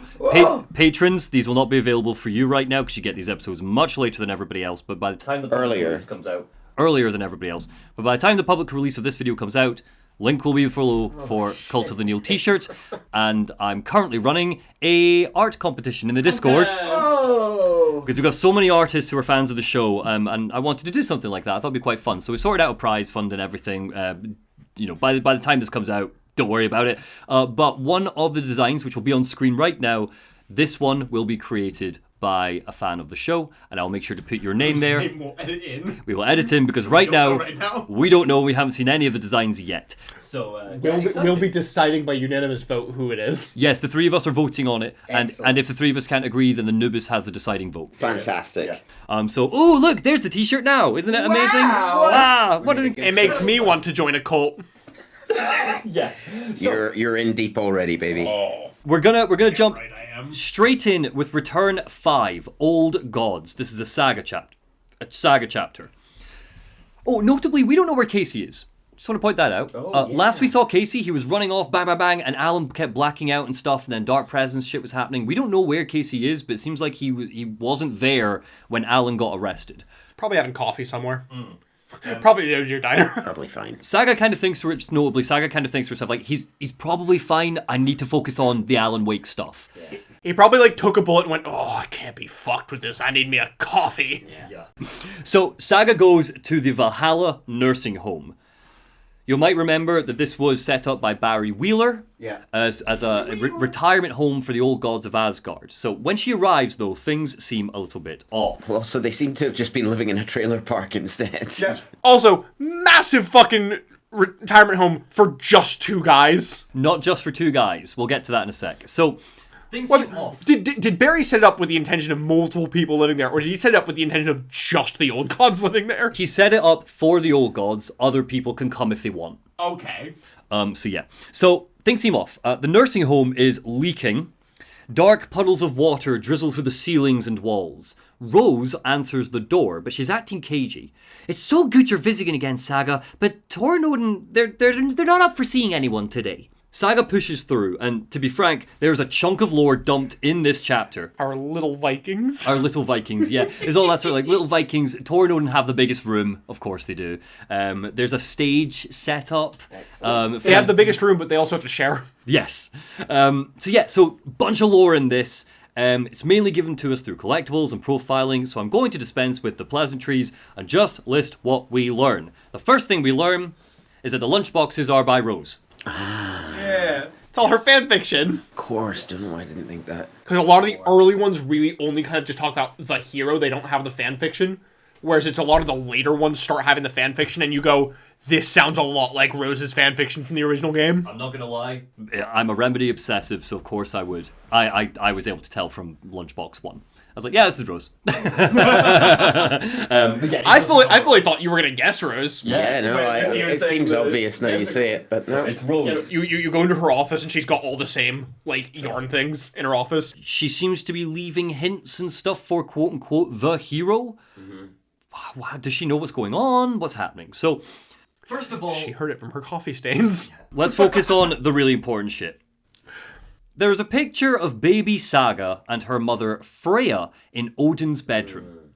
We learn that Saga never knew her father. He left her when she was just a baby, and Saga's mother fell out with Thor sometime afterwards.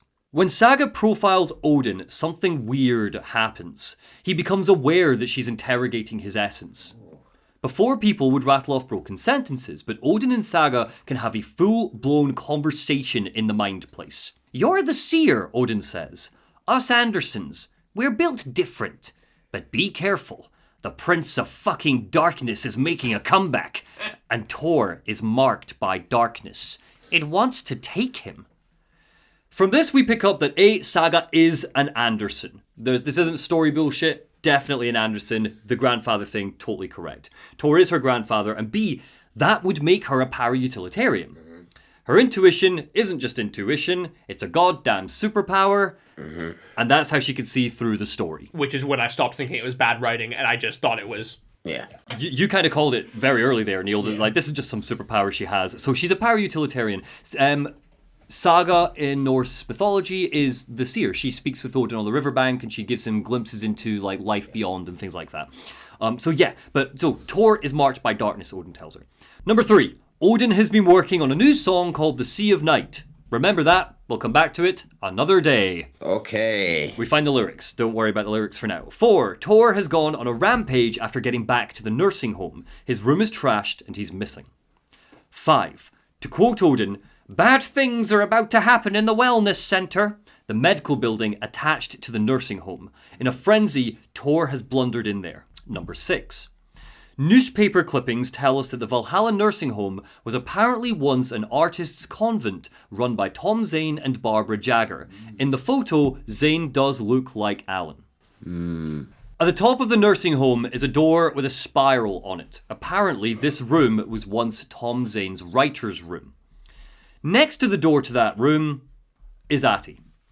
It seems he lives in the nursing home? So he said he was going to Watery for a holiday, but he has a room. It's got his name on the door and everything. And fun fact, he stole a janitor outfit out of the closet because he doesn't like wearing anything else. He's written his name on a piece of paper and pinned it to the overalls. Well, there's kind of a hint that he's not really a janitor, given that his band is called Atty and the Janitors. Yeah, it's not Atty and the other janitors, is it? Number 9. If Saga tries the door to the spiral room, Atty appears, and it is a jump scare. Atty appears and basically tells her, now is not the time. And if we wait a while, and I don't know if you've seen this, something odd happens. If we hang around in Atty's room for a bit, the lights go out, and it's as if the wise entity that we know vanishes. What's left is a sad and confused, scared old man. Oh, yeah. Absolutely. Where am I? He asks. This is not my home. He repeats phrases just like this in Finnish before finally, after panicking, he mutters, I want to go home now. And then, like nothing ever happens, he goes back to his usual cheerful self. Just going to tell you this now. We don't know. Is this the story messing with Atty? My theory is that I think that Atty is a man that gets possessed by an entity, yeah. and the entity is left him for maybe a couple of minutes. Exactly the same as the dark presence, but something else. Yeah. That's my theory. We don't have any confirmation of that. Too many presences. This is the smart presence. Yeah. Number 10. Cynthia Weaver. Oh, boo. In her old age, has been admitted to the Valhalla nursing home. Saga turns a corner on the second floor, and she's standing sadly whimpering to herself. "A big fancy hotel," she mutters. "Hello there," Saga says, reaching out to her. Cynthia's face turns. "This'll put a smile back on your face, my dear. I'm looking for Tor Anderson. Have you seen him?" "Tor." Cynthia's face twists irritably. "Always poking people with his hammer." And then she softens and she looks lost. "Oh dear, my lantern. I think I've lost it." "I'll be sure to keep an eye out for it," Saga reassures. Ah! I hate you. Jesus Christ. I hate you. That one got chased real bad. They're just as fucking bad in game. The screen flickers monochrome. Cynthia's face, distorted and shrieking, fills every pixel, roaring, glaring into the soul of anyone unfortunate enough to be caught in her eternal longing stare. That is the last jump scare I've got. You said that last Not the time. last fucking one the game has. No, it's not. But sincerely, that is the last jump scare I've got. But this one gets everybody. It's a good one. It is the best jump scare in the game. Yeah, it is, yeah. "In a black void with no sense of up or down," Cynthia screams, and just like that, she's gone. Cynthia Weaver has been taken. Oh, no. How the hell did that happen? Give me a little reminder. Who's Cynthia Weaver? What do you remember? Cynthia was the torch lady, or the lady of the light in the last game. And she was the one who kept So the she's well-lit room. She's lost her lamp. Yeah, so she kept the well-lit room back in the dam where she was keeping it so that there was no shadows, and that's where we got the clicker in the original game. She also, remember, and you guys really clung to it, and it turned into a bit of a joke, but she had a bit of darkness in her heart. Remember, she's like, "I was kind of glad when Barbara fell into the lake, if you don't, if you remember." So, of course... Because she loved Tom. Yeah. So, how did this happen? Manuscript pages and diary entries found in Cynthia's room have the answer, and we unlock all this gradually. But the long and short of it is that Cynthia was still the paranoid lamp lady we always knew when she came to the nursing home. She just, dementia started to get to her. She booked herself in here.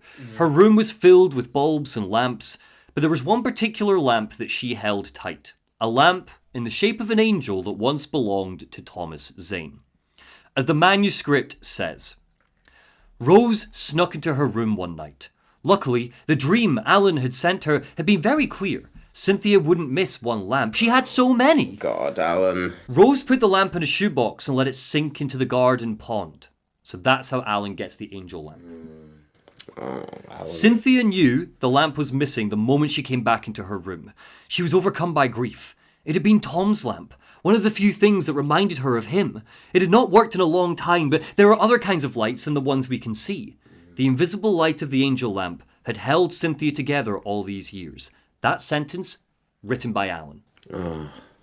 So that is notable. He adds that in to lay the foundation that without this lamp, Cynthia will crack. He does this to her. As does Rose, notably. With tears welling in her eyes, she didn't see the shadows shifting in the corner of the room. Cynthia hated being old. She'd been a doer, a fighter. Now the bathroom frightened her. "This will put a smile back on your face, my dear," a voice said. A man's voice. The light bulbs had blown. She meant to replace them days ago. How could she forget? A dark shape pushed her down. Dark water pressed itself into her. She screamed and it came out in bubbles. Drowned in the bathtub. Just like the Grand Dame at Alan's second murder site. Oh, God. Reborn as a vessel for the dark presence. How the mighty have fallen with Cynthia Weaver.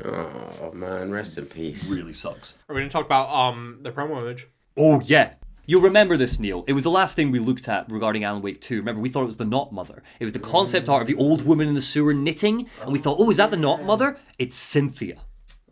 None of us called it. They released this concept art and nobody was like, that's Cynthia Weaver. Because she's smaller, she's, whereas Cynthia, she was a little plump lady in Alan Wake 1. She's just a different... Cynthia, man. Really grim. So, following Tor's trail through the wellness centre, the sterile, cold tiling and white walls serve only as a blank canvas to be stained by blood and viscera. And here, a grotesque monster called a diver attacks. Interesting. Yeah. It carries the water with it. 2 torsos are stitched to each other so it walks on its hands, separated by a floating reflective puddle. Cancel Deerfest! It roars. The residents were restless. This is the creepiest monster in the game, I would argue. It's It's also weird because this monster stands out amongst this is none of the other monsters are really that grotesque, and then this one's just like out of nowhere. It comes out of nowhere here, and it disappears into the puddle, and you have to watch the puddle, and it's like. And there's only like 3 or 4 of them in the entire because they don't ever appear after this. They're only ever in the wellness center. Unless you're collectible hunting, then there's a few. And they also appear later when there's a few taken. So there are. But they do pop up. They're not here in massive, but they're very creepy. I don't have it here, but this is Gail Barrows, who is a nursing home resident who we found a manuscript page that describes that Gail got cancer, and the cancer turned into darkness and turned him into a diver. Wait, can we go back and talk about my favorite part of this entire level? Yeah. Is there's one bit where the power goes out. Yes. And you need to go into the basement of the nursing home to fix a generator. And because of all the jump scares, because of everything, you go down there and it's tight and it's dark and it's wet. You're like crawling through puddles and you're waiting for something to fucking appear. There's nothing down there. Excellent. Nothing whatsoever down there. I respect that so but much. The entire time, it's just and like literally, you could do the entire segment in like I think 3 minutes, but you're going at it so slow because you're waiting for something to fucking pop out and nothing ever does. In that generator basement as well, just notable, I've cut him for time, but there's a janitor called Bloom at the nursing home. It's the janitor that Atty keeps stealing the overalls from. We find notes throughout being like, Atty stole my stuff again. He's dead. Cynthia got him. He's dead in the basement. We also learned through collectibles that he was a member of the Cult of the Tree as well. It's not that important character, but he's just a guy. So anyway, making it through, Saga reaches the pond in the grounds, but she's too late. Tor goes in, cackling and seduced by the darkness. We learn that Tor had a crush on Cynthia, and he tried to give her, like, chocolates and stuff. Cynthia was not having it. The poking with his hammer was just flirting. Yeah. Rose stands at the side of the pond trying to pull him back out, but he's too strong. Tor Anderson, you come out here this minute! The water is bad for you! I just had a bit of not a revelation, but an idea kind of crystallize. It is related to the Cult of the Tree. Go on. There seems to be these 2 sort of versions of the Cult of the Tree almost. There's a sort of mischievous, fucking local organization, spooky, and then this horrific murderous side of them. I think the Cult of the Tree was an innocent idea by our Russian friends to help tourism in the area with the same obsession. Do you mean Koskela, the Finnish brothers? Yeah. With the same, sorry, Russian. I don't know. Where sorry. With the same way that they had the interest in making the serial killer we'll bring interest to us. So we'll do a float, and that will bring interest. Maybe this was a perfectly innocent idea, which is why there's so many locals involved, which Scratch has used to spread real fear. I think it's a really, really good theory for you to have, and I will not comment further for now. Okay, sorry. Return to the sad scenes. Really, really good theory, and I'm glad that that's a theory that you have. So, the water is bad for you. A throaty, haggard shriek echoes across the grounds as red light fills the garden. Rose jumps to her feet and starts wagging her finger at the air. Cynthia Weaver, I know that's you. This kind of behavior is not okay. Let him go. And with a flash, Tor is gone. Pulled into the 3rd overlap as it seals behind him. I love how unbothered Rose is by this. She just seems so used to this.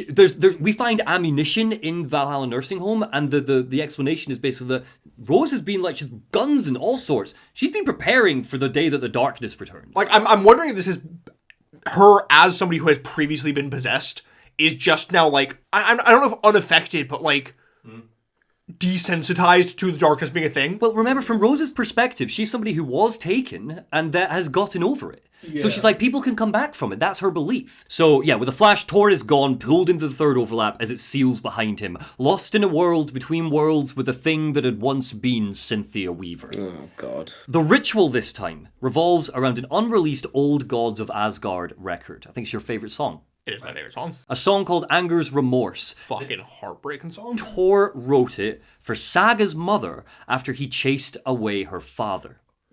It's a beautiful song. It references the man I chased away. Tor refers to himself as now being, quote, nothing but Anger's remorse. It is gut-wrenching rock ballad. Beautiful song. It's the chapter song at the end of this. Playing that record, the overlap opens and Saga descends into the depths. It's an old moulding bunker with no sense of up or down. According to Bright Falls legend, local teens had nicknamed this place the Ocean View Motel and Spa. It's just a joke name. Yeah, there was also a reference in that Thomas Zane snippet that you put up on screen earlier that he was going to name it Ocean View. Yes, thank you for that. Actually, I forgot to mention that. Yeah, he was going to name it the Ocean View Hotel, wasn't he? So yeah, but this is just a nickname that the teens gave to it. Fun little thing here. So we learned that a girl went missing down here years and years ago. This is what the urban legend is. They used to go down here and drink and stuff, teens. And a girl called Nora went missing. Nora is not a character you will recognize, but it is the same name as the police station receptionist in Alan Wake 1. It's one of the things I point out in my critique is like so many little things are getting tweaked and changed and bent. So now, is it the same Nora? Probably not. Maybe I'm overthinking things, but I think that it's fun that it's Nora. It's a different character. So yeah, let's keep going. Water sloshes around Saga's feet as she hunts for Tor and Cynthia, a labyrinth that closes in around her. For the last time, Saga hears Logan's cries for help, and she tries to ignore them. Somewhere deep in the bunker, she hears Tor's voice. Saga, is that you? It's so dark, I can't see a goddamn thing. Tell Odin, I'm sorry I fucked everything up. You can apologize to him yourself, Saga shouts back, her voice echoing in the gloom. I'm getting you the hell out of here. Whoosh, splash, a cackling, haggard form in a nightdress rises out of the water and charges at Saga, Cynthia Weaver. Saga raises her gun and opens fire, and as the bullets pierce Cynthia's skin, her cackling transforms into whimpering and a mewling, disfigured pleading for help. As she dies, her body hits the water and the darkness sloshes back around Saga. Fan theory for you. Cynthia Weaver and the Not Mother. So, when we learned about the Not Mother, years and years ago, this creature that Jesse and Dylan Faden met, we had descriptions that the Not Mother was found in a slide, because they opened up to dimensions, called Temple. Temple was described as a bunker full of water. And the Not Mother was there, this patriarchal figure. Now, I'm not saying that Cynthia Weaver is the Not Mother, but I think perhaps maybe Alan glimpsed the Not Mother and used it as inspiration to create Cynthia, or Scratch glimpsed the Not Mother, or whatever, the story. Maybe I think it's just an echo. I think it's just a fun echo, but it's a fun fan theory to think that this is the closest we'll ever get to our Not Mother boss fight. Interesting. But yeah. Anyway. Wake, Saga asks. Is that you? Is this coming from the dark place when you were trapped? The FBI! The clicker! Wake barks. Danger! You must find it! I have the clicker! Saga clenches her jaw. I don't understand! You need to change the story! Take my daughter out of it! And with that, he's gone. The darkness melts away and Saga finds herself back in the grounds of the Valhalla nursing home with Tor. She resolves that no matter what, she will make the writer change the story, no matter what it takes. Tor vomits up black water. You took your sweet time to save your grandpa, huh? He coughs, grinning. Nice attitude, Saga smiles, helping him up. A family trait? You're right, Tor groans. And then as if he has to force the word out, he goes, Sorry! Thanks for helping out an old bastard like me. In the Mind Place, Tor, just like Odin, they speak to each other, and Tor tells Saga a bit more about their family connection. Her mother is long gone, but as for her father, some doors are better left closed. He was a complicated bastard, always thinking too many steps ahead. That's not how we Andersons work. You clapped. Why are you clapping? Doors. Okay, what, you think door, that's a reference. Okay, cool. Get on to a winner here. I'll also point out to you, Neil, and remind you, just in case you've forgotten, that Tim Breaker talks about in the 80s when Dor vanished. Do you remember what the last thing we saw was when Dor vanished? No. A crackle of lightning struck Dor and he vanished. Yeah, you're right. Thor, God of Thunder, etc. Oh, damn, got rid of him, yeah. So, more to come. Saga tells Tor of her plan to grab Alan and force him to use the clicker. Tor is like, that's the Anderson way. Get your guitar roaring. Blow reality's eardrums off. Just the light switch isn't enough, though. It's Tom's story we're dealing with, so he's got to be the one to rewrite it. When you need us, we'll be there. So, Saga has her next stop, Bright Falls Sheriff Station, where the FBC is holding Alan. Just one manuscript for you this time, and a side thing. Odin loses an eye. It's 1988, a face-off between deities on the rim of Cauldron Lake, high above its dark waters. Thunder roared, the old gods facing something even more powerful, something harder to define even. Or, changing the perspective, raging lunatics all, caught up in the frenzy of a shared delusion. The old gods, the corsairs of the Sea of Night, and the Dark One who yearned to stand in between, who had always stood in between, who would soon stand in between. "We help you, you stay away from our family," Tor Anderson snarled over the thunder. "Yes, until you come to me," came the answer. "That's never gonna happen," shouted Odin. "I will take this as collateral so you'll remember our deal," said the Dark One. Blood arched from Odin's face as he fell to his knees. Lightning hit the dark figure on the cliff, and with that, he was gone. Tor rushed to his brother. "Are you alright, bro?" Effectively blind in that moment, the eye patch covering his left eye, his hand over the now empty socket on the right, blood oozing out of it, Odin cursed. "The bastard took the wrong eye!" When he was younger, he just had an eye patch for show over the other eye. Can I make the observation? You can. What did it say about his eye in the first game? He ripped it out of himself.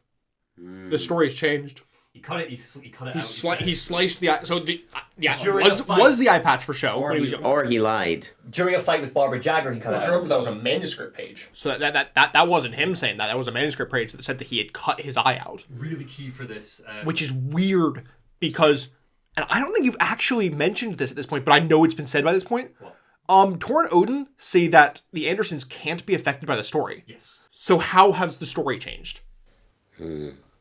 Because that's like the whole thing of like, that's how you can like confirm that this familial connection's a thing. Yes. Is that they can't be affected by the story. The Andersons can see through the story, but if the world changes around them, then those changes will just happen. But will they happen to them specifically? Like, can Alan change something as specific as a physical change to one of them? Because it's interesting as well with the Andersons, because you could also argue that the power-utilitarian thing, they drink the moonshine. So it's not just that they have these powers and they're power-utilitarians and artists, they also have the also, if you imagine it's a video game, they've got like the bolt-on upgrade of they're drinking from the lake. So like, we don't know, but it's very interesting this. Neil, I'm going to tell you right now, because this is where you're at. My theory, Dor is definitely Saga's dad. With that in mind, I'm not quite done. Manuscripts are done for now. It is worth me noting, because I've cut them and people will be gutted, that there's a bunch of wild and wonderful characters in the Valhalla nursing home, a bunch of other residents. It's not just Ati or Cynthia who set up shop here. A friendly old face has settled on the second floor. I told you outside, Neil, that when I played this with Anubis, there was a point in the game where she turned to me and she said, "I don't care if Alan dies now. Because I hate him now." This is the moment. Pat Main, Bright Falls old radio DJ, isn't set up in a professional studio anymore. He now records from his bedroom in the nursing home, and time has not been kind to him.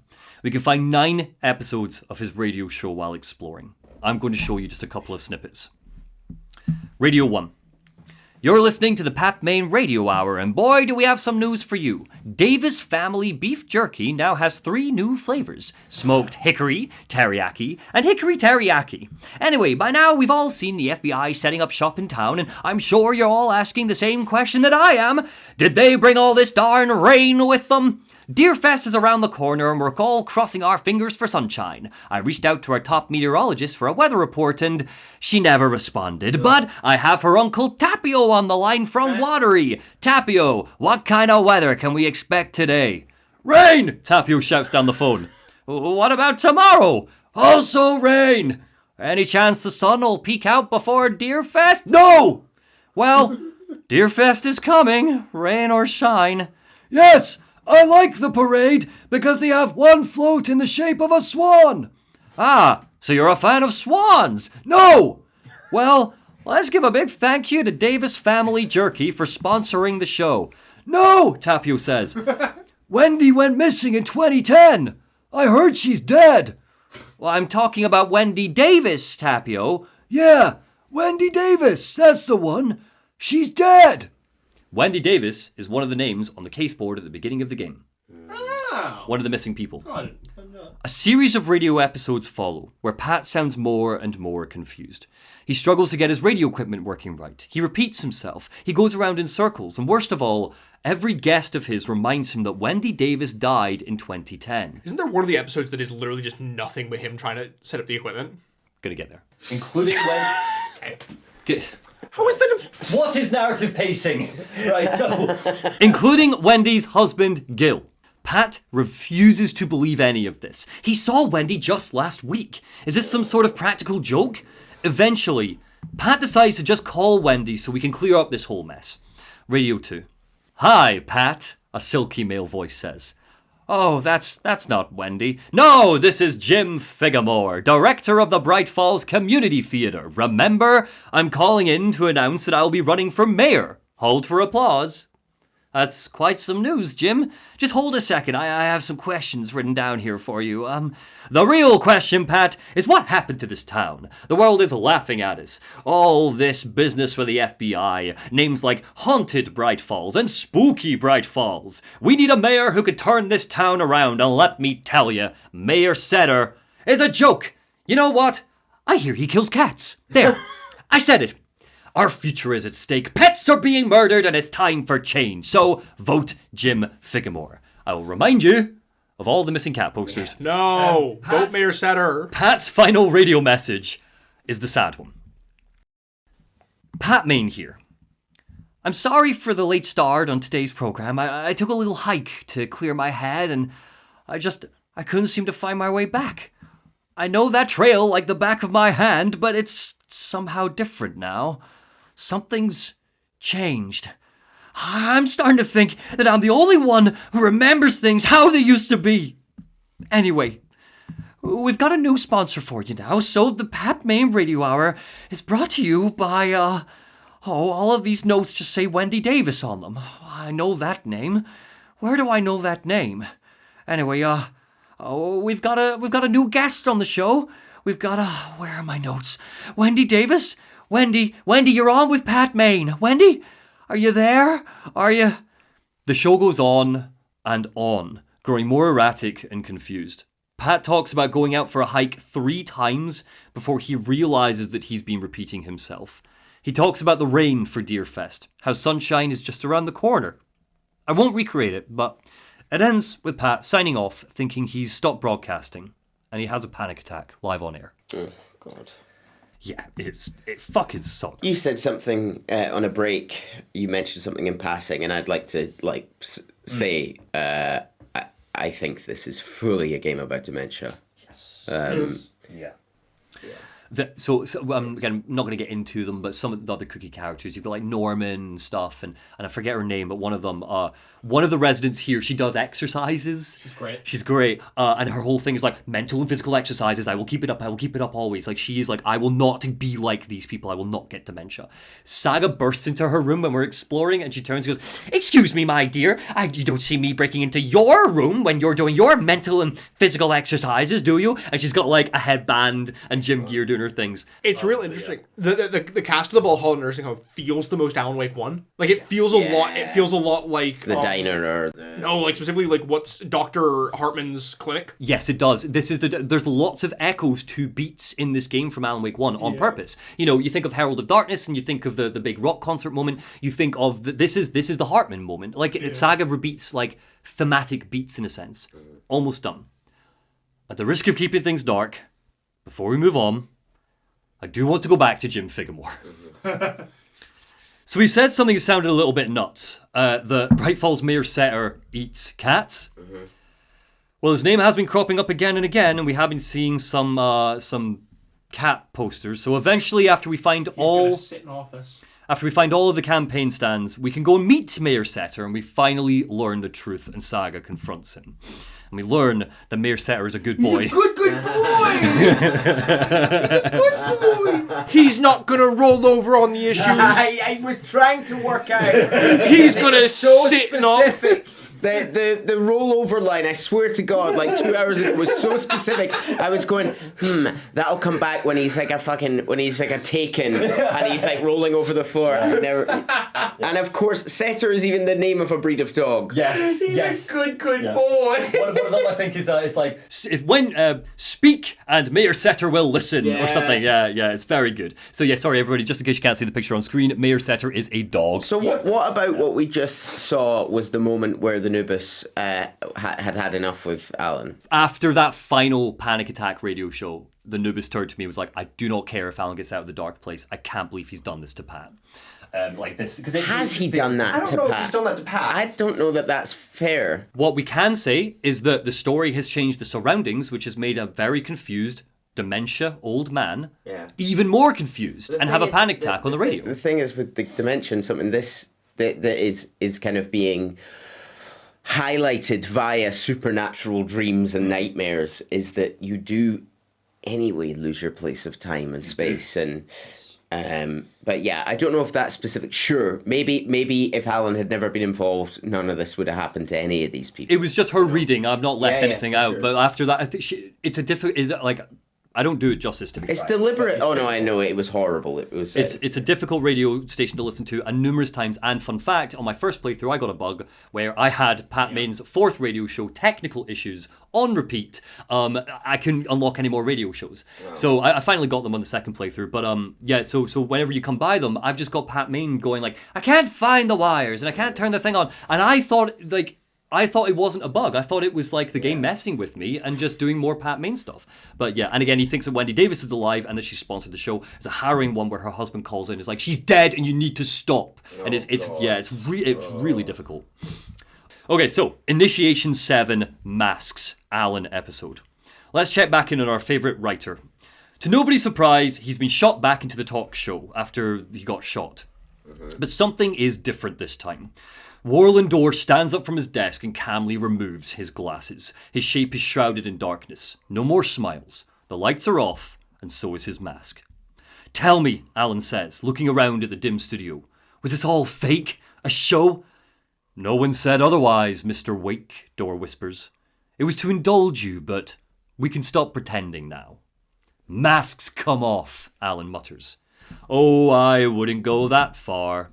I don't think you even know who's under your mask, but you know how to make things difficult for yourself. All these rules, all these convoluted, endless loops you insist on going through. You were so lucky, you know. There are so many people helping you. Armies of people. Myself, Dorr says. Your wife? Alice, Alan gasps. I need to get to her. She's in danger. She is. Because of you. And so is someone important to me. Someone you pulled into this. You keep opening doors, peeking in, reaching through to get what you want. And that puts you in my path. Fun fact, I know we're all thinking Saga. When I first played this, I thought he was talking about Tim Breaker. I thought it was like a Quantum Break thing, where it's like he's in Jack Joyce and stuff, but no. You brought my boyfriend into this. Yeah. But yeah, so a beat. Maybe you will get through this time, Dorr says. This has gone on long enough. This and our night springs. It was a nice distraction. It's time someone gave me a straight answer here, Alan shouts.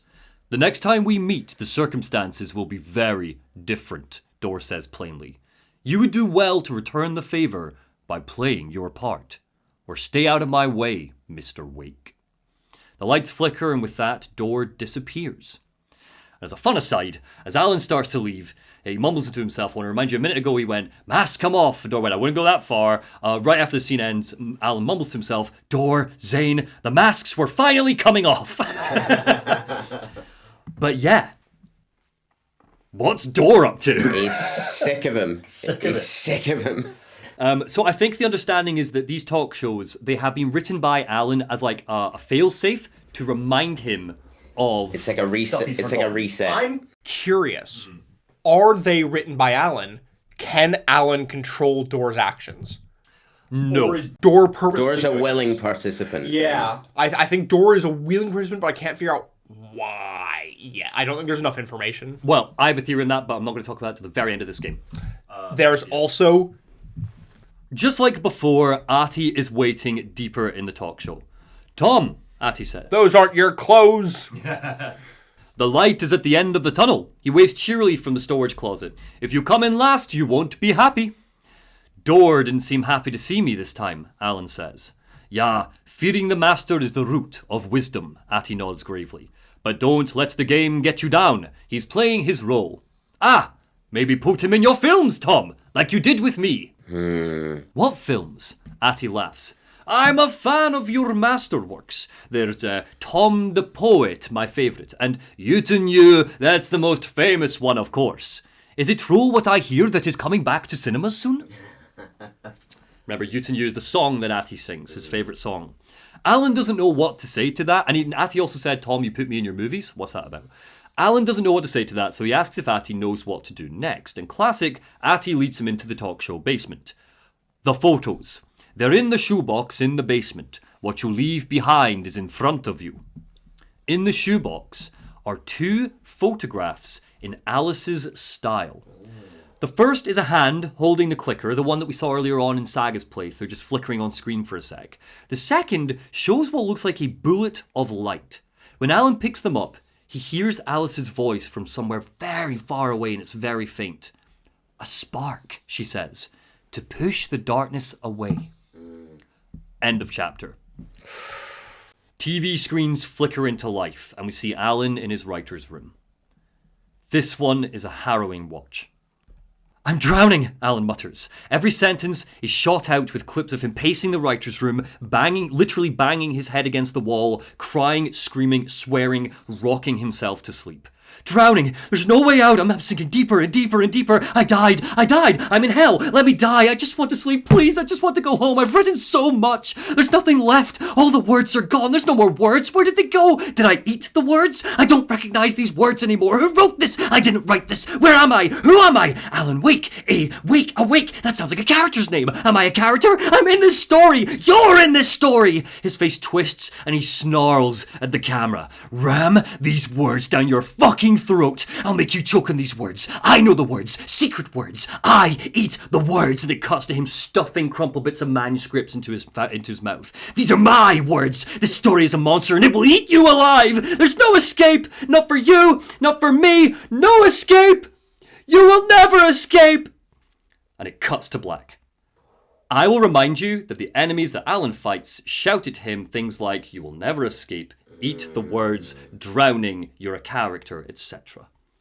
They're snippets taken from this video. It's a fucking... That is Matthew Peretta being like, award, please? Also Ilkavilli, but like it's Matthew Peretta's voice acting. It's so good. Initiation 8, Zane's film. Alan returns to room 665. Door's mask slipped. Let's see if Zane's has. The scene flickers into place, and we're dropped right into the middle of it. Alan has tied Tom Zane to a chair and pressed a revolver to his head. Notably, he doesn't punch many people in this game, but straight in with a gun this time. I'm in control now, Alan gnashes. His hand shakes, but he holds the revolver tight. The second you try anything, I will shoot you in the head! Scratch wrote return, not me! You're a fucking liar! You had given up, Zane wails. You stopped riding. You said it was too dangerous, that we didn't deserve to get out. And then he showed up. Scratch. He promised to write, to get me out of here. He was magnificent. I mean, it was art. He looks at Alan, eyes pleading.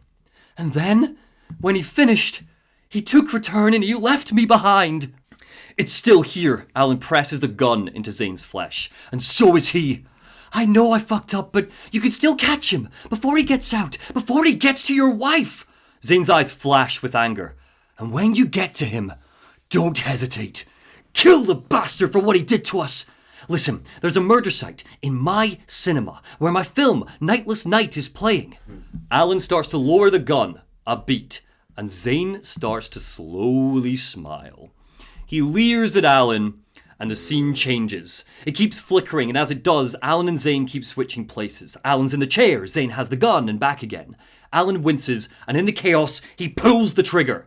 The bullet pierces Zane's forehead. He slumps in the chair, dead. Just like the Alan he found earlier. Fear fills Alan's face, and in his panic, he roars at Zane. I told you not to try anything! We cut back to gameplay. Zane's dead face frozen on a projector screen. Alan starts to leave, and as he does, a voice. Oh, mercy, Zane says, eyes opening and staring into the camera as the blood drizzles down his forehead. Thousands have gone missing beyond the labyrinth of me. He smiles and blood's in his teeth. When you're lost in your own company. And cut! He beams to someone behind the camera and wipes the blood from his face. Now that is drama! And the film cuts to black. Oh, fantastic. Some people will miss that. You almost did. I had to stop you. You did have to stop. Yeah. I think were we not on the phone? I was watching you play this bit. That is Thomas Zane's poetry he's quoting once again. Alan works through the wind and the rain of the dark place and reaches Poet's cinema. Casey's voice guides him. It seems like his investigation into the cult of the word led him to Thomas Zane. Whispers that the cult had found a surviving copy of his lost film, Nightless Night. To some, it was a mythical, legendary piece of art house cinema. To others, it was nothing but a snuff film. Rumours circulated that the murder in the film had been real, that Zane had sacrificed the main character on the last day of filming. A couple of things to note on this. We currently know of 2 films that Tom Zane has made. Tom the Poet, based on a novel by Alan Wake, and Nightless Night, also based on a novel by Alan Wake. But here's the thing about Nightless Night. Apparently, Tom Zane plays Alan Wake in it. I like how specifically based on a film by, I can't pronounce that.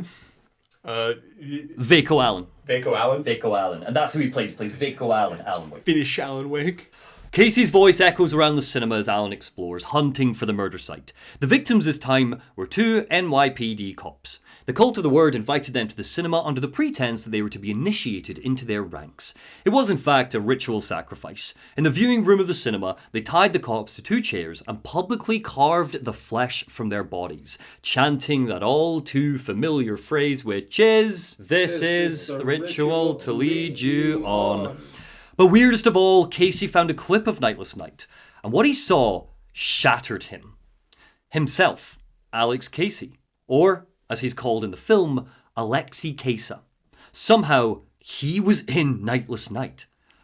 On the roof of the cinema, Casey confronted one of the cult members, a reflection of Ilmo Koskela. The cult had been waiting for him to arrive. Who's your leader, Casey barks. Alan Wake? Scratch? Zane? Give me a name! You're a bunch of clowns, following a masked man, pretending to be a secret society. Well, maybe you're the one playing a role, Mr. Casey. The cultist bares his teeth and strokes his dirty beard.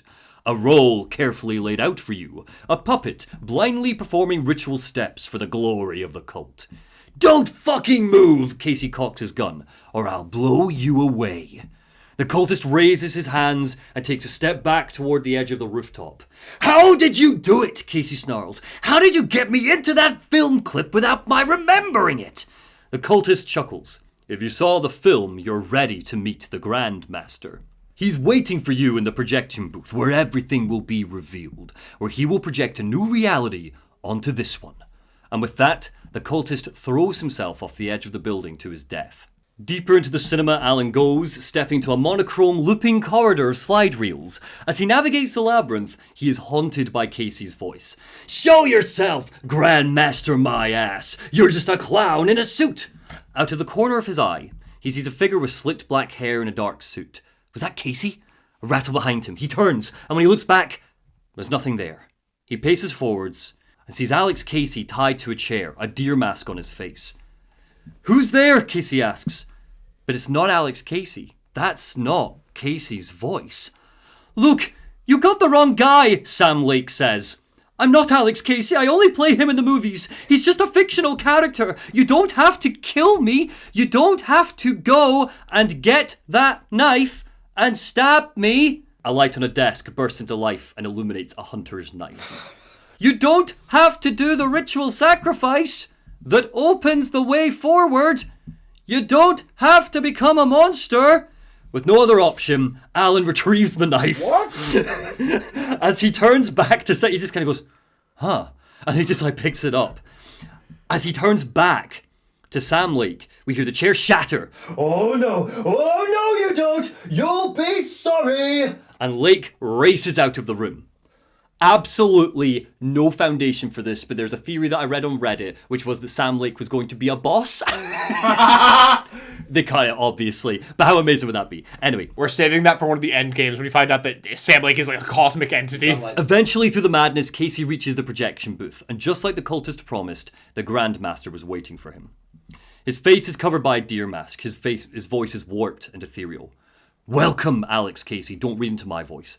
Welcome, Alex Casey. You've done well. You've played your role perfectly. As a fictional character in a story, you've fulfilled your purpose. You've brought the writer of the story here.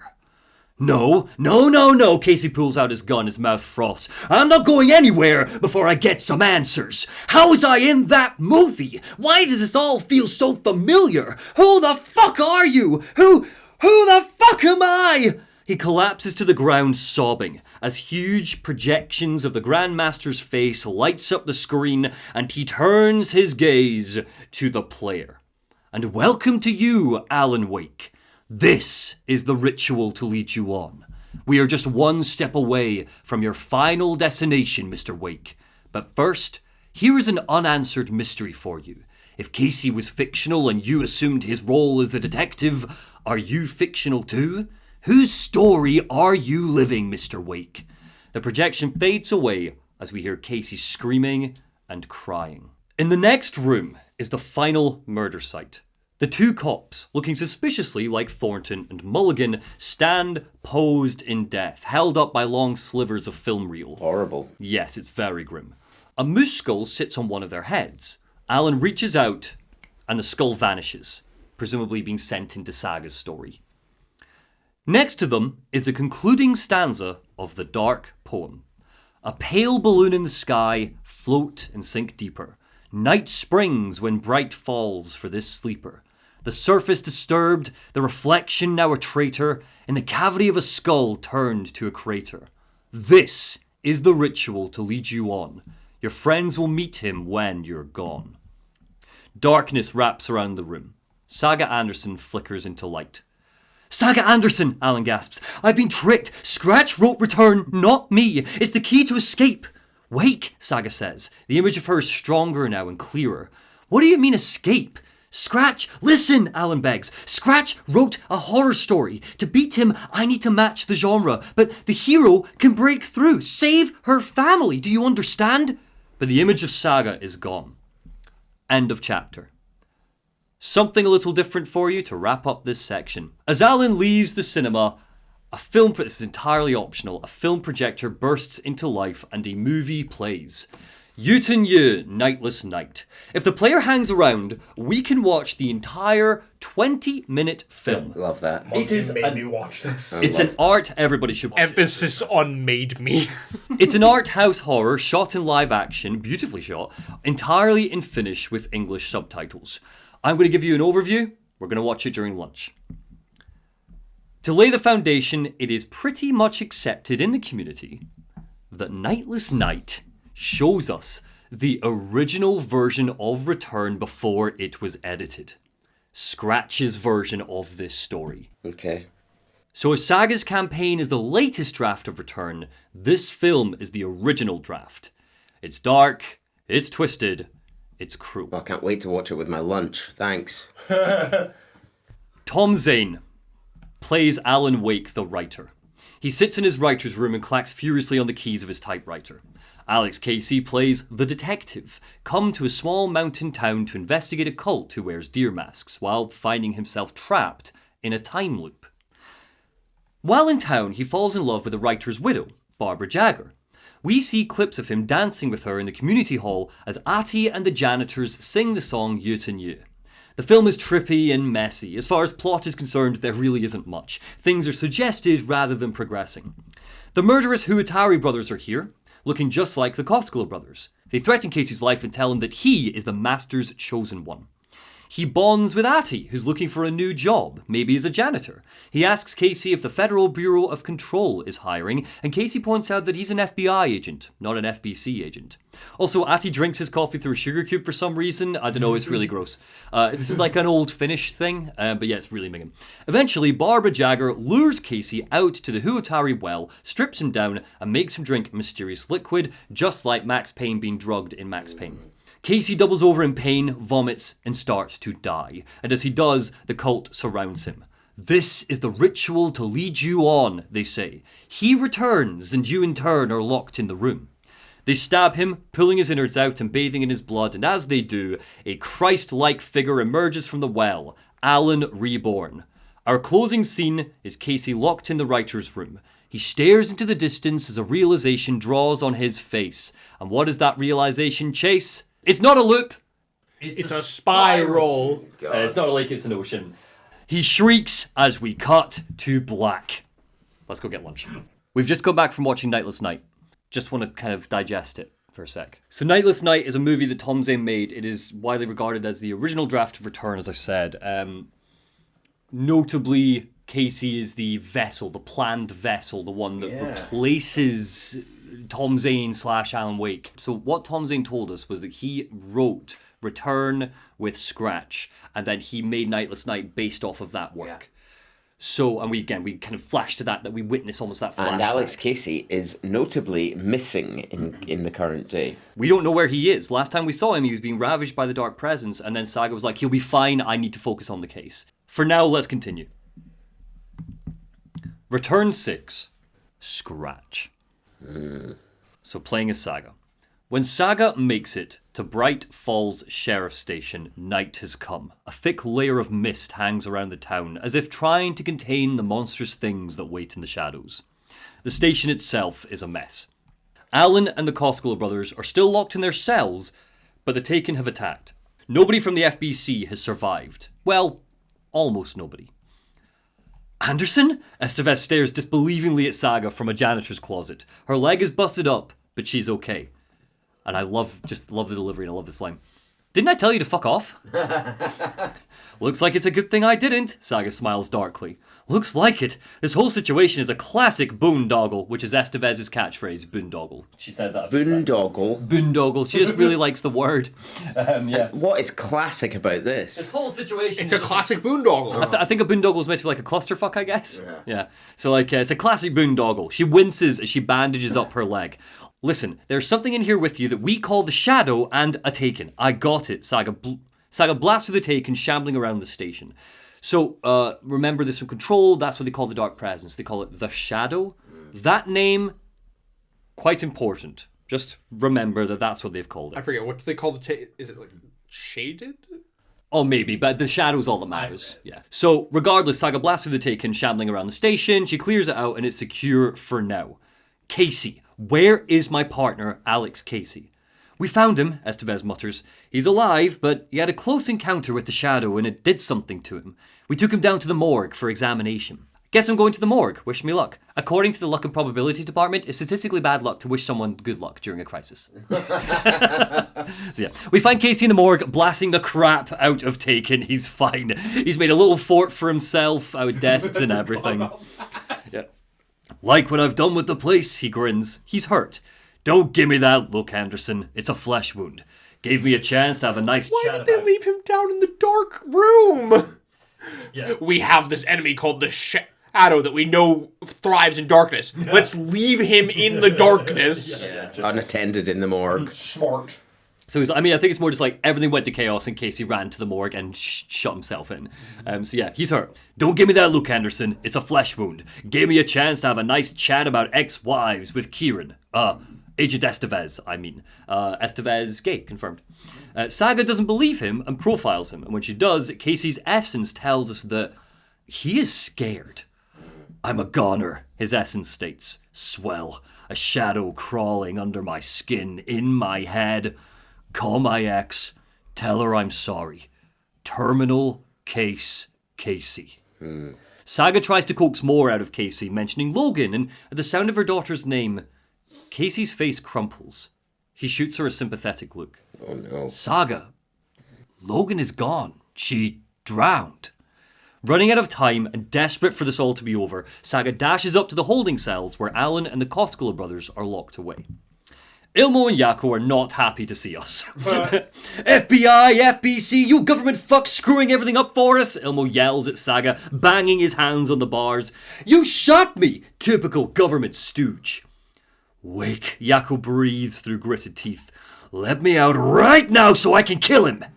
Saga ignores their jabbering and goes to Alan's cell. When he sees her, he practically throws himself at the bars. The clicker, he pants. Do you have it?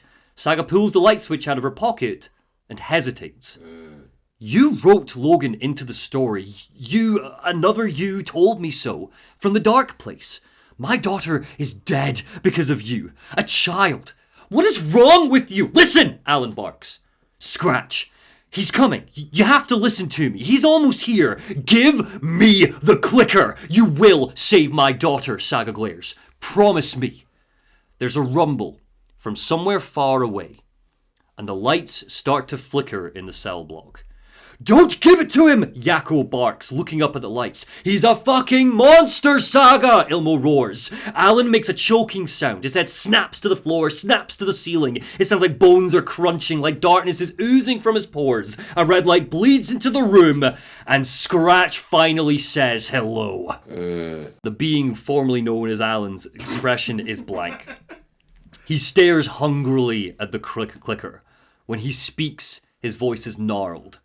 The clicker. He rattles. Give me the clicker. Yako leers at him through the bars. There he is! We've been waiting for you, motherfucker! I'm gonna fucking destroy you! Scratch snaps his head in Yako's direction, drinks him in for a second, and flashes to the bars of the jail cell. Through Yako, we hear a snap and a crunch, and then Yako drops to the floor, dead. No! The fire vanishes from Ilmo Koskela as he stares at his dead brother. I was raging. At this point, I was raging. Yako? His face smeared with blood, Scratch gives a nasty grin and slicks it back into his hair. He's stolen Yako's biker jacket, shining red with Koskela blood. Yeah. It is also, not to take away from this moment, I know I'm the narrator, but it is quite funny, the idea that Scratch kind of is like, these threads ain't suiting me no more. It's almost like he blasts into the clothes and just melts Yako's body away as he does. I do remember that. It's very cool.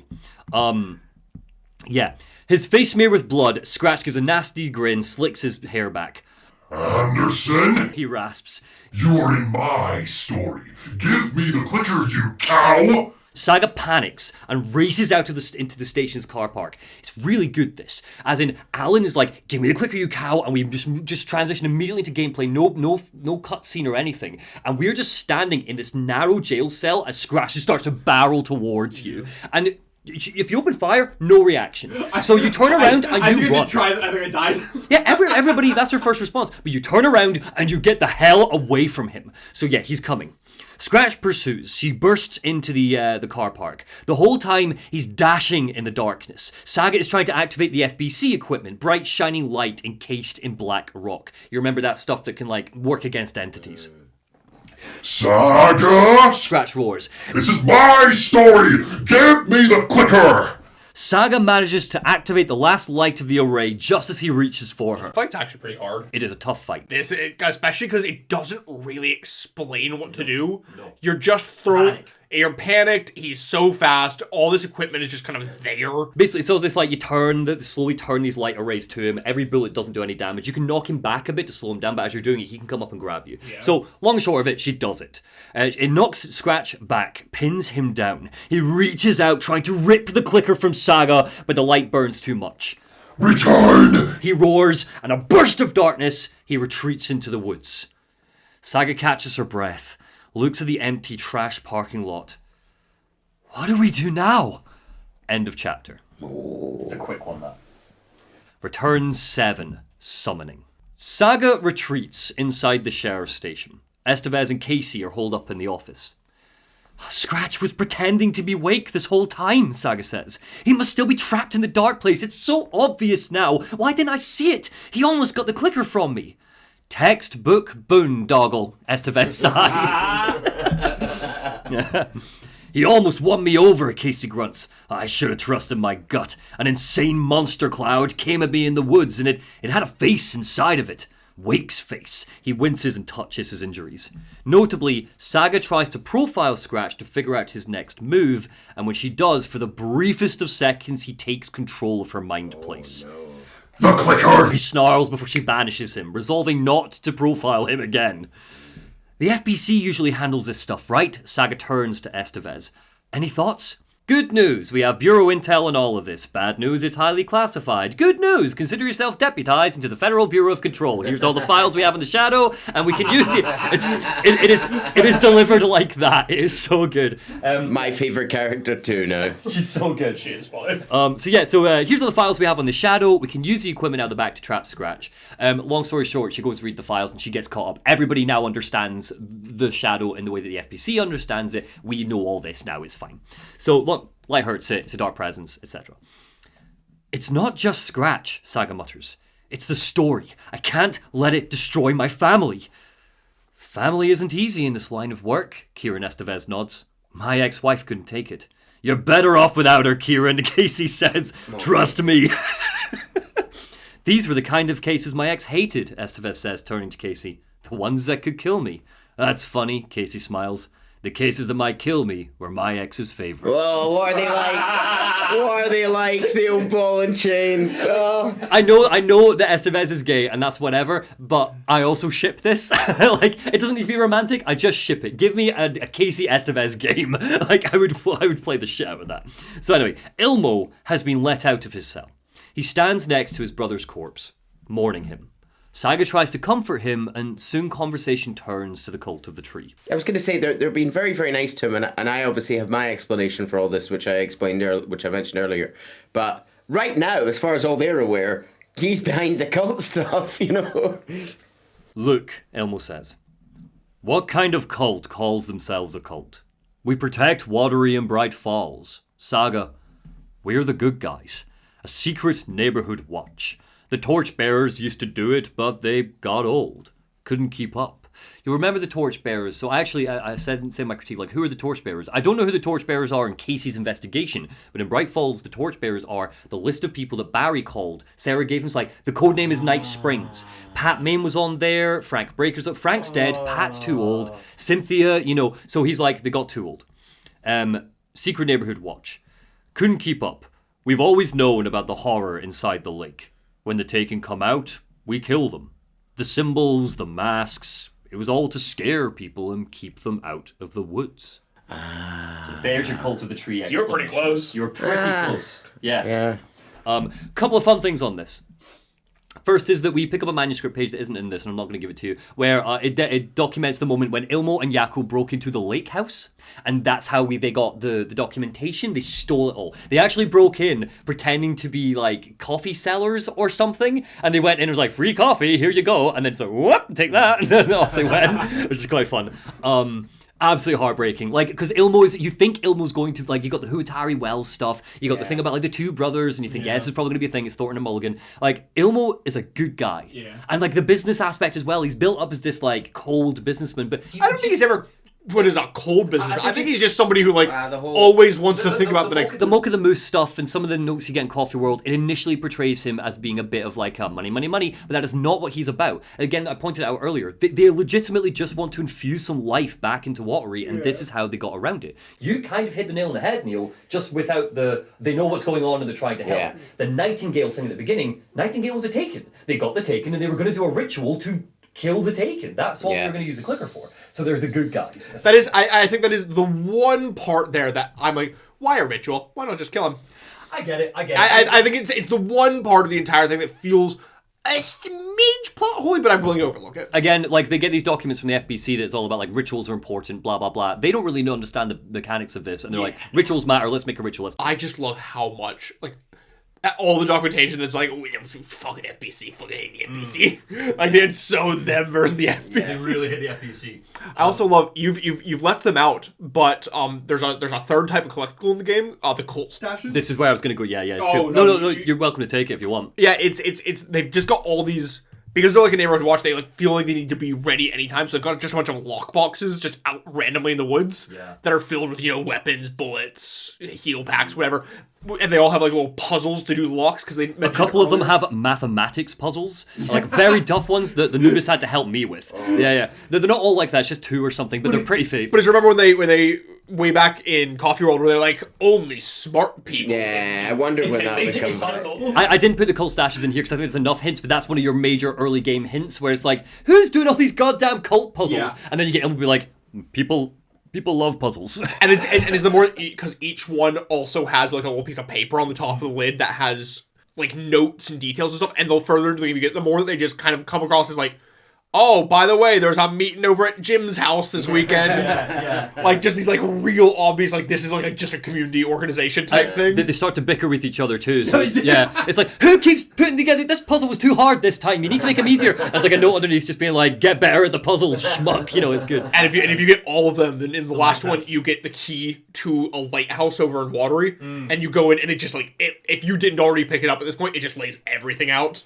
Like, but every single thing from, like... also shows us their grand plan. Do you remember what their grand plan is? We get blueprints for it. Oh, fuck, I forget. Their grand plan, Neil, the Cult of the Tree's grand plan to protect Bright Falls and Watery from the Taken is turn the lighthouse into effectively a laser beam. Oh, yeah, I forgot about that! They don't know how to build it, but the blueprints are there, and it's basically like a super powerful that torch. Makes sense. Yeah. Oh, bless them. Very clever. A big light. So that's all the answers laid out now. A plan comes together. To stop Scratch, the story needs to be changed. To do that, they need Alan Wake. Alan is still trapped in the dark place, it seems. So priority 1 is rescuing the writer. How do we do that? Any ideas as to how quite easily we would actually rescue Alan Wake in a way that we probably should have started with, and both of you predicted it. I can't remember which one of you it was. I think it was you, Neil. You, in fact, have predicted what's about to happen. When did I do that?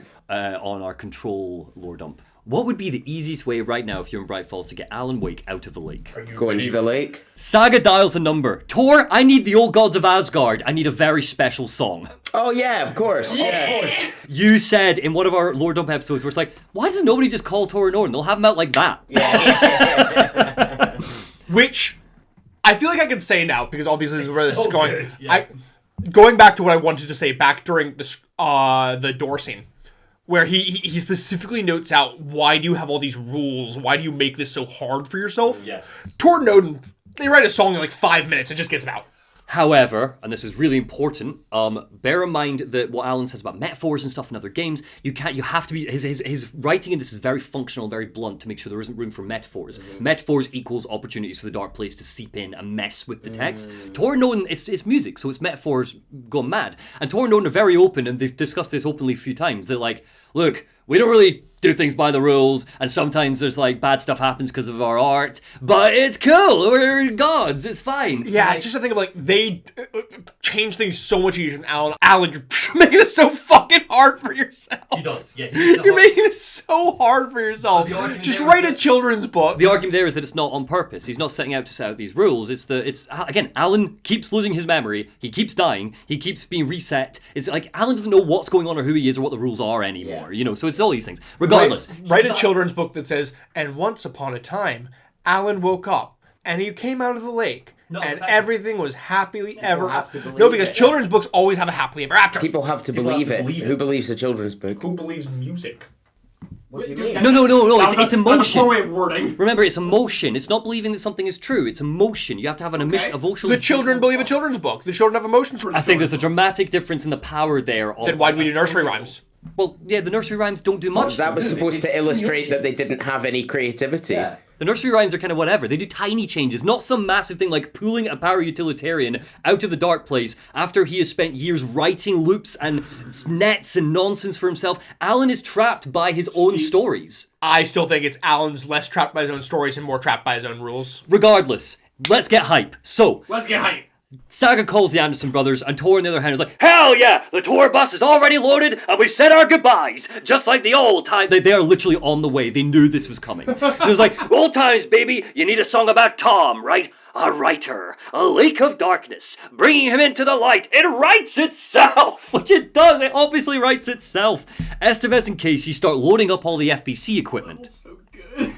There's a black rock container that should be able to contain Scratch if he ambushes us. It's like a big cubicle. You get him in there, you shut the door, and he will not be able to get out. That's the plan. Blast it with light. So, down to Cauldron Lake we go.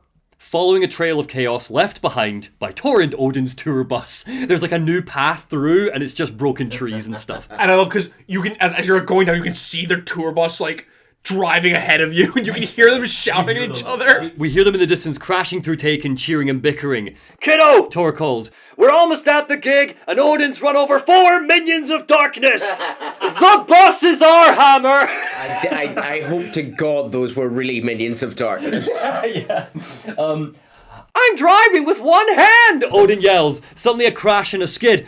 Who the hell put a tree in the middle of the road? So yeah, but everyone gets there safe and sound.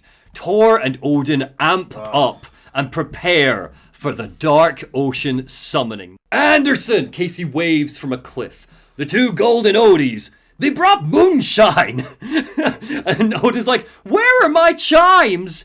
They're standing on top of the tour bus, silhouetted by the moon. I threw them out, Tor shouts. Chimes are not rock and roll. Hello, Cauldron Lake! Odin booms into the mic. Great to see so many federal agents here tonight. Prepare to experience a soul-searing, mind-frying act of black magic and sorcery! This song goes out to our favorite tortured writer. Let the sweet tune guide you out of the darkness. The guitar kicks in, and Estevez chimes in our ear. We got a little earpiece. It chimes in our ear. A lot of paranatural crimes happening right now, and it's awesome. Pyrotechnics explode into the air, and yes, for the briefest of moments, as like it's like a big, that like wow, this is when you see them. We see Tor and Odin standing in front of an echo of themselves, the poets of the fall, as if their younger selves are playing alongside them across time and space for the rock show to end all rock shows. And Balder is here as well to join them. This sequence is bloody awesome. So the song is amazing for a start. Taken charge down as if called on by the power of rock. You'll remember our manuscript right at the beginning. Scratch on the hunt when he's got the signpost. They're taking her on, they're yabbering her on leashes, and he sent them forwards. In the distance, the song is, he hears the song start. This is what this is. Oh, So, sick. The thing earlier, Herald of Darkness isn't your Anderson Farm moment. This is the Anderson. Herald of Darkness is incredible, but this is my favorite Anderson moment in the series. This is the one where like you're fighting all the Taken are coming. There's fucking lightning coming down around them as And well. everyone's helping. Like Casey's up there with it because he's injured, so they can't actually help the fight. But him and Estevez are up there tossing down ammo, blowing the thing. The Andersons are using pyrotechnics to knock back the Taken. It's a collaboration. They'll get the lights working and they can turn on the lights. It's like it's his one big artistic collaboration. Alan never would have gotten out alone. He would never have gotten out without help. He always needed other people. And here they are working together to get him out of the goddamn lake after 13 goddamn years. When the song finally comes to an end, Saga pulls, so Scratch hasn't arrived yet, it's just his minions. When the song finally comes to an end, Saga pulls out the clicker, steadies herself, and as the final ring of the guitar echoes out, she flicks the switch. There's a pulse in the air, as if something happened. And we see Alan lying on the shore of Cauldron Lake for the briefest of seconds, and then he's gone. Ugh. What happened? Saga yelled. I did everything right. Art to bring him back, clicker to make it real. So where the fuck is he? I love when you compare Saga to Alan's like approaches to using the lake, where Alan is so like, oh, this is mystic and magic and writing, and she's just like, she thinks of it like an agent. She's just like, nah, I'm following the steps. There are steps in my recipe book, and I'm just doing them one after. I'm checking the check boxes. Yeah, but we're also about to find out why that recipe book and using the Andersons isn't necessarily the best idea in the world, Neil. So, Initiation 9. Gone. The camera rockets into Cauldron Lake as Saga screams about where he is. And it fades in on Alan in the dark place. Parliament Tower has returned and the payphone is ringing, but this time it's not Tom Zane on the other line. You're me, Alan says. The dark place operates in loops, the voice says. Time is a story. I'm calling you from a different point in that story. A wave of fear flows over Alan's face. I'm never getting out of here, am I? Yes, you will, the voice says. And no, you won't. And that is by your own choice. I'm sorry for what you'll have to go through. Alice's photos, the ones you found in the talk show basement. Before you enter Parliament Tower, you must put them in the shoebox at the base of the statue outside. To help you, to help Alice, and to help Saga Anderson. I'm my own Deus Ex Machina? Alan mutters. Really? The line goes dead. Alan does as he's told and puts the photos in the shoebox. The photo of the clicker and the photo of the bullet of light. When he enters Parliament Tower, it's deserted. It seems that as time went on, Alice eventually left. Behind the spiral door to his writer's room, we hear a clacking of keys on a typewriter and what sounds like growling. There's just one clip from Alice this time. One final clip. It won't end, she says. Like a nightmare I can't wake up from. I thought I could contain Alan in my photos, but I can't. The monster just keeps coming back every night. I'm so tired. He's here all the time now. There's so much rage inside of him, I can't stand it anymore. I tried so hard, but I can't. She sniffs and a tear rolls down her cheek. I've made a decision, she says. Most of you won't understand. The clip cuts. Sometime later. People call me an artist, but I didn't care about any of that.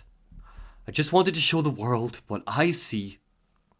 I can't keep going like I have been. It's time for a perspective shift. To go from photographer to subject, from artist to art.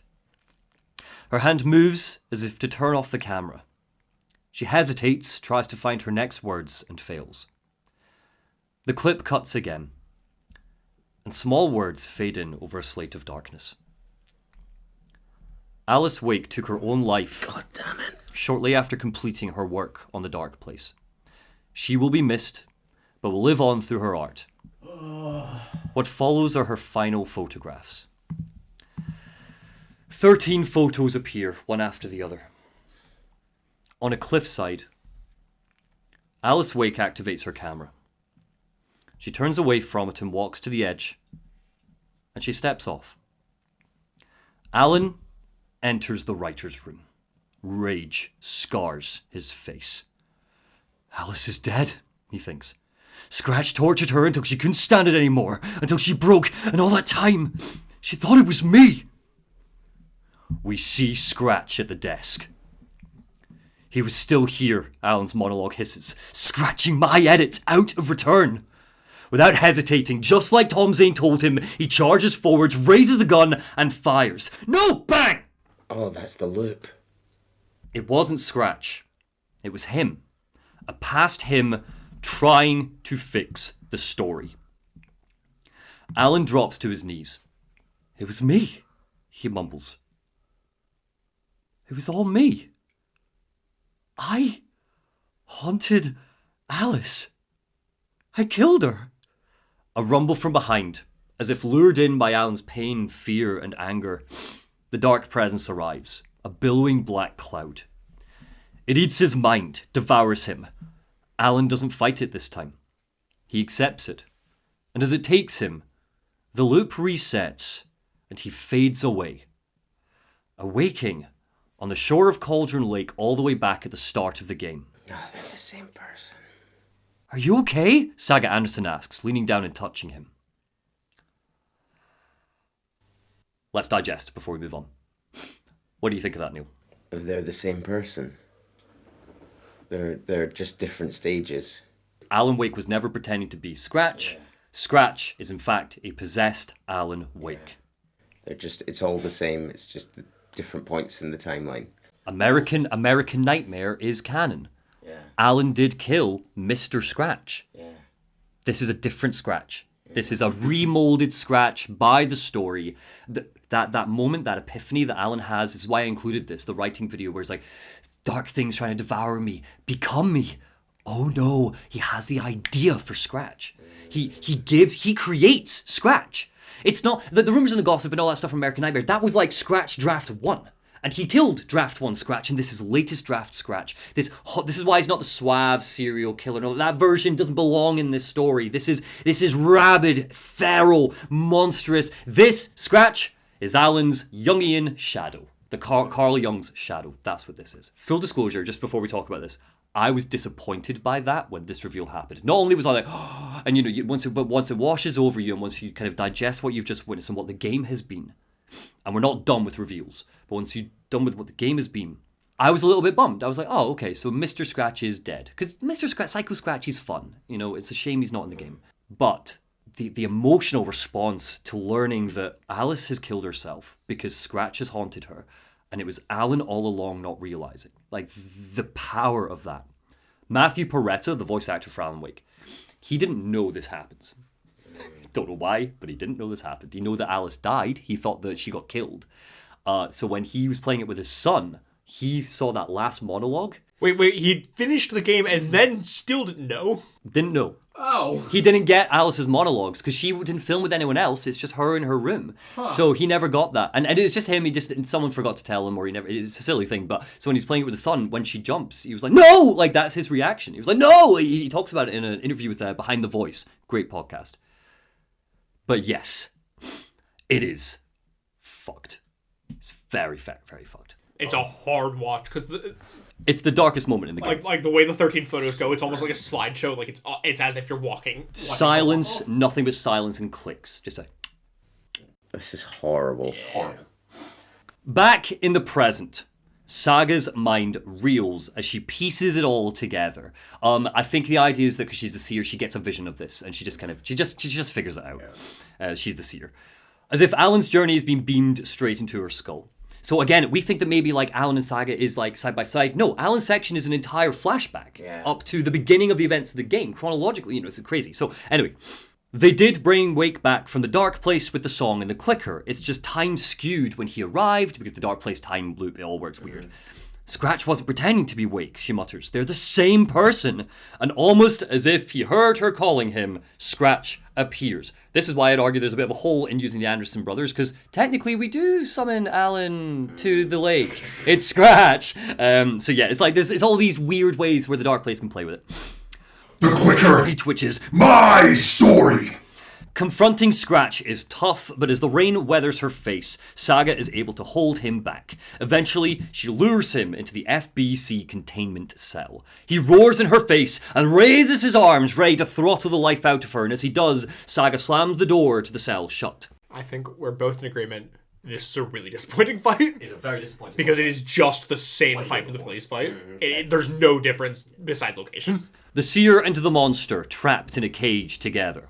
Estevez! Saga shouts. Now! Boom! Light bursts into the chamber. Saga covers her eyes. Scratch fizzles and pops and screams. He roars, and with every decibel, that roar becomes less ethereal and more human. The dark presence explodes out of Alan Wake and blasts the chamber with it, escaping. Saga and Alan try to get to their feet, but they're both hurt. The clicker lies on the beach between them. I'm sorry, Alan gasps. I'm so sorry. He's back to normal. And then a throaty, ratchet chuckle from nearby. Casey? Saga asks, her eyes widening. Oh no. Not Casey, Alan says. Scratch! Alex Casey, possessed by the dark presence, says nothing as he approaches. This is what you get for raising all those death flags, you moron! He stamps down hard on Saga's hand, grabs the clicker, picks her up with ease, and throws her into Cauldron Lake. Alan goes for him, but Casey vanishes before he can get close, leaving him screaming into the night. A couple of miles away, the thing that was once Casey enters Bright Falls as we hear Pat Main's voice on the radio. I hate to be the bearer of bad news, folks, he says, his voice barely audible over the torrent of rain battering the town. But it's official. Deerfest is cancelled. Today, Bright Falls feels a little less bright. A manic grin spreads across Casey's face as he raises the clicker into the air and presses the switch. End of chapter. Oh. Have we talked about what the clicker is? Because I know by this point we've gotten more info. So it's an object of power and it's an amp. It's an amp, sorry, yeah. an amp for reality-changing powers. So the nature of the clicker has changed this game too. It's no longer about light and stuff. It's I like that it feels so much less like a MacGuffin in this game. Yes. Like in the last game, it kind of appeared at the end, and it was just our cool Deus Ex Machina. This will kill the darkness. Whereas then this one, I feel like it's built up like it's going to be that, and then we find out that it's an amp instead. It's like, oh, this is just a tool. You know, cool. Yeah, it does a thing, which works very nicely when you're around Alan. If you believe something will do something, it will. You know? Yeah. Well, I think that kind of what it's implied to do is it's kind of like how he says that the rules don't really apply in the dark place. I think that the clicker kind of makes that similar in the reality. Like, you can just kind of... Like, that's why they use it in conjunction with the song, is 'cause it's meant to be the amp to make the song more effective. Yes. And it kind of, like, lets you not need as many of those rules in order to change reality, or to make more changes. So I think they said things like... Didn't they say at one point that I believe with the clicker they can make... Like, they can physically change reality, whereas they wouldn't be able to do that without the clicker, I think? maybe I don't remember that line, but Next chapter. Return 8 Deerfest. Saga has vanished. Casey has been taken. Estevez tries to collect what remaining equipment she has on the beach, guns and ammunition. Alan looks across the shoreline, and he sees Torrent Odin slowly wading into Cauldron Lake. Tom, Odin says, we need to head to our next gig. We're doing this for you and our lovely Saga. You take care of things on this side. Don't screw it up, Tom, Tor barks, and they calmly walk into the depths, entering the dark place. Estevez joins Alan, and they watch the old gods walk into the lake. I haven't seen an AWE this fucked since Eagle River, she says. And before you ask, no idea what Eagle River is. There's no reference to it in Control. Cool. So probably something for Control 2 we'll learn about. I'm the reason this is happening, Alan sighs. It's never that simple, Estevez says, trying to find words to comfort him and failing him. But I should have put you in a box and shipped you off to a containment facility the second I laid eyes on you. The only question now is, are you able to fix this? Scratch through Saga into the lake. If she ends up in the dark place, she could be there forever. It took me 13 years to get out. Zane never did. Tor and Odin went in, right? Maybe they'll get her out with the power of rock and roll. I saw them when I was trapped there, Alan nods. They performed in my musical. Estevez blinks and she goes, I'm immediately less optimistic about this. I love how that's the entire explanation for why they're on the talk show. Yeah. Is that they walked in at the end of the game. But how does that work? Because we're at the end of the game. No, because time doesn't exist. Time doesn't exist. We're outside of time. Sure. For the same reason that he and Saga could have conversations with each other in like a way that made sense to them with information they were both picking up at different times. Because I assume it exists outside of our understanding of time. Sure, yeah.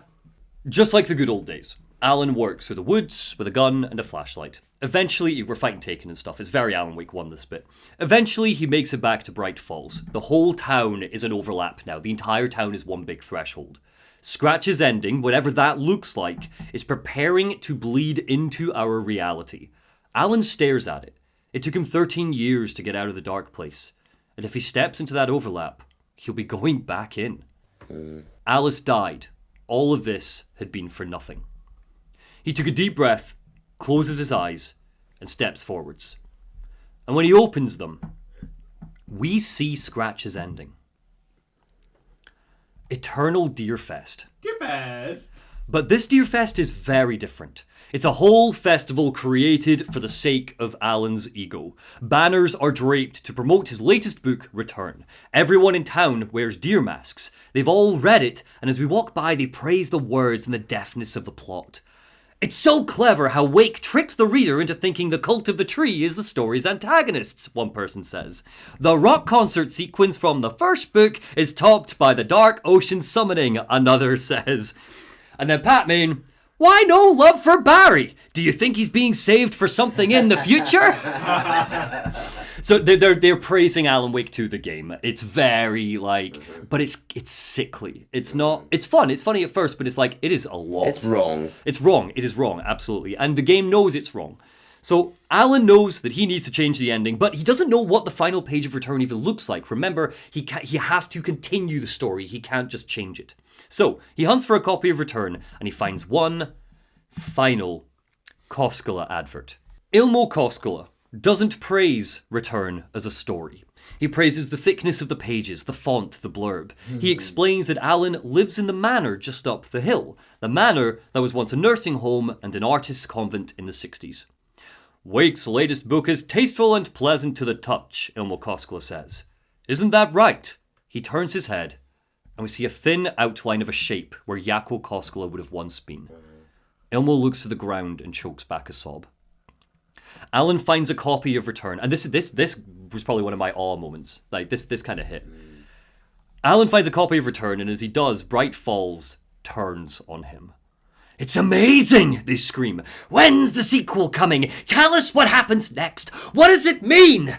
He races out of every question I've asked. He races out of town through the woods, heading for the Valhalla nursing home. If his writer's room is there must be a typewriter. As he does, Casey appears, calmly pursuing him.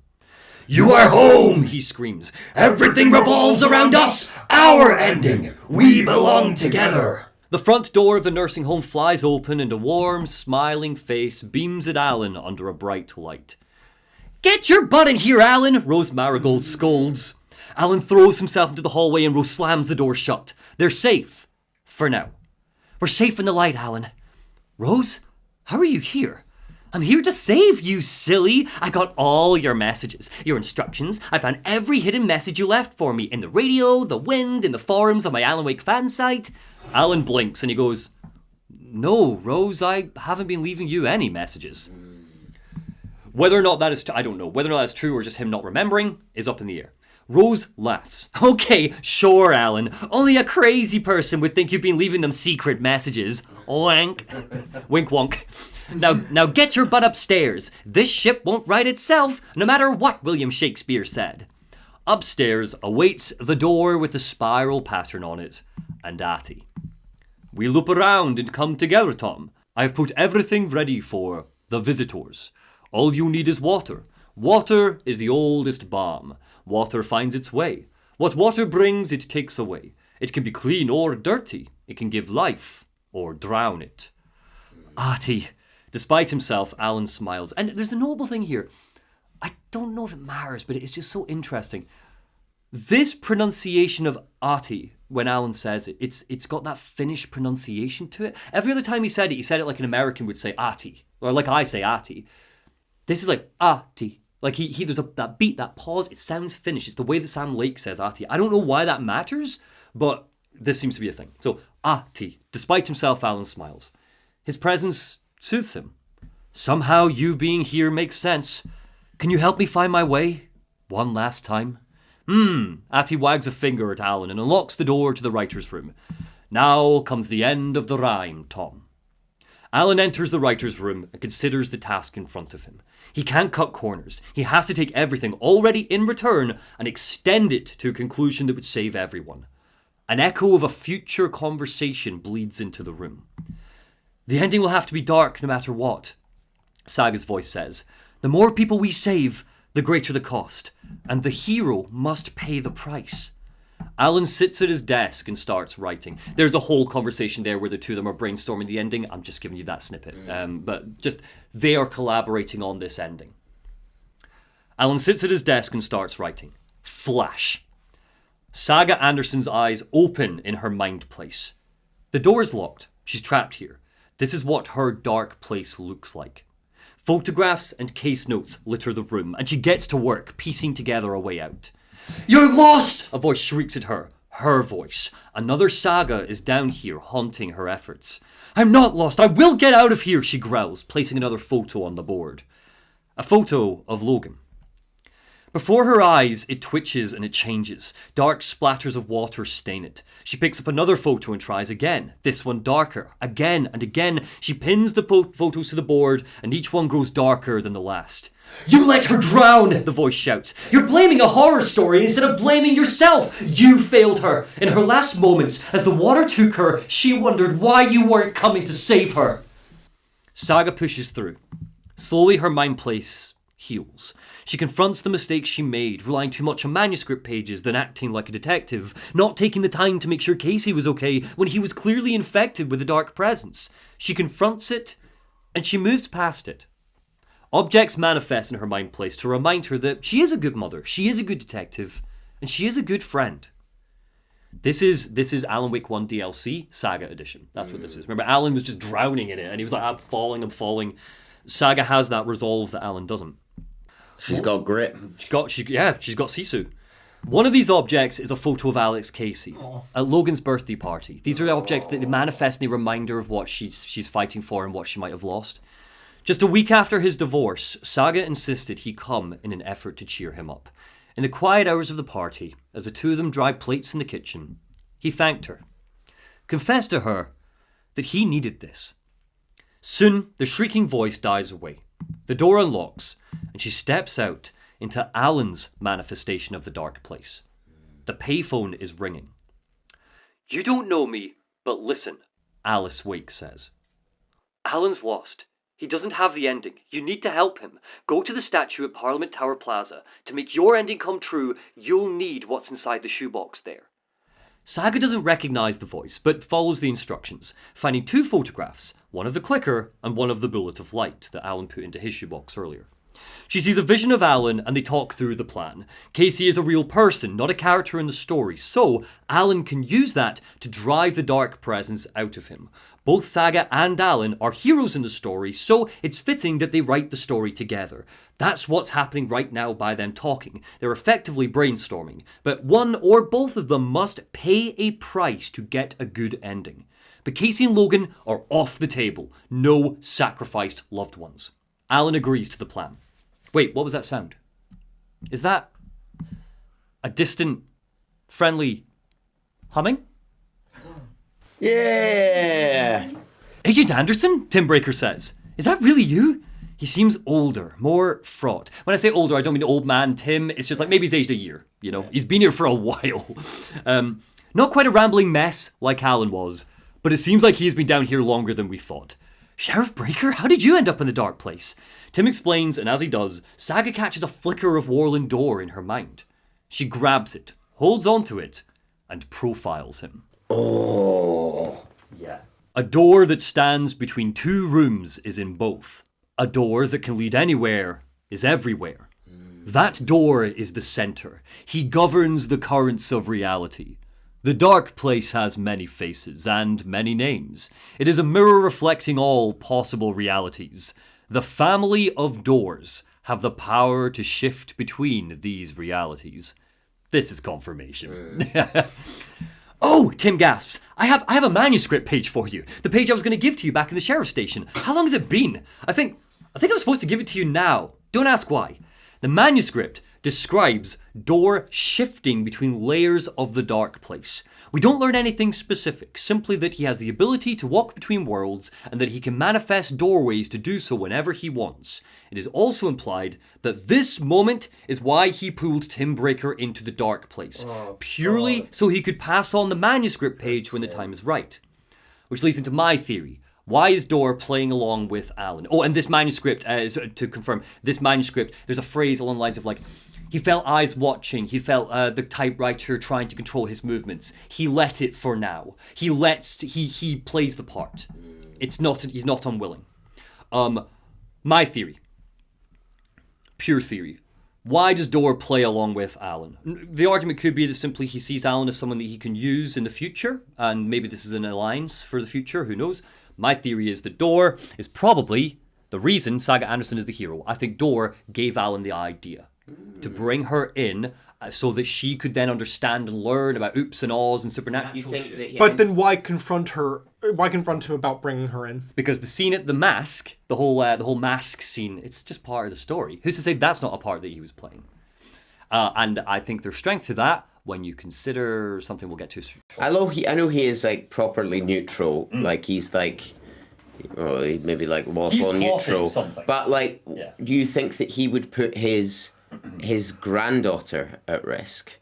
Logan. His daughter, remember. Logan. Do you think he would be happy to bring Logan into the mix? You know? I don't think Door cares about Logan. What? It's his he cares about his daughter. Yeah. Again, is it like he cares about his daughter, or is it he cares about what his daughter can give him? We don't know. We simply don't know, and I'm just tossing that as a theory. I'm not going to claim That's that. one for Alan Wake 3 in 2040. So, Following the steps in the manuscript... Now let's one for Quantum Break 2. Never. We're never getting Quantum Break 2. Never. Following the steps in the manuscript, Saga is able to walk Door's path. She navigates the dark place until she steps through a fountain in the central plaza. The world rushes up to meet her as her feet touch the water. Suddenly, she is in the writer's room with Alan. A mop bucket and a puddle sit in the corner, as if a kindly janitor left it there so she could use the water to enter. I left it for the visitors. I finished it, Alan says, handing her the final page of the manuscript. And I have the clicker and the bullet of light, Saga says, fishing both from her pocket. It's as if the photographs have now turned into these objects. Our closing moments are narrated by Alan's writing voice, the final paragraphs of Return. I feel like I've always been on this journey.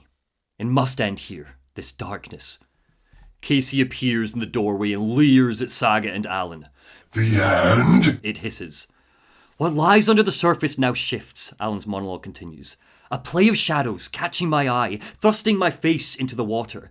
It's shockingly cold, past the mirror of the surface, and I will see. Saga flicks the clicker as Casey lunges for her. He drops to his knees, his head in his hands, pain coursing through him as the dark presence ruptures his skull. A white searing light of truth that for a flash pierces the shadows and reveals the hidden horror. And in that moment of silence, the whispered message finally heard. The dark presence explodes out of Casey and hangs in the air for the briefest of moments, preparing to charge at Alan. Come on, Alan roars. Come on, you bastard! Come home! It pierces his mind, swarms his brain. Saga turns, slams the bullet of light into her gun, and aims it at the thing that had once been Alan, as his monologue continues. What if there's nothing waiting to be revealed? The play of shadows fooled us all, subterfuge to get our price of admission. Darkness not as a monster, but as emptiness. No answers, no truths. The hero turns to look inside, is destroyed by what he sees, and is redeemed. Saga says we're both heroes. I'll pay that price. So will she. Scratch gnaws at the void as Alan Wake's body contains the dark presence. His eyes devour Saga, relishing the moment before the attack. We are here to kill the monster. I pray that nothing comes after this. Nothing but sleep. Saga pulls the trigger. A bullet of light whizzes through the air and hits Alan square in the head. Right from the start. The opening shot. The dark presence squeals and blasts out of the back of his skull. This is how we win. Is it too easy? What if this is still the dark place? Another dream to wake up from, always coming back to the beginning, the memory of what came before burned away by this terrible realization. Maybe it's a mercy, forgetting, to know nothing when we loop around, back to the After a whole game where his narrative voice can't be trusted, where every word he's written has spiraled loved ones and strangers into horror, Alan Wake finally stops talking, cut off before he can finish. He collapses in his chair, dead. Casey rises, hurt, but okay. Is it over? Saga pulls out her phone, dials Logan's number. It rings, and it rings, and we cut to black as the credits roll. I have a post-credits scene. Would you like to hear? Yes, please. Post-credits scene. Alice Wake, wearing a snazzy black leather jacket, sits in front of the camera. She doesn't look broken or tired this time. She looks determined. This part is just for you, she says. Yes, you personally, Chase. You looked deeply into my eyes as you said it. After the haunting started, I got in touch with an organization looking into what happened in Bright Falls. I went to their offices, and something happened there. Again, we remember this as Control AWE. She went to visit them and got interviewed by them. I remembered everything. I remember being trapped in there, trapped with my fears, my photos. I remember that you dived in to save me. Her face slowly lights up, knowing what she's saying is true. You never drowned, and you're still there reaching out. That is what the haunting is. I can see you because I've been there too. God. I chose to come back to the dark place. That's what this exhibition was. I had to mislead you so I could get you where you needed to be. The only way out of your loop is destruction or ascension. light or dark. Now, we have covered the destruction part many times over, and we are getting to the ascension bit by bit. Time means nothing here. You'll still need to go through the loop, and I will keep showing you the images you need to see until you're ready. Alan, I think we're getting close. Alice smiles, and she turns off the camera. And as she does, Alan gasps awake in the empty writer's room, back to the beginning. It's not a loop, he says. It's a spiral! End of game. We're not done. How do you feel? Because that's a massive cliffhanger. How do you feel? Because I think I know the answer. How do you feel about Alice not being dead? Relieved. Yeah. Deeply relieved. Yeah. I was fucking angry at the game when she died. But how does it hurt. Matthew Peretta feel? Yeah. I was like, you're not sticking her in a fridge for this moment. Like, I after a whole game where Alice's whole thing has been escaping the shadow of Alan's writerisms and becoming her own artist, that reveal of like, there's so much to talk about before I show you what's next. But like that, I was like, I hate this so much, and it actually soured my experience of the ending going into it. Because I was like, I hate that Alice isn't here, and I hate that you've killed her for this. And then that post credits, and suddenly I went, I fucking love this, by the way. Like, it was a real moment. Yeah. So Alice is now in the dark place. Really, really important. There's so much to discuss here.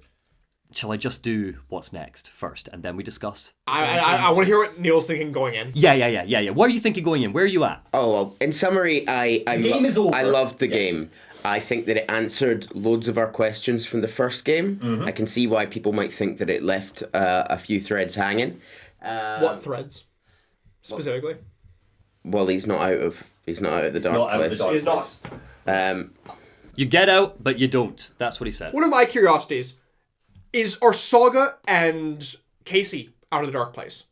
Because they were in that writer's room that was technically in the nursing home, which was technically safe. You've got hold all of your thoughts. I want to hear Neil, because your stuff is stuff to discuss after I show you what's next. Sounds good. Yeah, it's not a loop, it's a spiral. That's cool. I mean, it pulled it off. I don't know how many questions I have outstanding. There's still more I want to see. What is Door up to for me? What is Zane? Yeah. Zane, that's exactly what I was just about to say. Who the fuck is Thomas Zane? Why does he have Alan's face? What the fuck is that about? Why does everyone insist on calling him Tom? Yeah. What the fuck? Yeah. What the fuck's going on there? But yeah, so it's not a loop. We are heading closer and closer to something. He's spiraling up the dark place. Ascension. Or down. Down to destruction. Yeah. Well, that's what he's done. He's spent two games. rippling. He's spent 2 games descending, and Alice is now leading him as ascension. So it's all very kind of, and this is all theory territory. But I can tell you this bit for now. The understanding is that this is one big loop. The whole game is one big loop, because we've just opened up with the beginning of the game. Yeah. Alan is back to the beginning. Now, bear in mind, every time Alan restarts a loop, he forgets his memories. Yeah. So has he forgotten everything here? Yeah. The thing you're supposed to understand going into what I'm about to show you next is that every time Alan reloops, he learns just a little more, like a sentence more. And every time it just becomes a bit more clear. And we're going to get, hopefully that's the plan. This is Alice's plan. We get to the point where he learns just enough to ascend properly. What does that look like? We'll talk about it in a minute. I do have other outstanding things. The more I think about it, are Tor and Odin, are they okay? They're in the dark place. Tim Breaker's in the dark place. Alice is in the dark place. 3 people are in the dark place currently. Yeah, we're not counting Zane. We're kind of in a worse spot than we were after the first one in a lot of ways. Barry Wheeler's in the blessed place. Oh no, that might even be scarier. So, Monty. Yeah. I'm kind of feeling like I might want to play it again. Well, you're in luck, Chase, because Neil, Time to play again? welcome Replay? to Alan Wake 2, the final draft. New game plus, baby! There are changes. Now, what we're going to do here is quite simply, I've taken it's every change, I've got them bullet How long pointed. have you got left? 2 and a bit pages. Okay. I think it's so clever, though. The New Game Plus is clever. the final draft of the story. It's exactly what... Yeah. Yeah. He's looped around a few times. Thing on the loops, just very quickly, because I think it's quite interesting. So we can trace, I make the argument that we can trace Alan looping, not including the ending, not including that final cutscene, 4 times in the game. The first time is Doors Talk Show #1, when he's in the red room, doors locked, and the Dark Presence gets him, kills him. Every time he dies, he reloops, which is probably a rule that Alan has put in place to make sure that he doesn't die in the dark place. If I die, time loop. American Nightmare was the first draft of all of this. It was because it was time loop stuff. So the idea was burning in there for him. So it's like, if I die, time loop. So that's the first loop. Then there's the loop where he goes in the writer's room and he finds dead Alan. Then obviously the Dark Presence kills him. Then loop 2 is he goes in and he starts making the edits, and then Scratch quote unquote runs in and shoots him in the head. And then shoots him in the head. 3, And then the last one is he runs in and shoots himself, and then the Dark Presence takes him over. So it's all one big fat loop. What does that mean for Bright Falls? Because that means that Bright Falls is looping. Mm-hmm. And I will say that you pick up, as you go through, a couple of fun little details. One of the pensioners, she's knitting, and her hands start to bleed, and it's almost and they're like, what's going on? She's like, oh, I didn't notice. And her thing's getting longer. The thing she's knitting is like a sweater, is getting longer and longer. And it's almost as if, because her body doesn't remember that she's looping, so she's been furiously knitting the same bit of wool for maybe God knows how many loops we've done, like 100 loops. And so as a result, her body takes the impact. Still doesn't answer. It's crazy. This still doesn't answer all the questions about Rose, for example. Yeah. You know, Rose, is it because she reads Alan's, she thinks she's interpreting a version of Alan's work from the dark place, that she seems to have a sort of, I can't think of the word because I'm tired. Mm-hmm. She seems to have sort of vision of this alternate reality as being the case. She believes it's the case before anyone else. I think that as of where we are now, it's perfectly fair to say that Alan probably was reaching out to her, using her in some sort of story. Probably. Yeah, but that still doesn't answer the question why she thought that Saga was, from the town as soon as she came into the story's rewriting Rose's memories. Okay. Yeah, that's how we're... I'm very curious, because I at least am of the opinion that Saga probably is originally from Watery. I don't think that was a story change. No, that's not a story change. So I think that it's perfectly fair that people know her. I just want to know what parts of... Did the story lead her to the FBI? Like, is she an FBI agent because that's what the story needed her to be? That he took somebody out of Watery? Don't know. I'm going to tell you final draft. Yeah. So about a month after Alan Wake 2 came out with a monstrous cliffhanger, Remedy released a free update. Are they out? What's going on? So, an update that gave us New Game Plus titled The Final Draft. The Final Draft has some changes. Let's walk through them. Alan's opening monologue is different. He says, back to the beginning with the memory of the past loop already fading fast. But while it lingers, I know there's hope. We're not doomed to repeat our failures in an eternal loop. This is a spiral. And then he says, a fictional poet once said, beyond the shadow you settle for, there is a miracle illuminated. I will not settle for a shadow. I will find the miracle. It's not just victims and monsters. I see now that there are heroes as well. We can find our way through the darkness, break through the surface, and emerge into the light. Fictional poet. Are we now saying that has Alan's memories been rewritten? I don't know. We're going to move on because we'll talk about it another time. So number 2, Saga and Alan both reference deja vu at a few points in their respective campaigns. There's a manuscript page describing Saga's pressing feeling of deja vu in the first chapter. There's number 3. There's a writing video by Alan where he talks about the spiral, how he's clearly been leaving himself clues to try and remind him, for example, the graffiti. You die here. You have to die for you to ascend, Alan. Find Alice. Because, of course, Alice is like the fucking Machiavellian architect of all of this. He describes how there's clearly a version of him at the end of the spiral that has ascended to something else. He calls it a demiurge, but he's not sure. He can't place it. But it's like, at the end of this, I must come out like a god or something. What do I ascend to be here now? In the dark place, Alan finds a new photograph taken by Alice, a picture of him with the bullet of the light in his forehead. Literally, it is this shot. At the end, when Saga gets trapped in the mind place, it is not just Tim who says hello. She finds Tor and Odin here as well. Hey, kiddo, we missed your first time around, Tor says. We've been performing on Dor's show, Odin says. We finally buried the hatchet. I haven't buried shit, Tor spits. We're just helping Tom. I'm leaving the dark place, Saga says. Come with me. Our time back there is done, kiddo, Odin shakes his head. But you got this. Tor squeezes Saga's shoulder. This isn't goodbye, kiddo. Tom made us swear not to say anything about what's coming, but we will see each other again.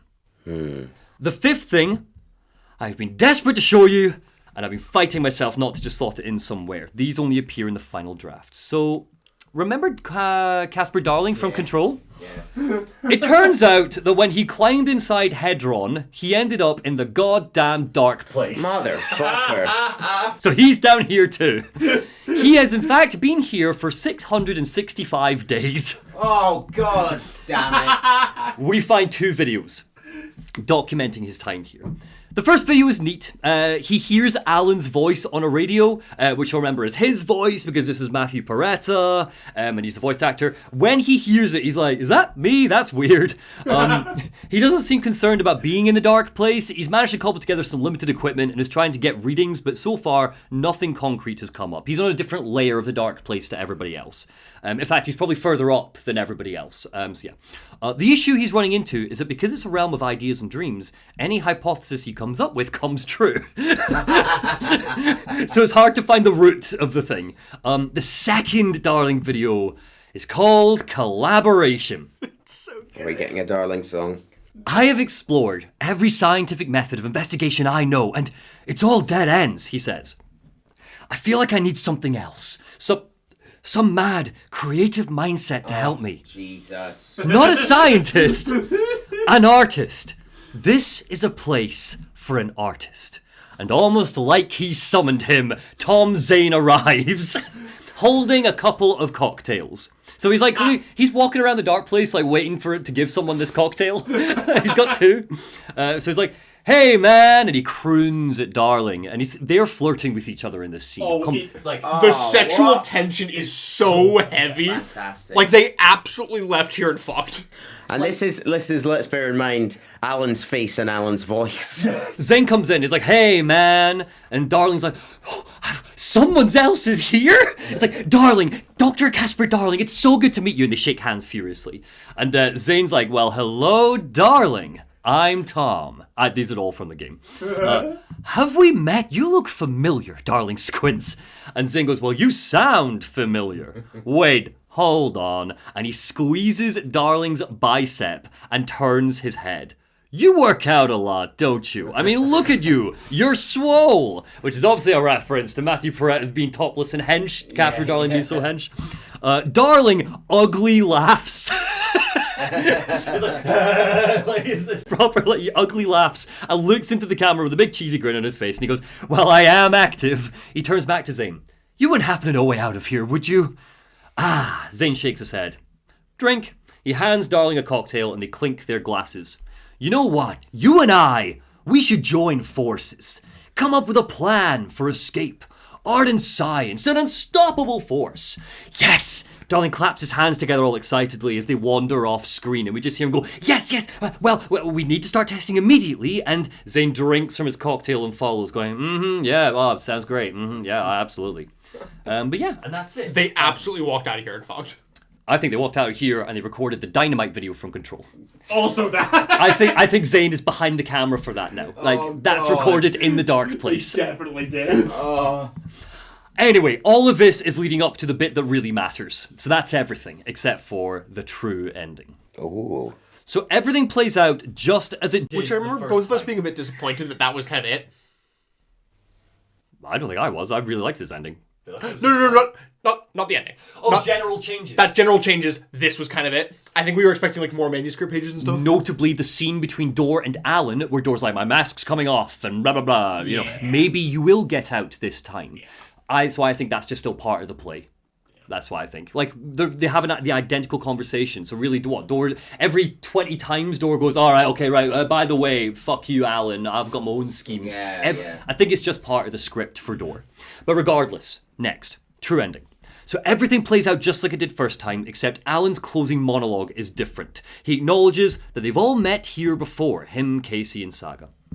The dark presence found me writing, tapped into me, influenced me. I was lost in my work, and I was missing the small part of myself it had been born from.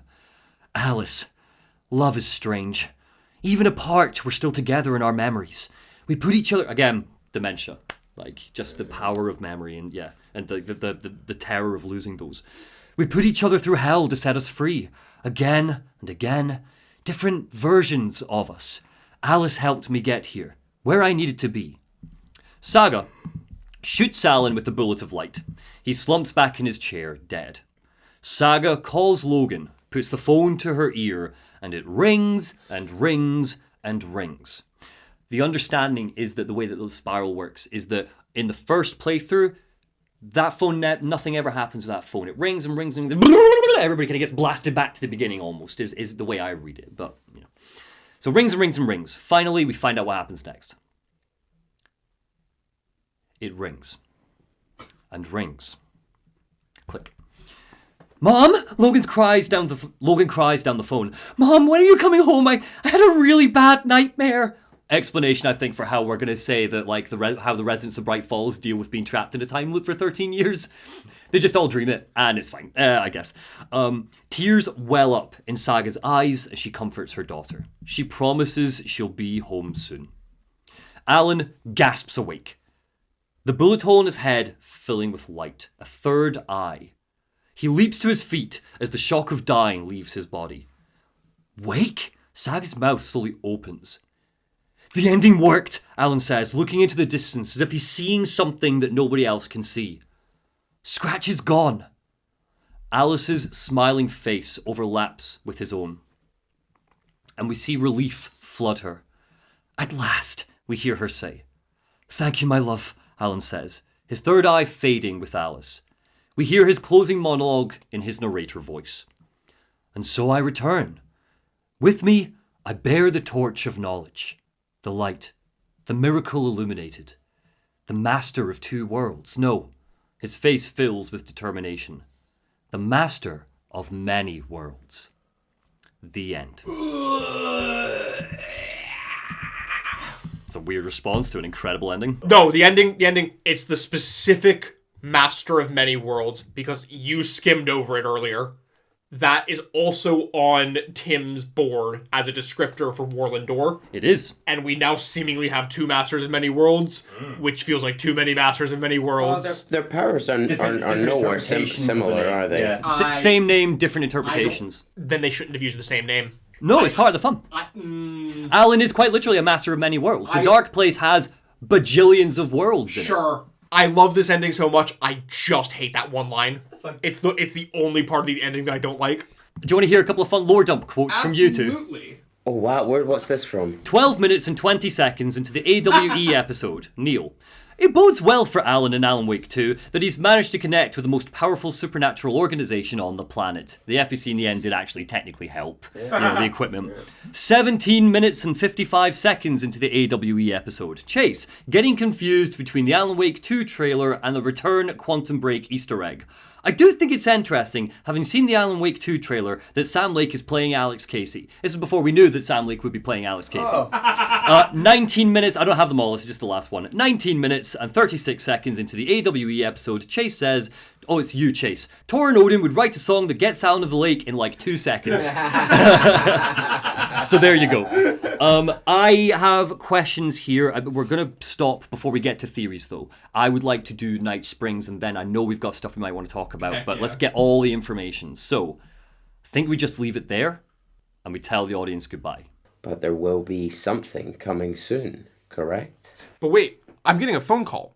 Ring, ring, ring. Black screen. No, Night Springs. Bye, everyone.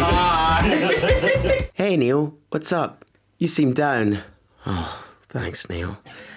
I guess it's just I love Spotify so much for the UI and the settings, etc., and the high-quality audio.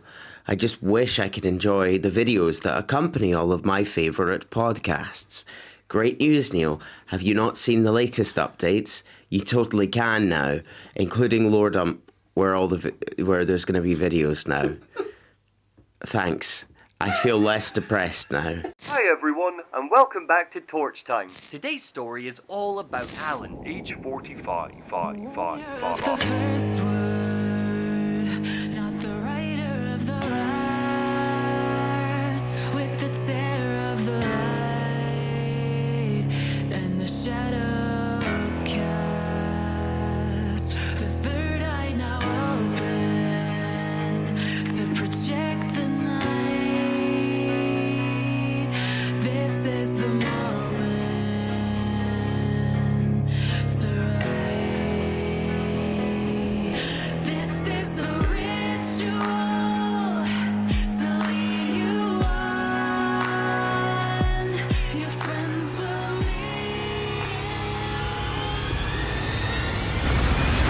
worry, Alan. We are here to help.